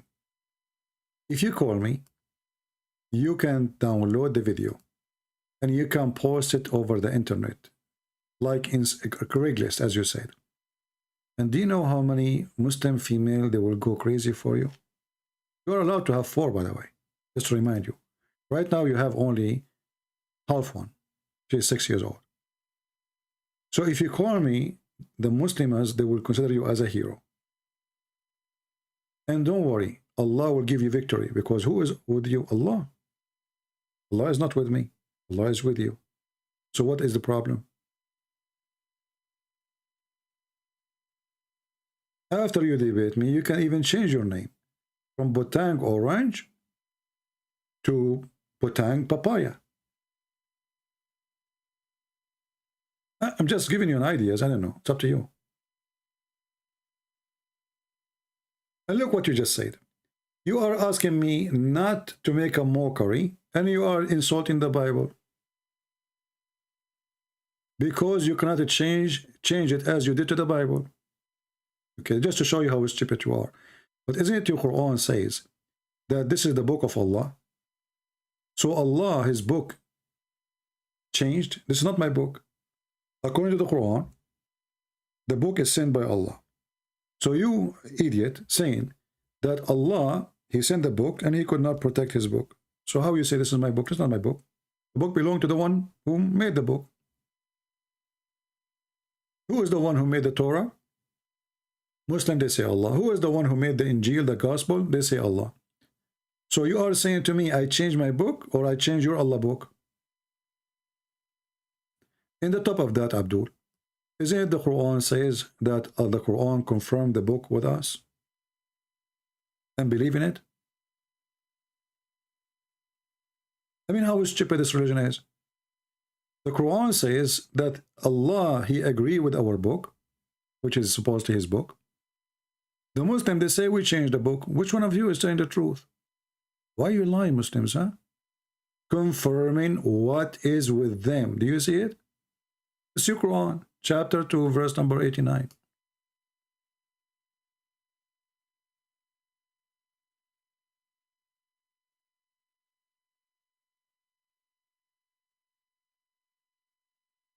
Any Muhammadan?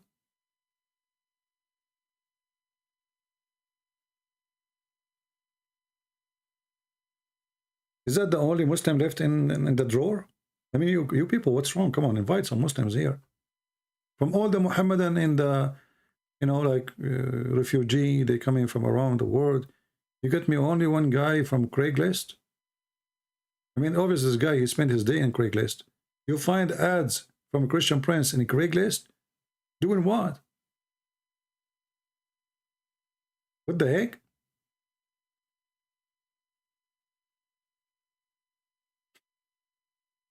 I guess those Muhammadan, they see me wherever they go. I don't know, I heard a story about Zakir Naik. I'm not sure it's true.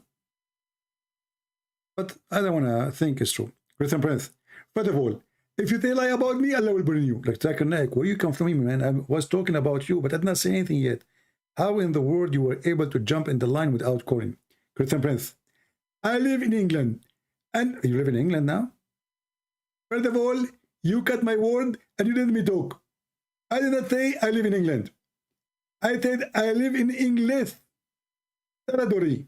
Where is that? Bangladesh. Oh, okay. So how that can answer the question? How in the world you jump in the conversation without calling me? Prince Prince. I am a person who read the Quran, and the Quran give us the ability to go over you. What the heck is that? I understand nothing. It's not supposed to understand the Quran. Allah said the Quran have two parts. One is mutathabihat and one is not mutabihat. Exactly. What mutashabihat mean? Mutabihat mean they look like the same. They look what? They look the same. The Quran verses, they look the same? So what does that mean? The Quran said the mutabihat. Okay, well, I get that.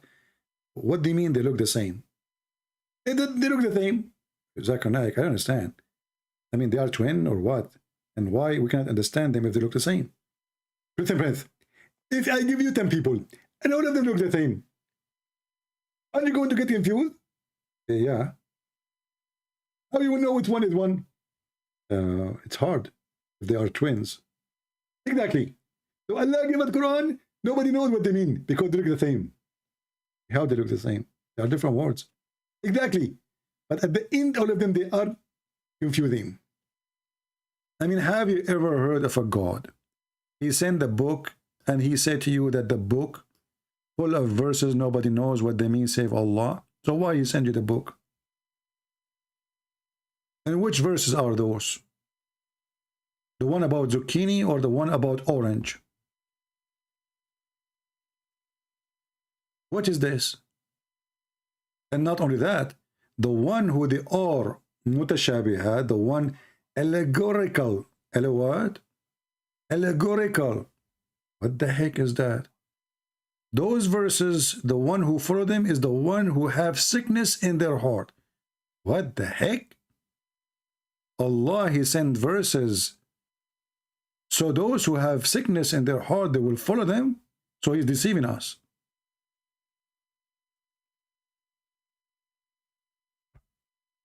Oh boy. Which verse now is the verse we are talking about? How we will know which ones? This goes for all the Quran.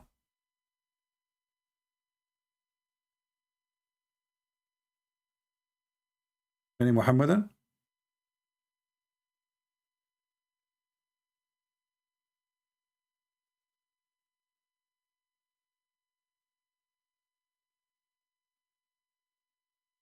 Anyone?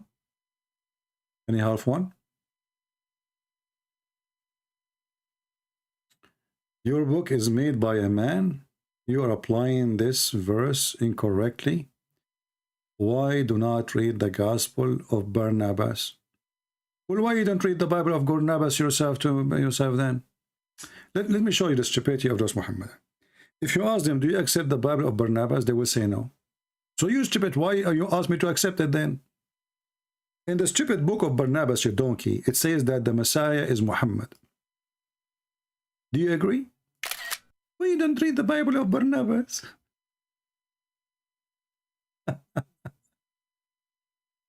Do you accept it yourself? In that book, the Messiah is Muhammad.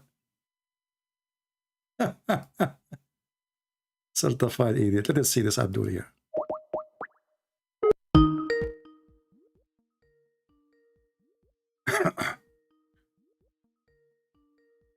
Calling Abdul.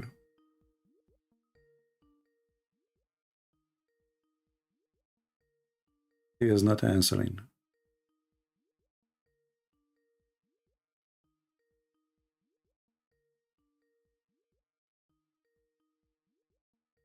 Don't text me, Abdul, if you don't want me to call you.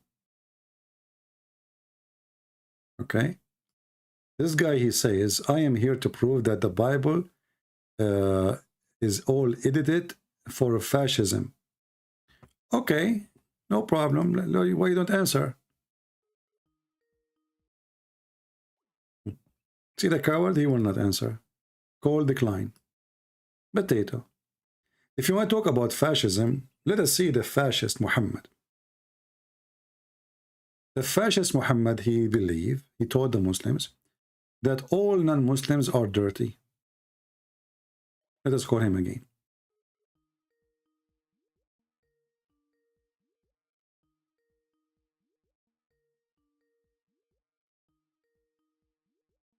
If you don't answer this time, I will block you.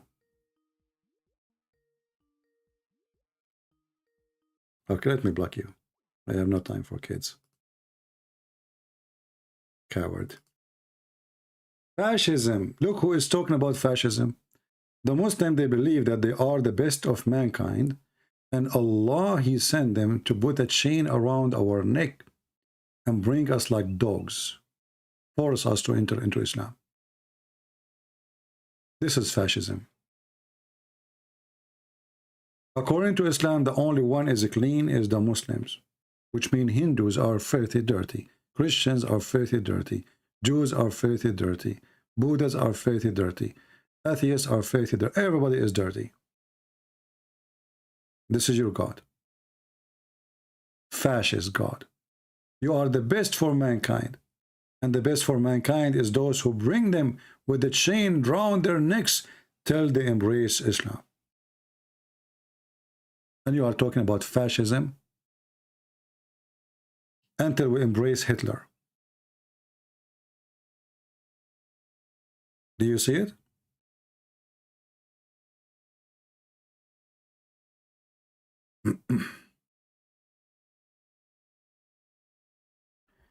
Do we have any Abdul? Who is Abdul would like to join us live on air? Mayday, mayday, mayday. Trust me, if you call me, Allah will give you a big reward. Actually, I heard that if you go to heaven, Allah will make your penis have two heads. Excuse my English. Don't you want to have two heads for one penis? Huh? I mean, even your God is, all of him is about penis. Your God is a penis. Because the God who all his promises is about your penis, he must be a penis too. Because his head is just in the penis. Why not 7 heads? Why only 2 heads? Are you going to have 2 eyes there or 1 eye? Just a question.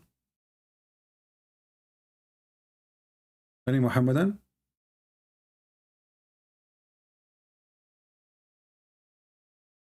Huh?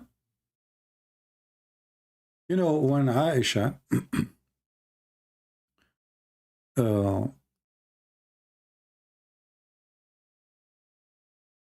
if you have my book, Sex and Allah,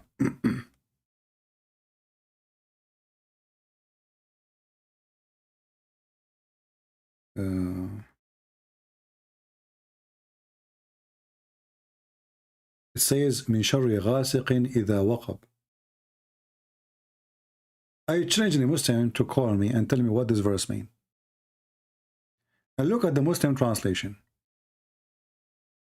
From the mischief of the darkness as it overspread.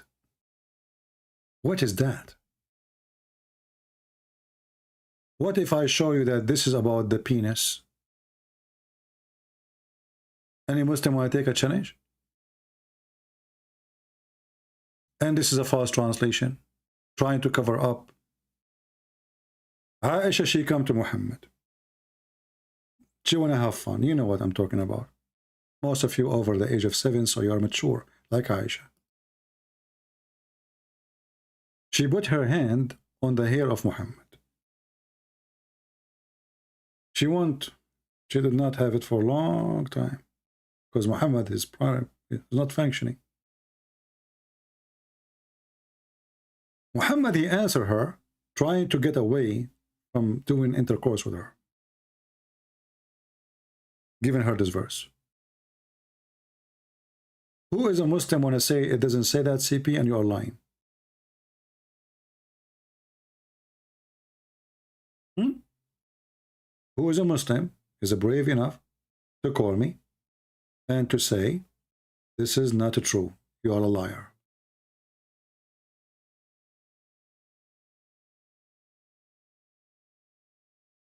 Any Abdul?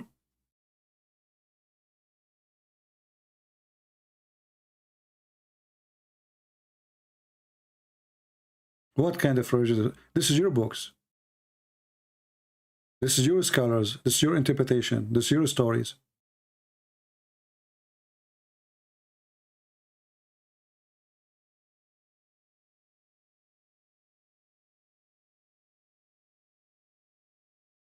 And here, actually, if you read this story here, you see how what is this? What this chapter mean exactly? It's a chapter of 5 verses. They are not even 20 words.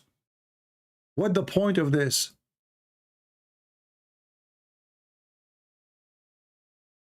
I seek refuge with the Lord of the Dawn. Who's talking? Allah. How Allah he say I seek refuge by the Lord of the Dawn? Did Allah says to you pray like this? No. Then from this mischief of created things, okay, we will let that go. From the mischief of the darkness as it's overspread, what does that mean? And then he make it even more funny, because Muhammad, he claimed that his penis is not working because somebody, he play black magic over his penis. And from the mischief of the envy and the one who practice envy. The mischief of the one who practice secret arts? Is that like martial art? Where it says that? It says, and the one who blow in the knot. I mean, look how they lie in translation. Change the translator. This is Yusuf. I see the front donkey. Sarwar. Let us see what Sarwar will say. From the evil of those who practice witchcraft. It doesn't say that. It says from those evil of those who practice blow in the knot. I mean, you Muslims are really not in the translation. Let us see the front translation. Kari.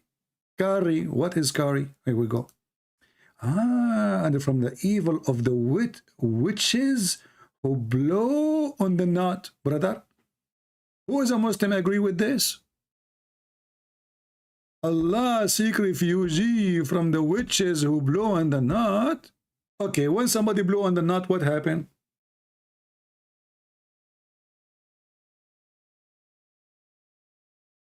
Any Muslim can tell me?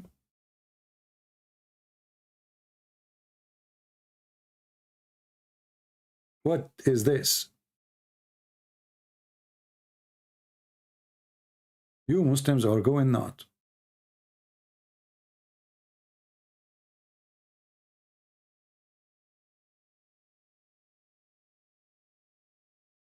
Muhammad, he was accused of stealing underwear. Yes, absolutely.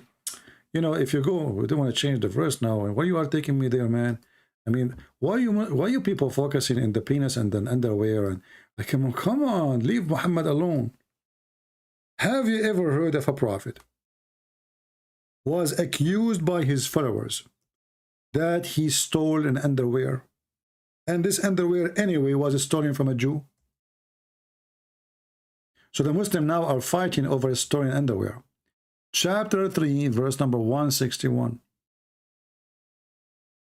Somebody accused Muhammad that he stole an underwear. The Muslim, they say it's not underwear, it's underclothes. This is underwear. Hello? It is not for a prophet to steal. Look at the translation. What is it? No prophet could ever be false on his trust. This is what the verse is saying? Muslim, this is what the verse is saying, honestly? We changed the translator. This is Yusuf Ali. I mean, Yusuf Ali, I think he was using Google translation, maybe.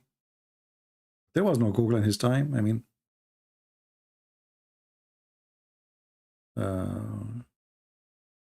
what the heck is that?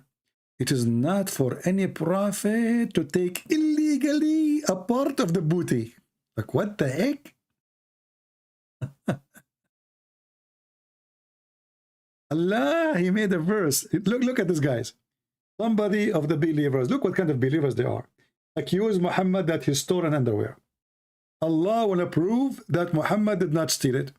So what he do? Unbelievable wisdom of Allah.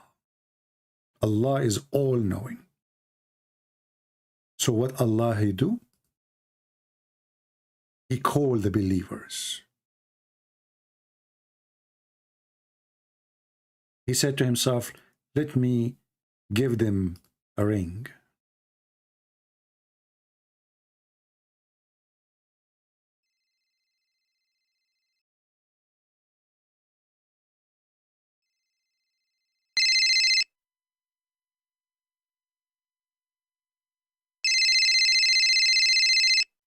The believers did not answer. Simply, Christian Prince is not telling you the truth. For at that time, brother, there was no cell phone. And Christian Prince is lying, and we get him busted. Cell phone did not exist before 1985. So how he lied to you and he say Allah called him and he play a ringtone? He's lying. Lying. Uzu billah aman rabbi aman. This is what they do. Can you show me Imam Murrah? Like, what the heck? I challenge you to show me Imam Murrah. Abdul, come on. Imam Murrah. How I know who is this guy? I mean, it's your book says Imam Murrah. What's my problem? So look what happened. Muhammad was accused that he stole an underwear. If we go and read the interpretation, chapter 3, verse 161,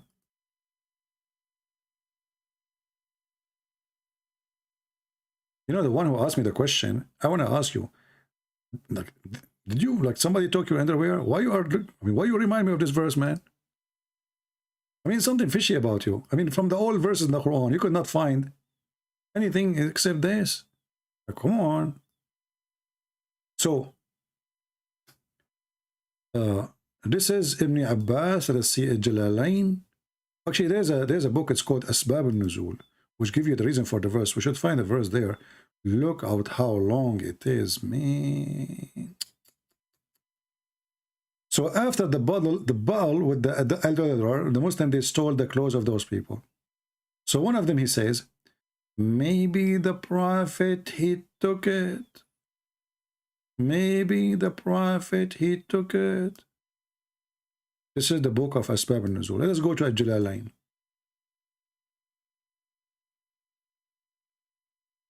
You know, Batang, my friend, you don't know what's happening. Don't you know that the Muslim, they found Muhammad in Ezekiel chapter 23, verse number 20? Call me and let's read together. And the funny is, your prophet, he put his hand on the book of Ezekiel and he took an oath with it. Anyway, listen carefully. When some red velvet cloth went missing in the day of Badr, some people began to say, perhaps the prophet took it. I mean, look, what kind of a bunch of thieves. Imagine, God forbid, we are not comparing, but just to show you how the difference is. Jesus, he have 12 disciples, and now they attacked the neighbors, they took their clothing. And now the disciple of Jesus accusing Jesus that he took it. Do you see how low quality they are? They're accusing who? They're a prophet that he stole it. The word yaghul in Arabic is to steal, not just to take. To steal. And then the following verse revealed, saying, it is not the prophet who took the velvet. This verse alone proved to us that Muhammad cannot be prophet and Allah cannot be God. Anyone can tell me why? Let us see who is thinking with me. Why this verse is easy to prove that Muhammad cannot be a prophet. Because if Muhammad did not take it, shouldn't Allah say, go to the guy house, this guy, open his drawer, you will find it? Correct? This is Allah, this is God, supposedly. So what do you mean you send the verse says he did not take it? Shouldn't you tell us who took it then? I mean, imagine you have a detective and he is God.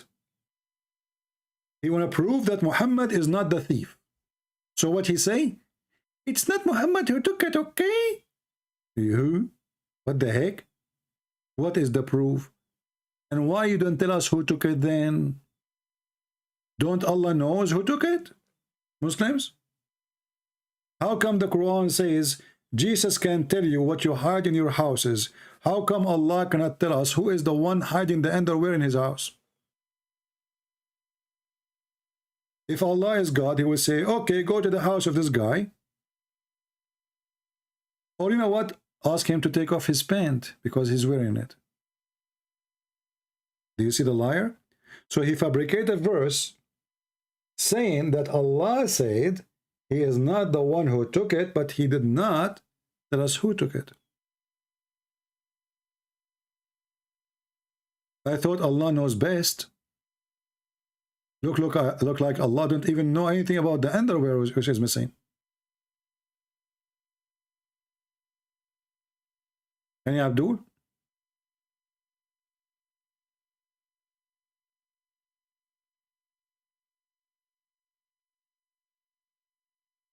But anyway, I don't believe Muhammad, he took it. I believe it's Allah. And I will tell you why. Do you remember the story when Moses, he decided to go and take a shower? To wash himself, you know, in the water. He placed his dress over a rock. Allah, he have a history of being a thief. He's very well known. When the Jews, they said that Moses, he have a problem with his penis.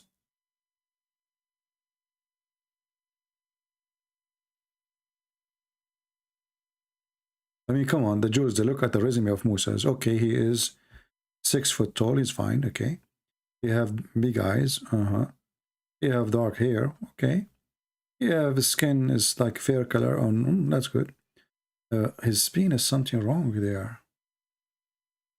Now, Muhammad, he heard that the Jews, in their tradition, that the priest, he have to be perfectly clean from any disease.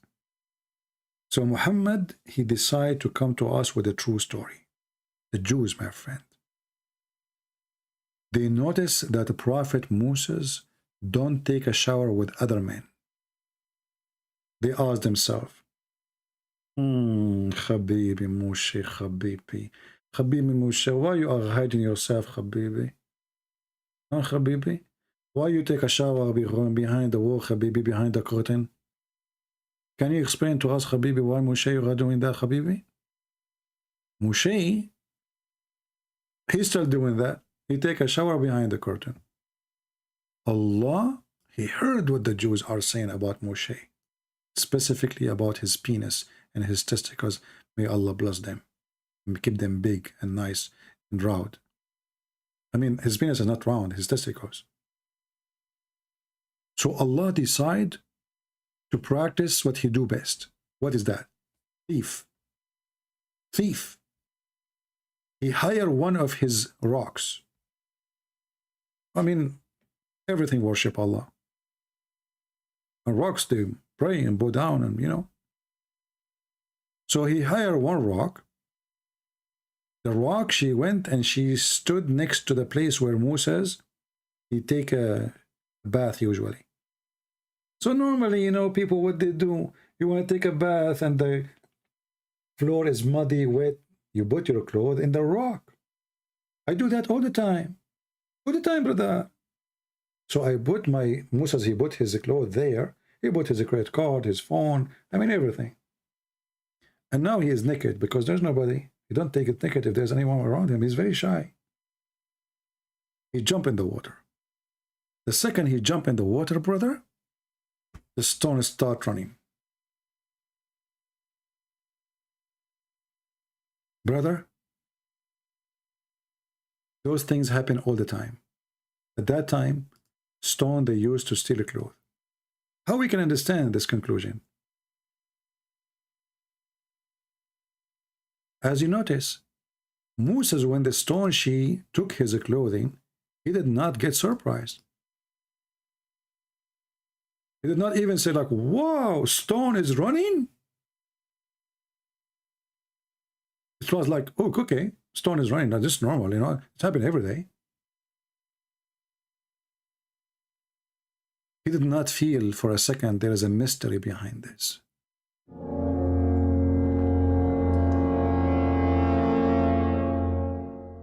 It was a very normal behavior.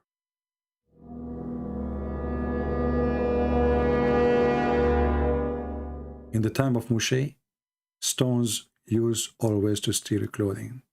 Very well-known stories.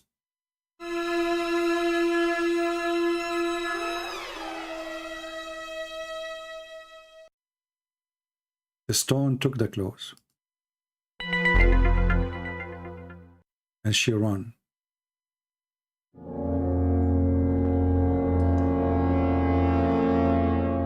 Moses, He was putting shampoo.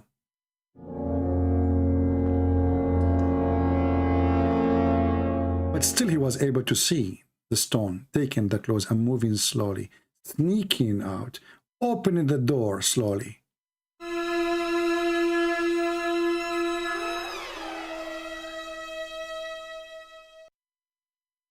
When he saw the stone, he did not move automatically. He said, let me sneak on her. But the stone started running. And the stone is so fast. Extremely fast. I mean, how in the world you can even chase a stone is running? They are round, which means they will run like a ball. I don't know if they have legs.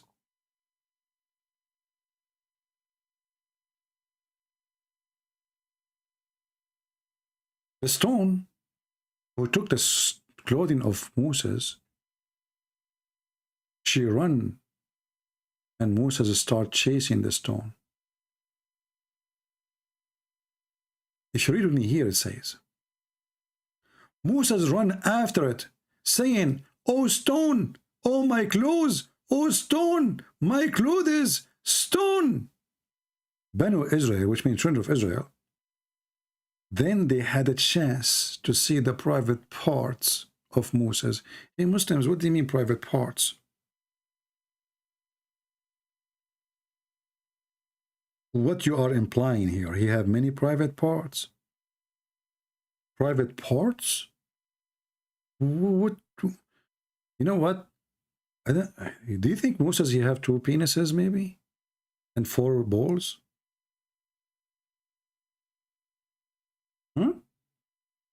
Private part?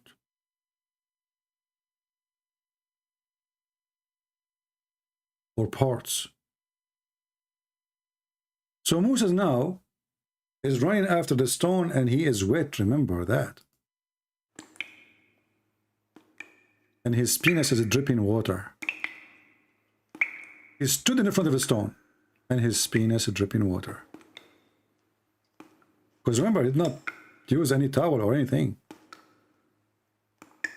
So he was screaming, "Stone, stop the stone, stone." And the stone stopped. And his penis dripping water.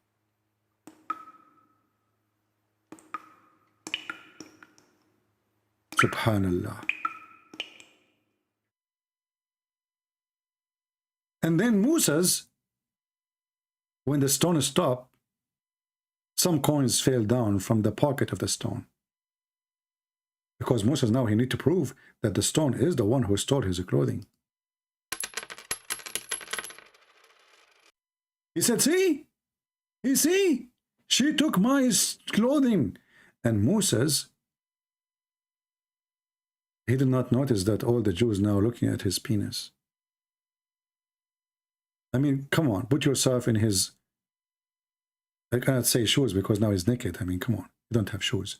But you know what I'm saying, like, you know. So people, they were looking like, what the heck? When this guy is naked walking in the street. Why his penis is moving left or right? You know, I wish there's a camera at that time. I mean, Moses will be so famous.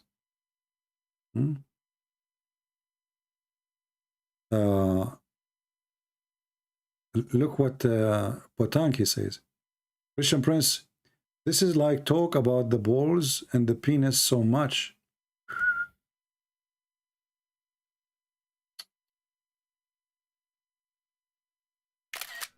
My friend, this is a question you should say to your prophet, because I'm reading your prophet words. It's not me. If your prophet did not keep talking about penises and balls, I will not be talking about it.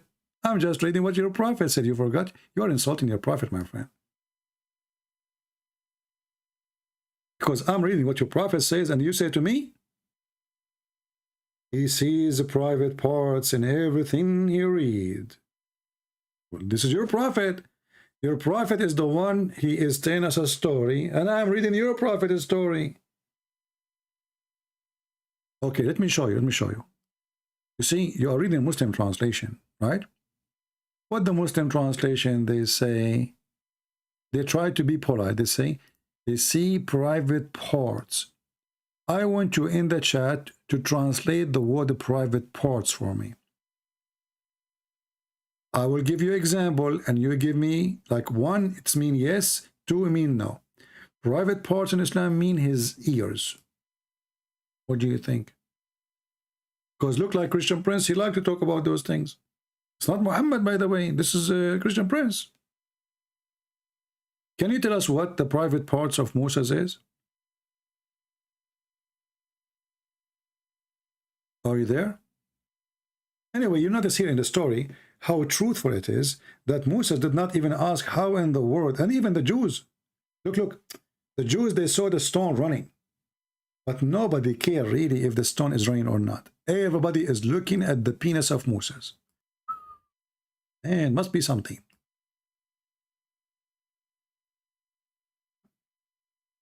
Did you notice? Not a single Jew, they said themselves like, what the heck? A stone is running? Nobody noticed. Nobody even questioned how in the world such a thing happened. But what they were focusing on is the penis of a prophet Moses. It was, I don't know what the word in English, tremendous. I don't know, my English is funny, as you know. Tangerine? No, not tangerine. Tremendous. I mean, some os, you know, like whatever os. Okay, so it was tremendous penis. I mean, his penis was so amazing to the point nobody of the Jews even questioned how in the world a rock is running.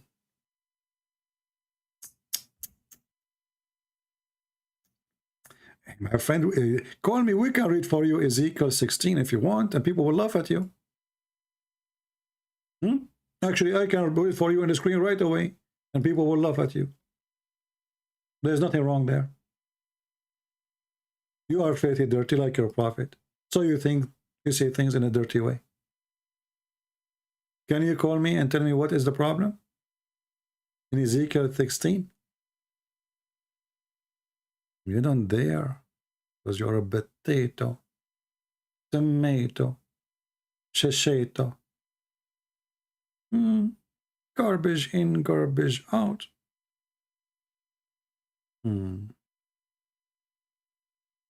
All the chapter of Ezekiel is about God is against fornication, God is against adultery. And you will see even speaking about the daughters of Palestine.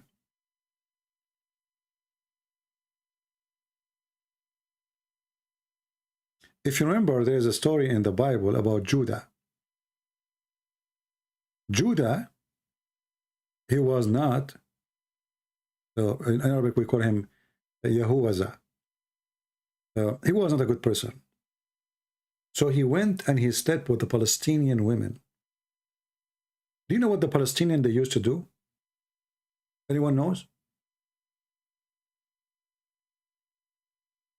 Anyone knows what Palestinian used to do?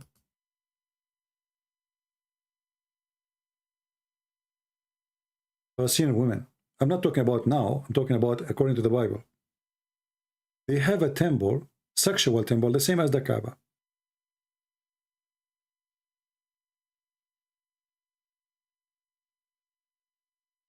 A woman, when she want to repent, she go to the temple and she offer herself to whoever come as a prostitute.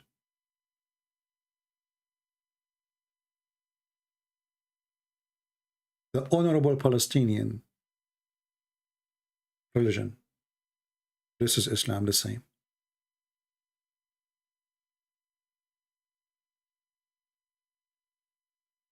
And in order to take the form of a whore or prostitute, she dressed with burqa.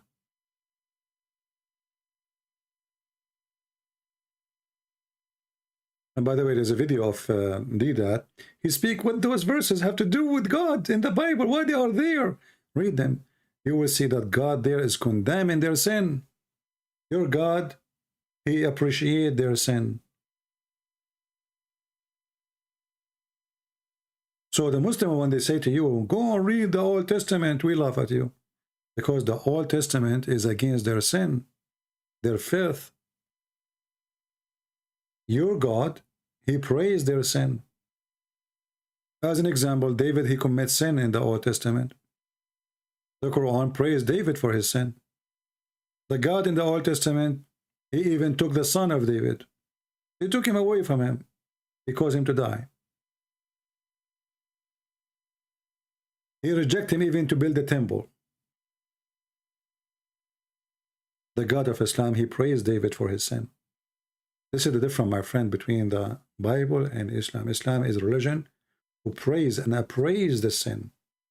Actually, your prophet, he said that if you don't commit sin, Allah will destroy you. The Bible, God said, if you commit sin, God will destroy you. Do you see the difference?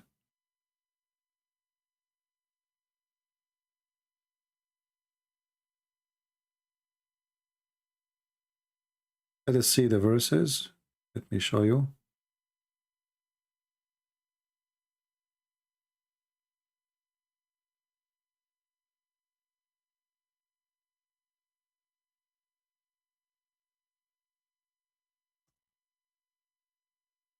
Islam is totally the opposite of Christianity.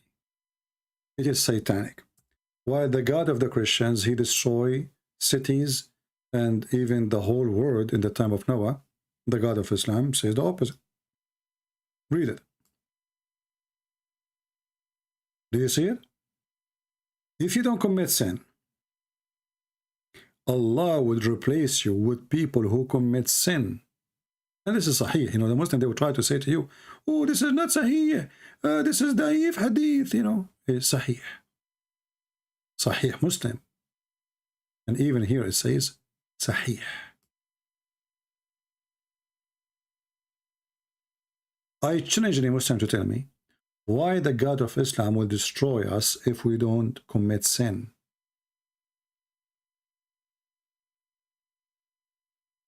Anyone?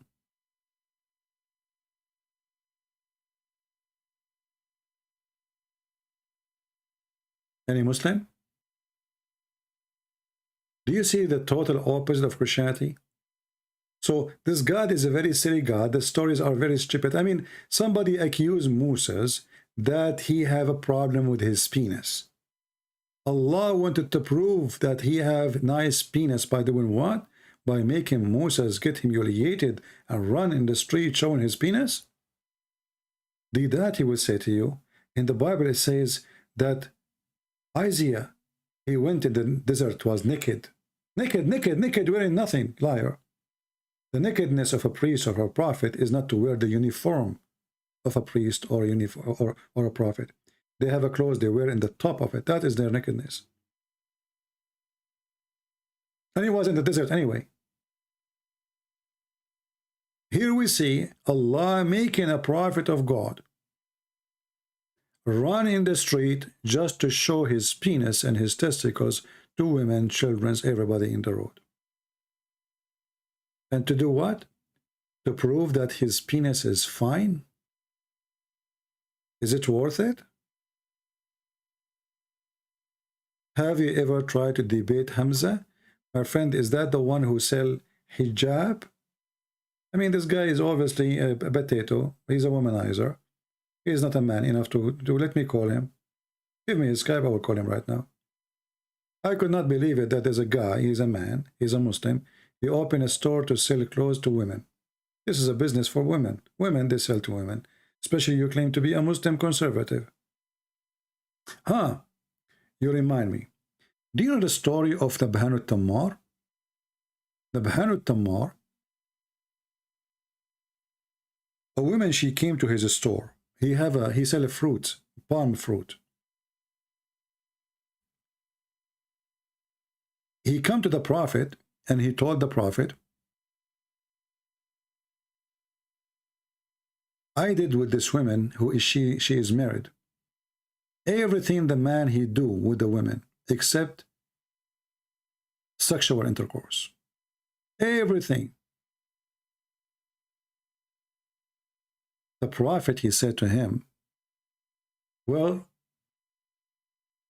it's okay.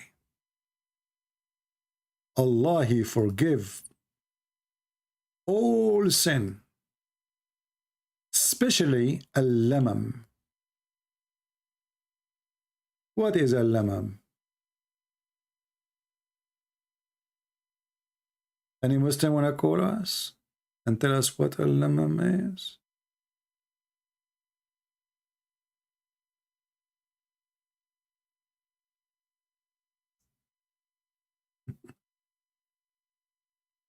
Any Abdul? Huh? Having, kissing, touching, playing with the vagina of a woman, and she is playing with your penis. This is in Islam lamam, and it's okay. It's not even adultery. Who wanna prove me wrong? Who wanna prove me wrong?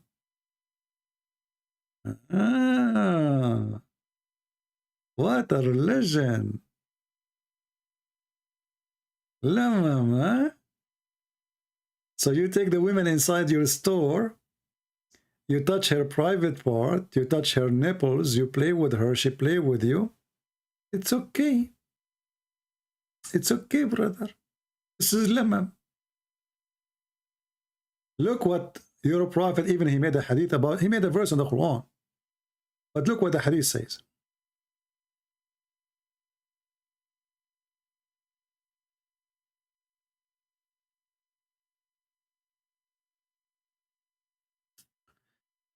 I have not seen a thing resembling lamam. Between two bracket, minor sin. What? Minor sin. A Muslim will say to you, come on, this is minor sin. Hello? It's a minor sin in Islam, touching married women, playing with her vagina, and she play with your penis, and you kiss and you touch all over. It is lamam. Who wanna challenge me that this is what happened?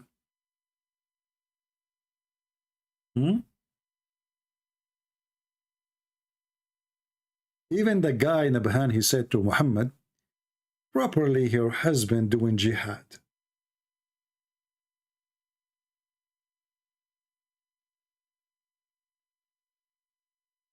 The husband doing jihad. The wife, she is offering her vagina to the guy who work in the store to play with it, and this is okay in Islam? Who is a Muslim want to challenge me and get me busted? And then you will take it, put it in your YouTube channel. Show them that Christian Prince is lying. It doesn't say that, CP. Anyone? I don't see any Muhammadan text me in Skype. Do you see how amazing this religion, brother? I mean, come on, think about it.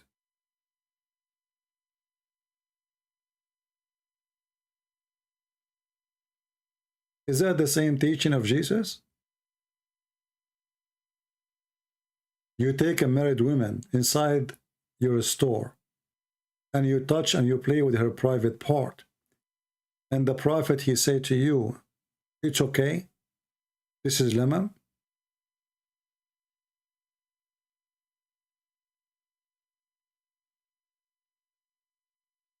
And Abdul? Who wanna get me busted? Because, you know, Christian Prince, he always lied to you, don't he? Come on. Don't he?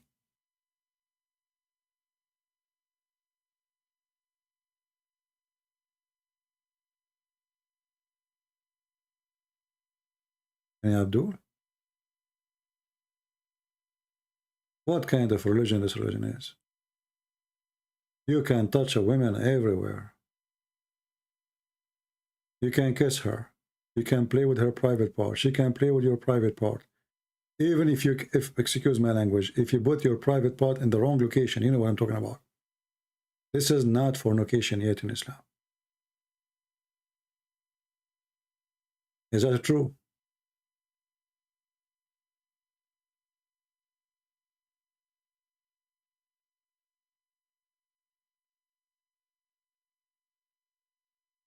The Prophet, he said to him, maybe you did kiss, maybe you did punch her, you know. The man, he said to him, Prophet, I did with her everything the man he do with the women, everything except sexual intercourse.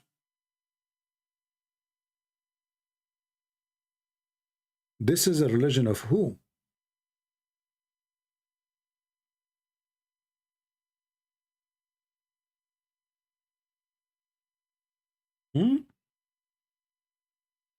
And they speak about our women, they wear burqa, and you know. A Muslim married woman, she can go around. She can allow the butcher to touch her. There's no penalty. Actually, you know what? In front of everybody, I challenge a Muslim to show me what the penalty for that in Islam, in the Quran, or even in the Hadith.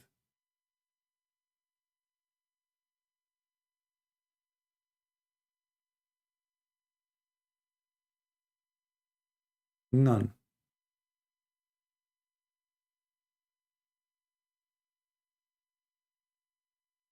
Nada. What a great religion, my friend. You must be very proud.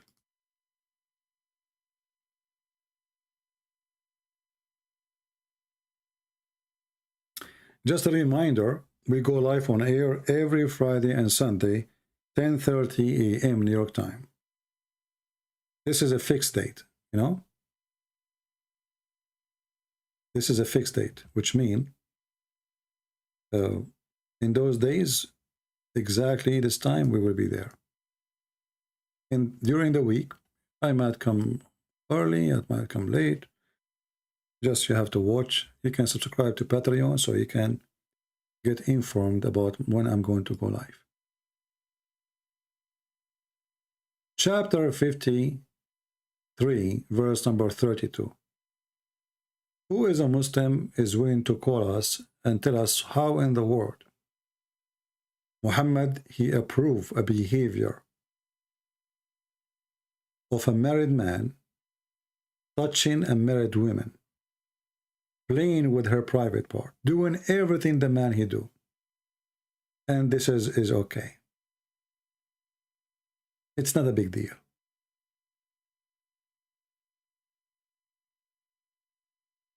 Any Muhammadan?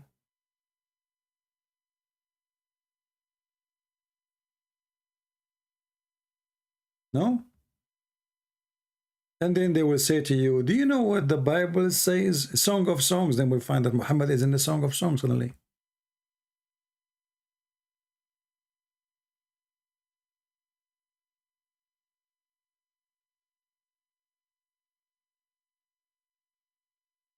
Then Abdul.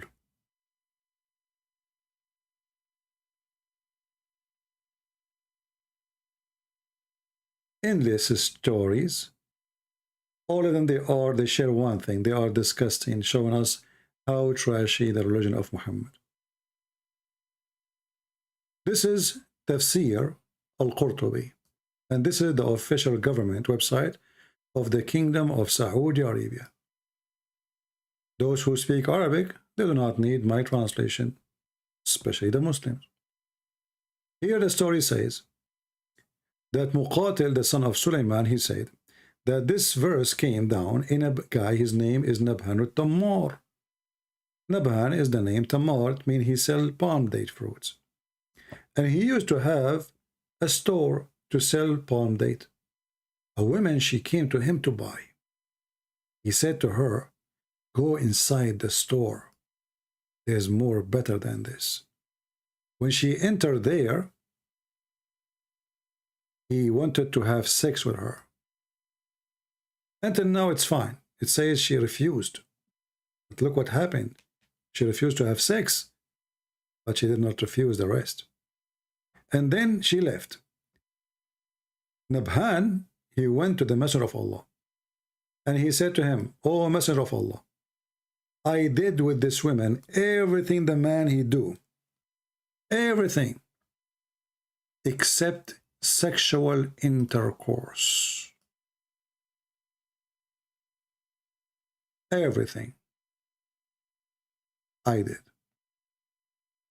The Messenger of Allah said, maybe her husband is doing jihad or attack somewhere. And then this verse came down, saying to him that adultery, kiss, touch, laying with somebody, which means like, you sleep on the top of her or on top of you. But this is not really adultery, this is lemon. The adultery really only if you have intercourse. Let us use Google translation to show you how filthy this religion is. And I will give you the link. And again, this is the official government website of the Kingdom of Jordan.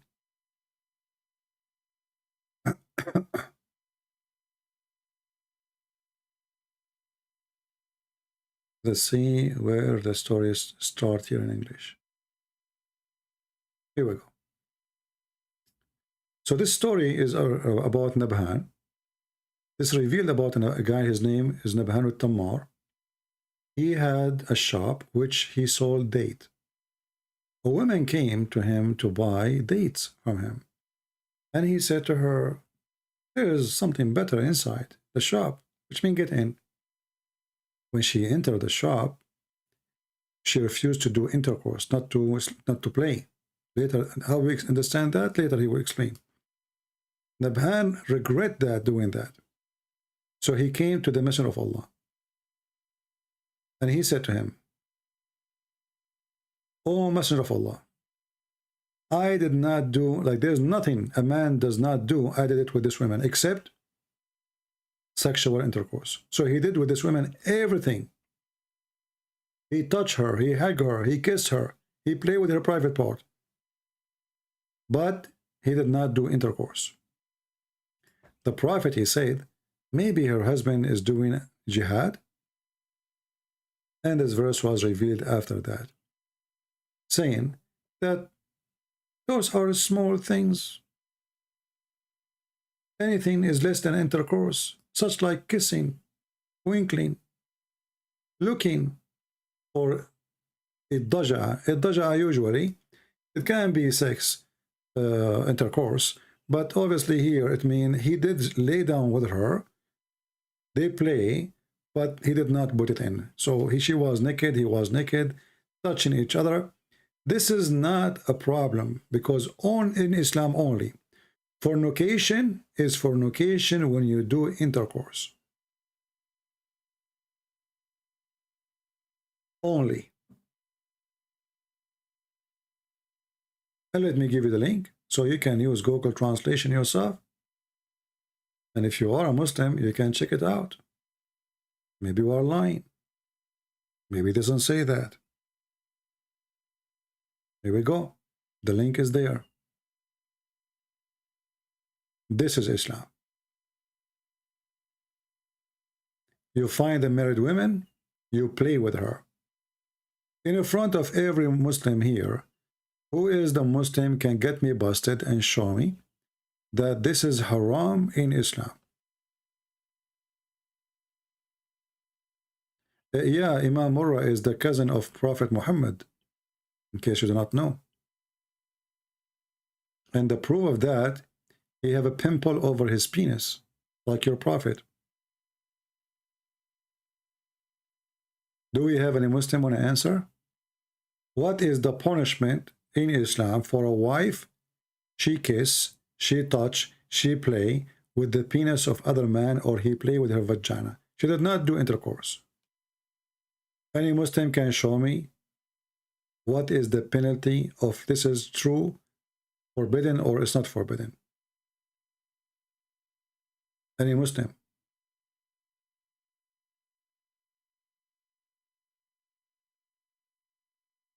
any Muhammadan.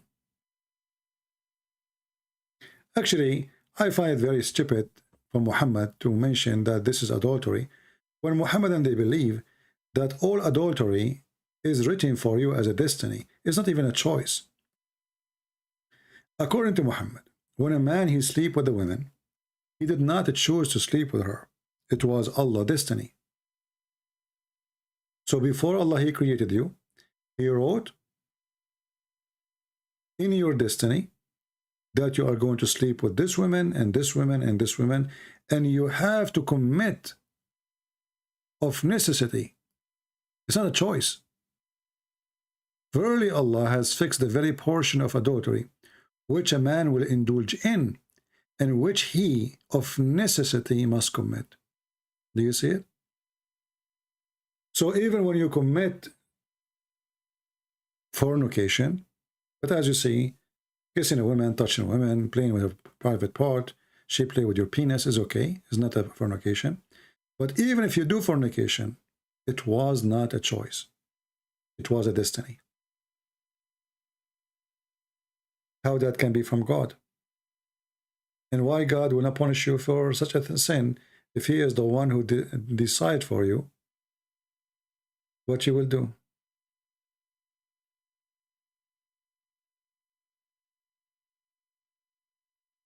Do you notice that everything we say, not a single Muslim accept the challenge to prove us to be liars? After we finish, we go live on air, we stay 5 hours. After I finish, they will see the Muslim saying, Christian Prince, you're a liar, been exposed. Where is the liar? Here we go. Everything I am saying, I'm showing it to you in the screen. Your website, your tafsir, your Quran, your hadith. Nothing from me. There's a Muslim woman, she called the Sheikh, and she said, I'm getting older, and I am afraid I'm not going to have a husband. She is worried. I don't know why you call a program to ask such a question. This is very silly, but people. Do you know what the answer was? The Sheikh, he said to the women, it is written on every vagina the name of the one who will if it.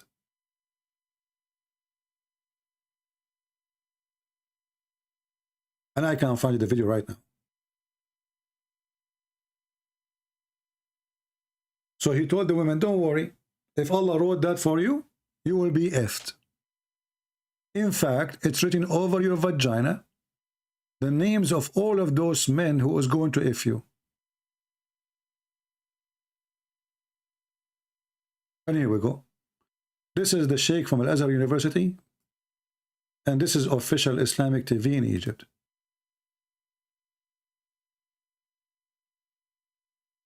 The woman, she is worried that she is getting older, and who is going to marry me now?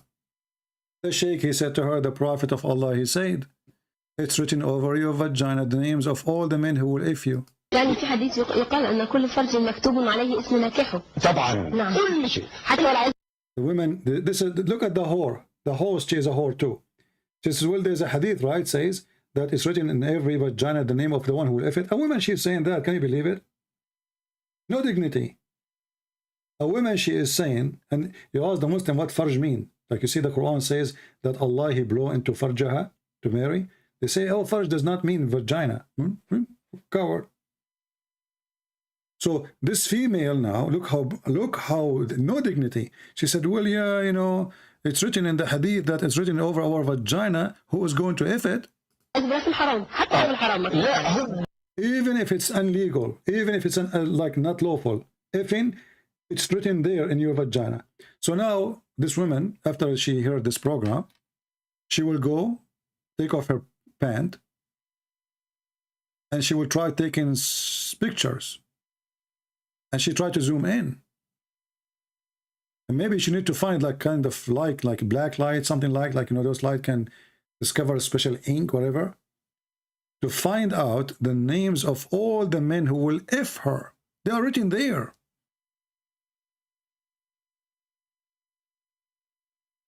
They are all written there.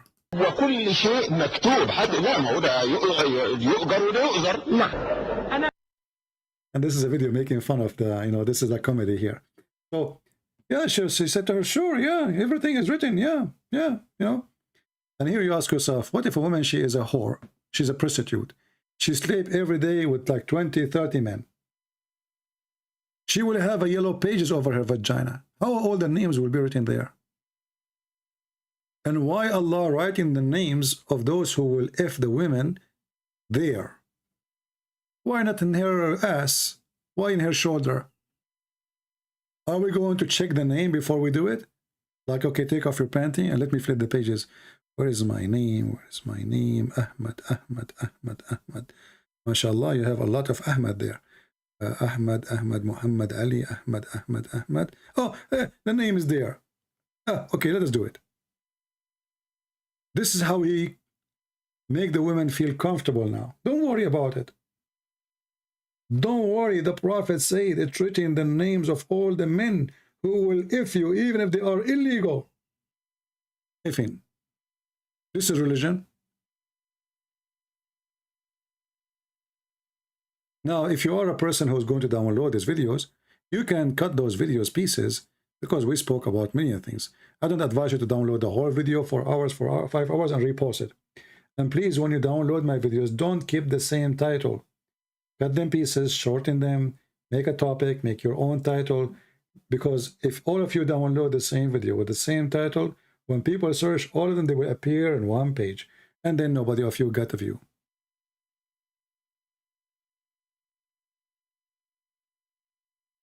Any Abdul?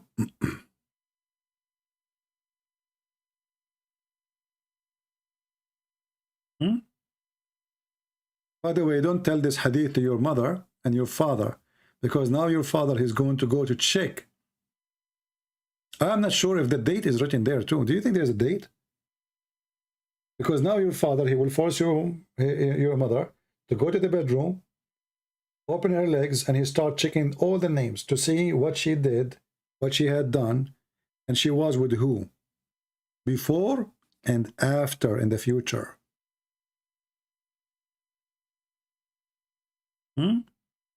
Take off your panty. Let us see if only one name written there, huh? How many names there? What is that? And why Allah he wrote the names there? And what kind of God he do such a thing? Is that a tattoo? A vagina tattoo have all the names? And then the Abdul from Indonesia, he says to me, why you keep talking about penis? This is your religion. This is your religion.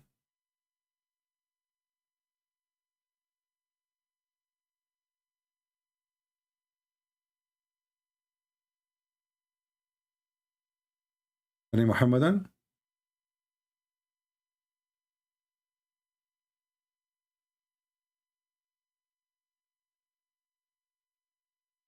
Look what William is saying. Who is William?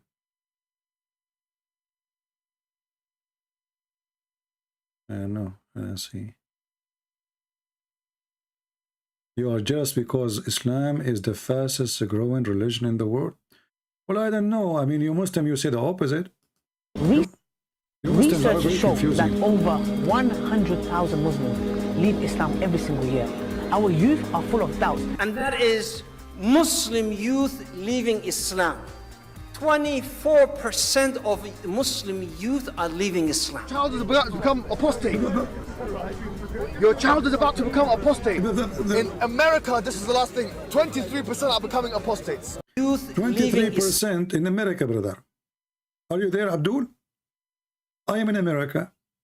23% of the Muslims in America, according to Zakir Naik, Mimi Hijab. Now I challenge you to make a video and say Mimi Hijab is lying. Did you see it? They become apostate. Your son going to what the heck? That was so fast, Mr. Turkey. Your child is about to become apostate. Child is about to become apostate. Child is about to become apostate. What the heck is that? Child is about to become apostate. Child is about to become apostate. Child is about to become. I told you to change your battery. Use their cell. It's better battery. This is what happened when you use a battery made in Egypt. And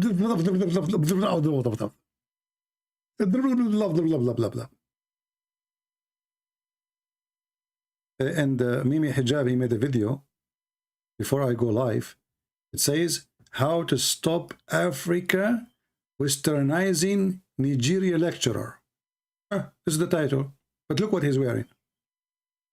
You want to stop the African from being westernized, and you are wearing a suit with a tie? I mean, who is the donkey here? What's wrong with those people? Do you have a brain?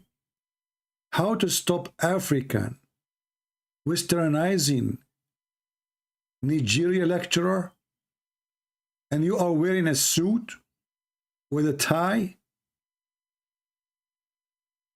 Isn't it this is westernizing?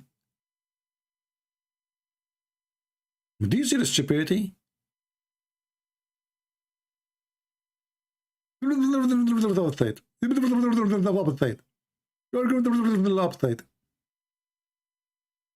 mean, this guy, he wears jeans have holes like fashion, supposedly. And how to stop African from being westernized? You are the one who can teach them. I can tell. The one who wear pink t-shirt and the one who shave his chest a day before he go to the Chinese embassy. I mean, ask this guy why he shave his chest. Why? By the way, do you know that Muhammad, he used to shave all his body? It says he used to do a nawra. What is a nawra? Sugar. Muhammad used to use sugar to take hair from his body.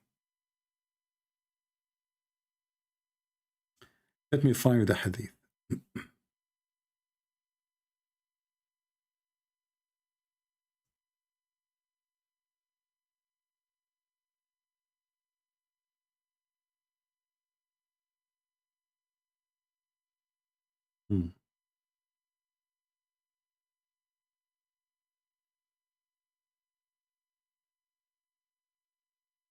So when Mimi Hijab, he decided to look more feminine by shaving the hair from his body.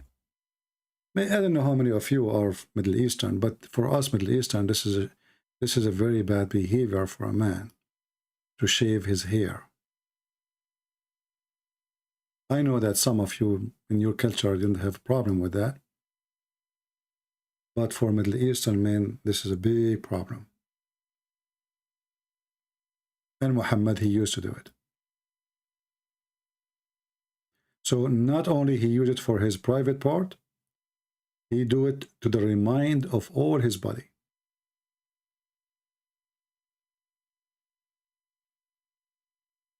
And you know, the funny is that Muhammad, he told the Muslims that if a woman, she take hair from her face, she will go to hell. Muhammad himself, he take hair from all his body.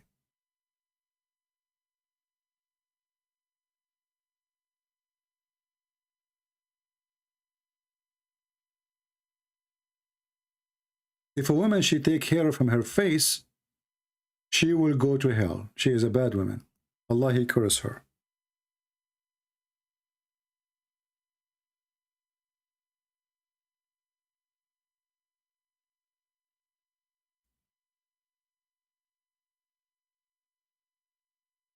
Let us see. If a woman, she add actually even little hair attachment to her hair, she is going to go to hell. Muhammad, he color his hair. Read with me and laugh.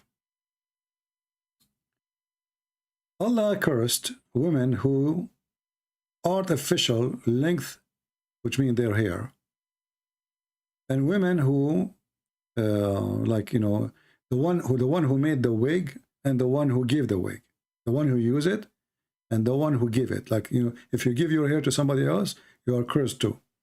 And then he continue. And the women who do tattoo, and where is the hadith?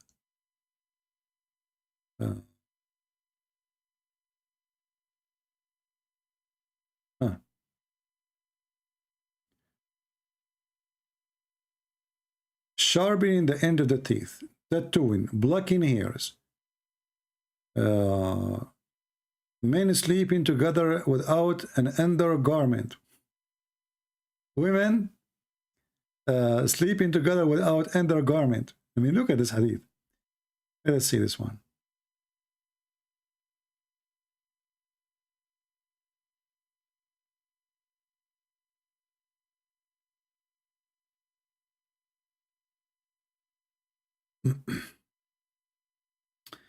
There's a hadith I need to find. Hold on.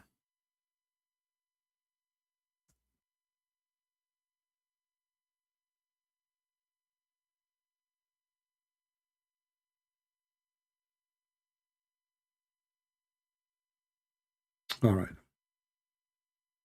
Let's see this one. This one is even better. So Muhammad himself, he have no problem to take hair from his body. And they excuse Muhammad, he cursed those who do that. They say, because you are changing how Allah, he made you. So when you do circumcision, isn't it changing the way Allah made you? Allah, he made you with that piece. It's stupidity. I mean, amazing. So look what Muhammad, he said. Allah has cursed those women who practice tattooing, and those women who have themselves tattooed, and those women who get their hair removed from their eyebrows and their faces, except from the beard and the mustache. This is false. It's not a hadith. So a woman, she do that, Allah, he will curse her. Different hadith.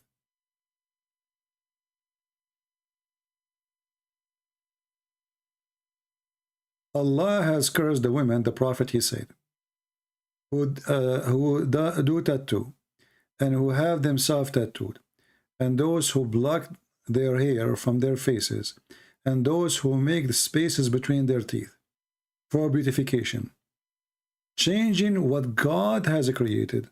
See the reason? You are changing what God has created. So why Muhammad, he color his face, sorry, his hair? Why he is taking hair from his body? If taking hair for the woman from her face is the reason for her to be cursed.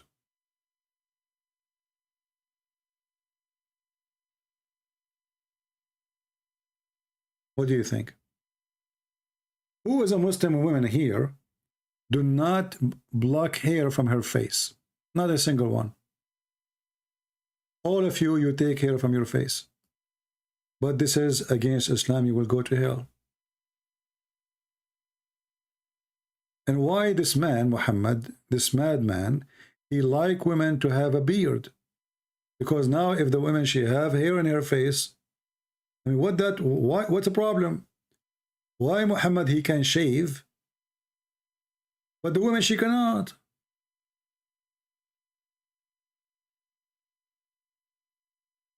Any Muslim can tell us? Why men in Islam, they can shave their beard, they can't take hair from their face, and Muhammad, he did that, even to all his body, not only his face. Why a woman, if she take hair from her face, she go to hell?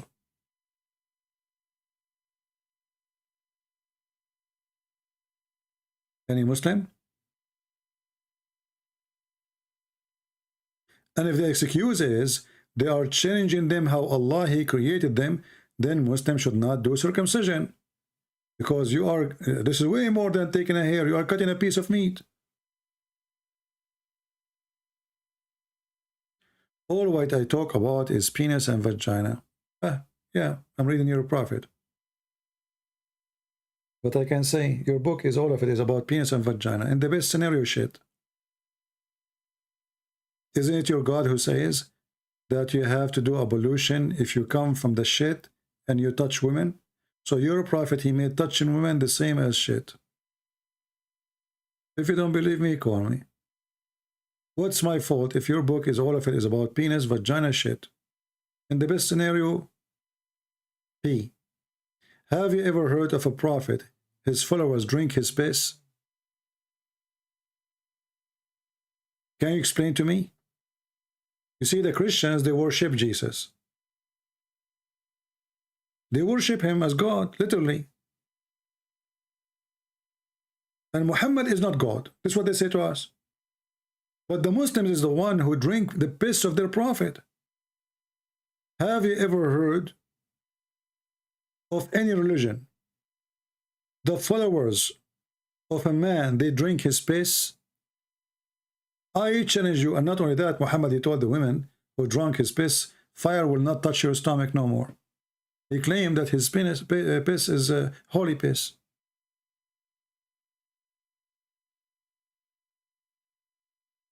They drank his piss, they drank his blood. They fight over his booger. They fight even over the poo-poo of the camel of Aisha.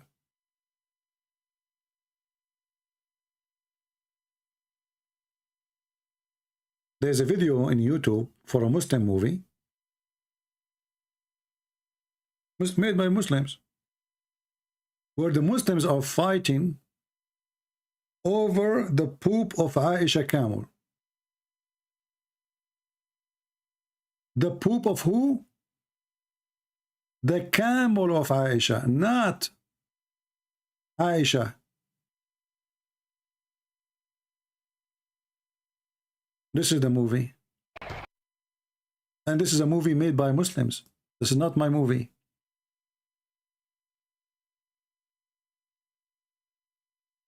They take a blessing from the camel Aisha poop. Not the camel itself, the poop of Aisha camel.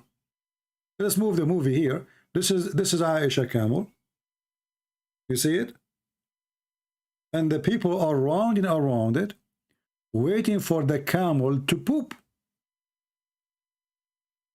Literally. And then the camel, he poop.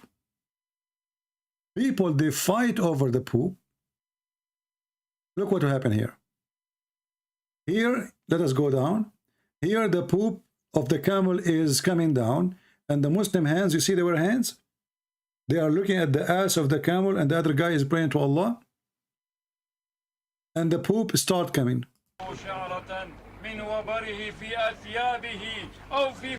If you have a hair from this camel in your clothes, you are going to go to heaven. And now the camel is going to do poop. What will happen? The Muslim, they will fight over the poop. Oh, here we go. He dropped the poop. He dropped the poop. He dropped the poop. Allahu Akbar. The guy, this guy now, he got some. He was lucky. He's lucky. He got some of the poop of the camel of Aisha. What he will do with it? Watch.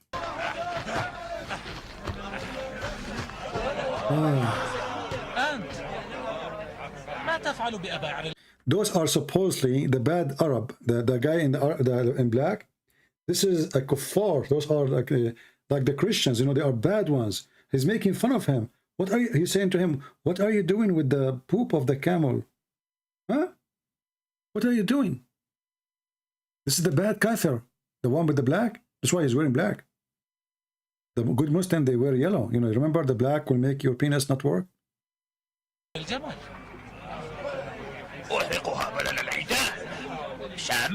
said to him, what's wrong with you? Don't you know how this is amazing? Smell it, smell it.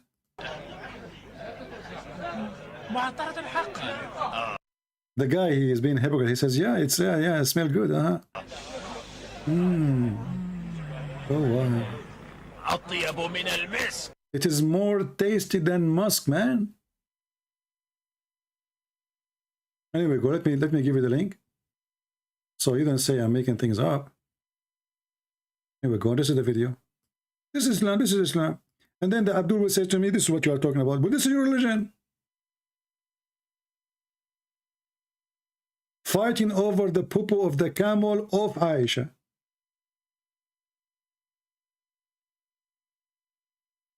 Why? What the problem? I don't know really the original name of the movie, but this is a movie made by Muslims. No?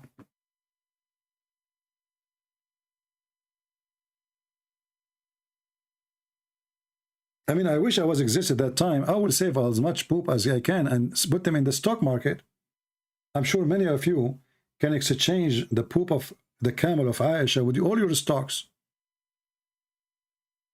Maybe I can buy some, like, 2 oil, you know, like field in exchange of 2 kilograms of the poop of the camel of Aisha. Poop of what? Of the camel of Aisha. If I say those things to you, you will not believe me. You will say this guy is lying. It's in the front of your eyes.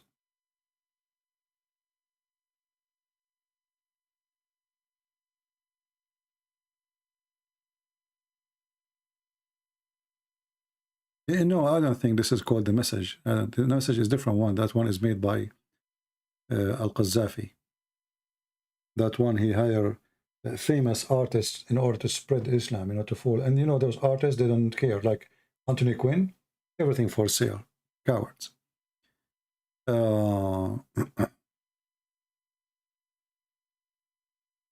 Anyway, I think we have enough for today. Remember, again, we will be back Friday.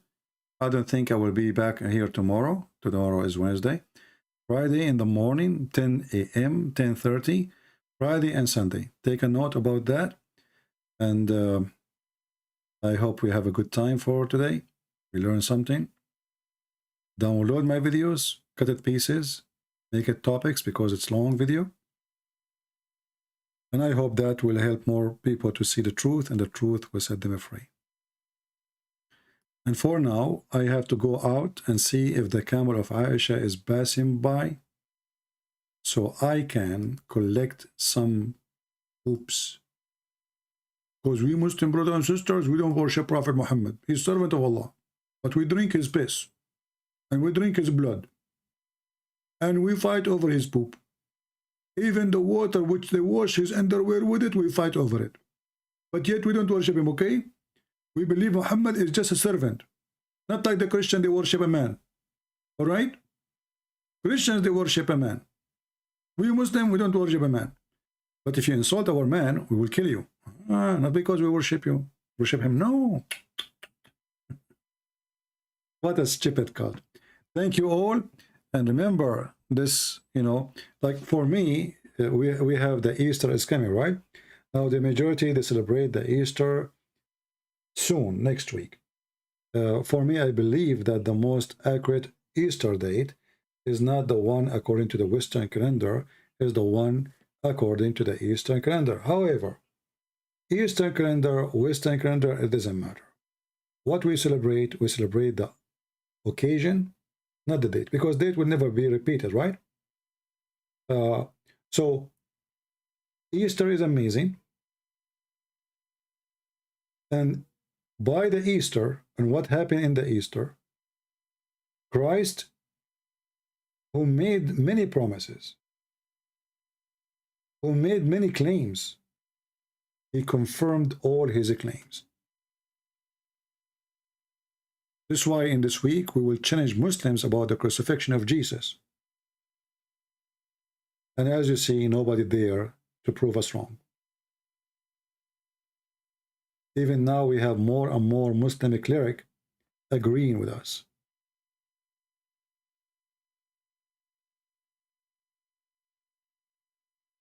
Why don't you meet me in my country? I talk to you there. Hey, Botang, your country is run by a stupid, coward people. There's a guy, he is a Christian, he have a debate with a Muslim, and he is from your country. Because he's an ex-Muslim, and he said something against Islam, you put him in jail for 10 years. So you Muslims in Indonesia are a bunch of cowards. You are a bunch of cowards. You could not refute the guy, you could not answer him, but you try to destroy his life and put him in jail for 10 years. But don't worry. Even if you stay in jail for 10 years, even for 220, the Lord will not leave him alone, and we will do what he could not do. If he stay in YouTube for 5 minutes, I'm staying in YouTube for 6 hours. My books is all over Indonesia. My videos is tsunami in Indonesia.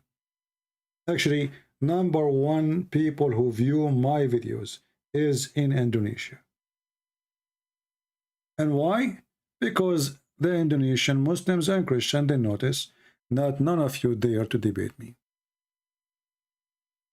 Because you know that you have nothing to say. You know that you are bankrupt. If you look at videos, my videos in Indonesian language, you will be astonished about how huge the number of those who watch.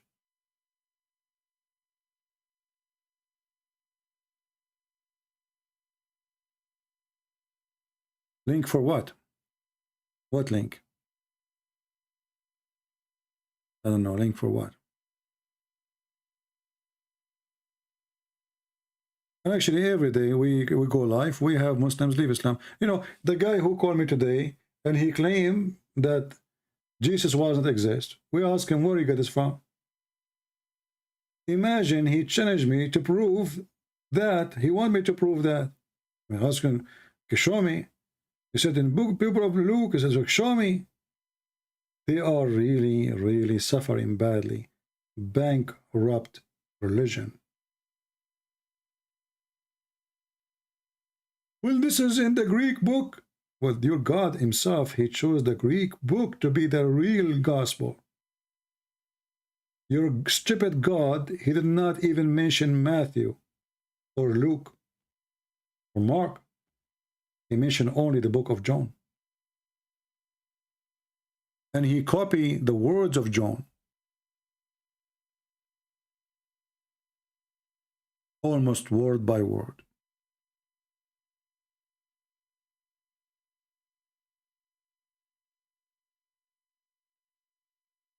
I hope this Friday we will have more Muslims accept our challenge, join us live on air. And if you know any Muslim, he claimed that he have knowledge, tell him, well, you know, come over, let us see how strong you are. In the Middle East we say, you know how good a diver when there is a sea. When there is no water, you do not know. Everybody is so good in diving. Only when there is water, we know. Here, we discover how deep your water is, how knowledgeable you are, how truthful you are, and how strong or weak you are. Challenge me, and I accept all Muslims to call me. I don't have conditions. I don't request, like, you know, Muslims, they make conditions. We have to debate face to face. I challenge you, because simply they don't want it to happen. What face to face? It's an excuse. Is a Good Friday, CP? Well, all of Friday are good as long as they are Friday for the Lord. The Bible says that all days are Sabbath, for all days are the days of the Lord.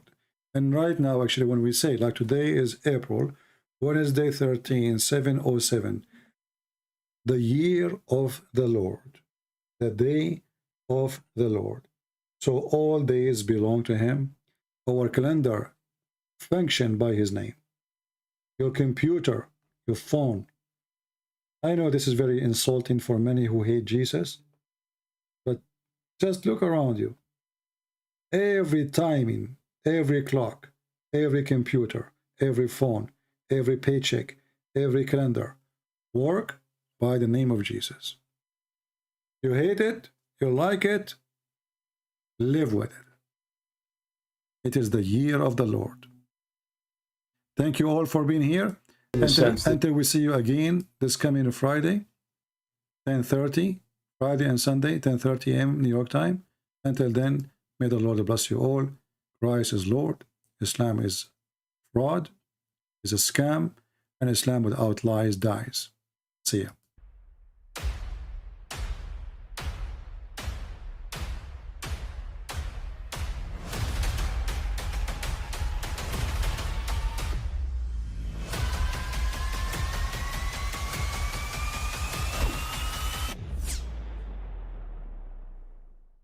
I mean, again, he doesn't know who Gabriel is, right? Because he didn't come from an Abrahamic faith. The people of Mecca were pagan. Quran is mentioned, if this book was from other than God, they would have found in it many contradictions. If a book is without contradictions, that has no bearing on whether it comes from God or not. I've had phone books that are inerrant, but I certainly don't think God gave them. That we believe without understanding. The brother asked a very important question, that most of the scholars say that listening to music, watching movies, and most of the television programs, they're haram. So how can we have fun? Let me tell you, brother, at the outset, that having fun is permitted in Islam as long as the fun is halal fun.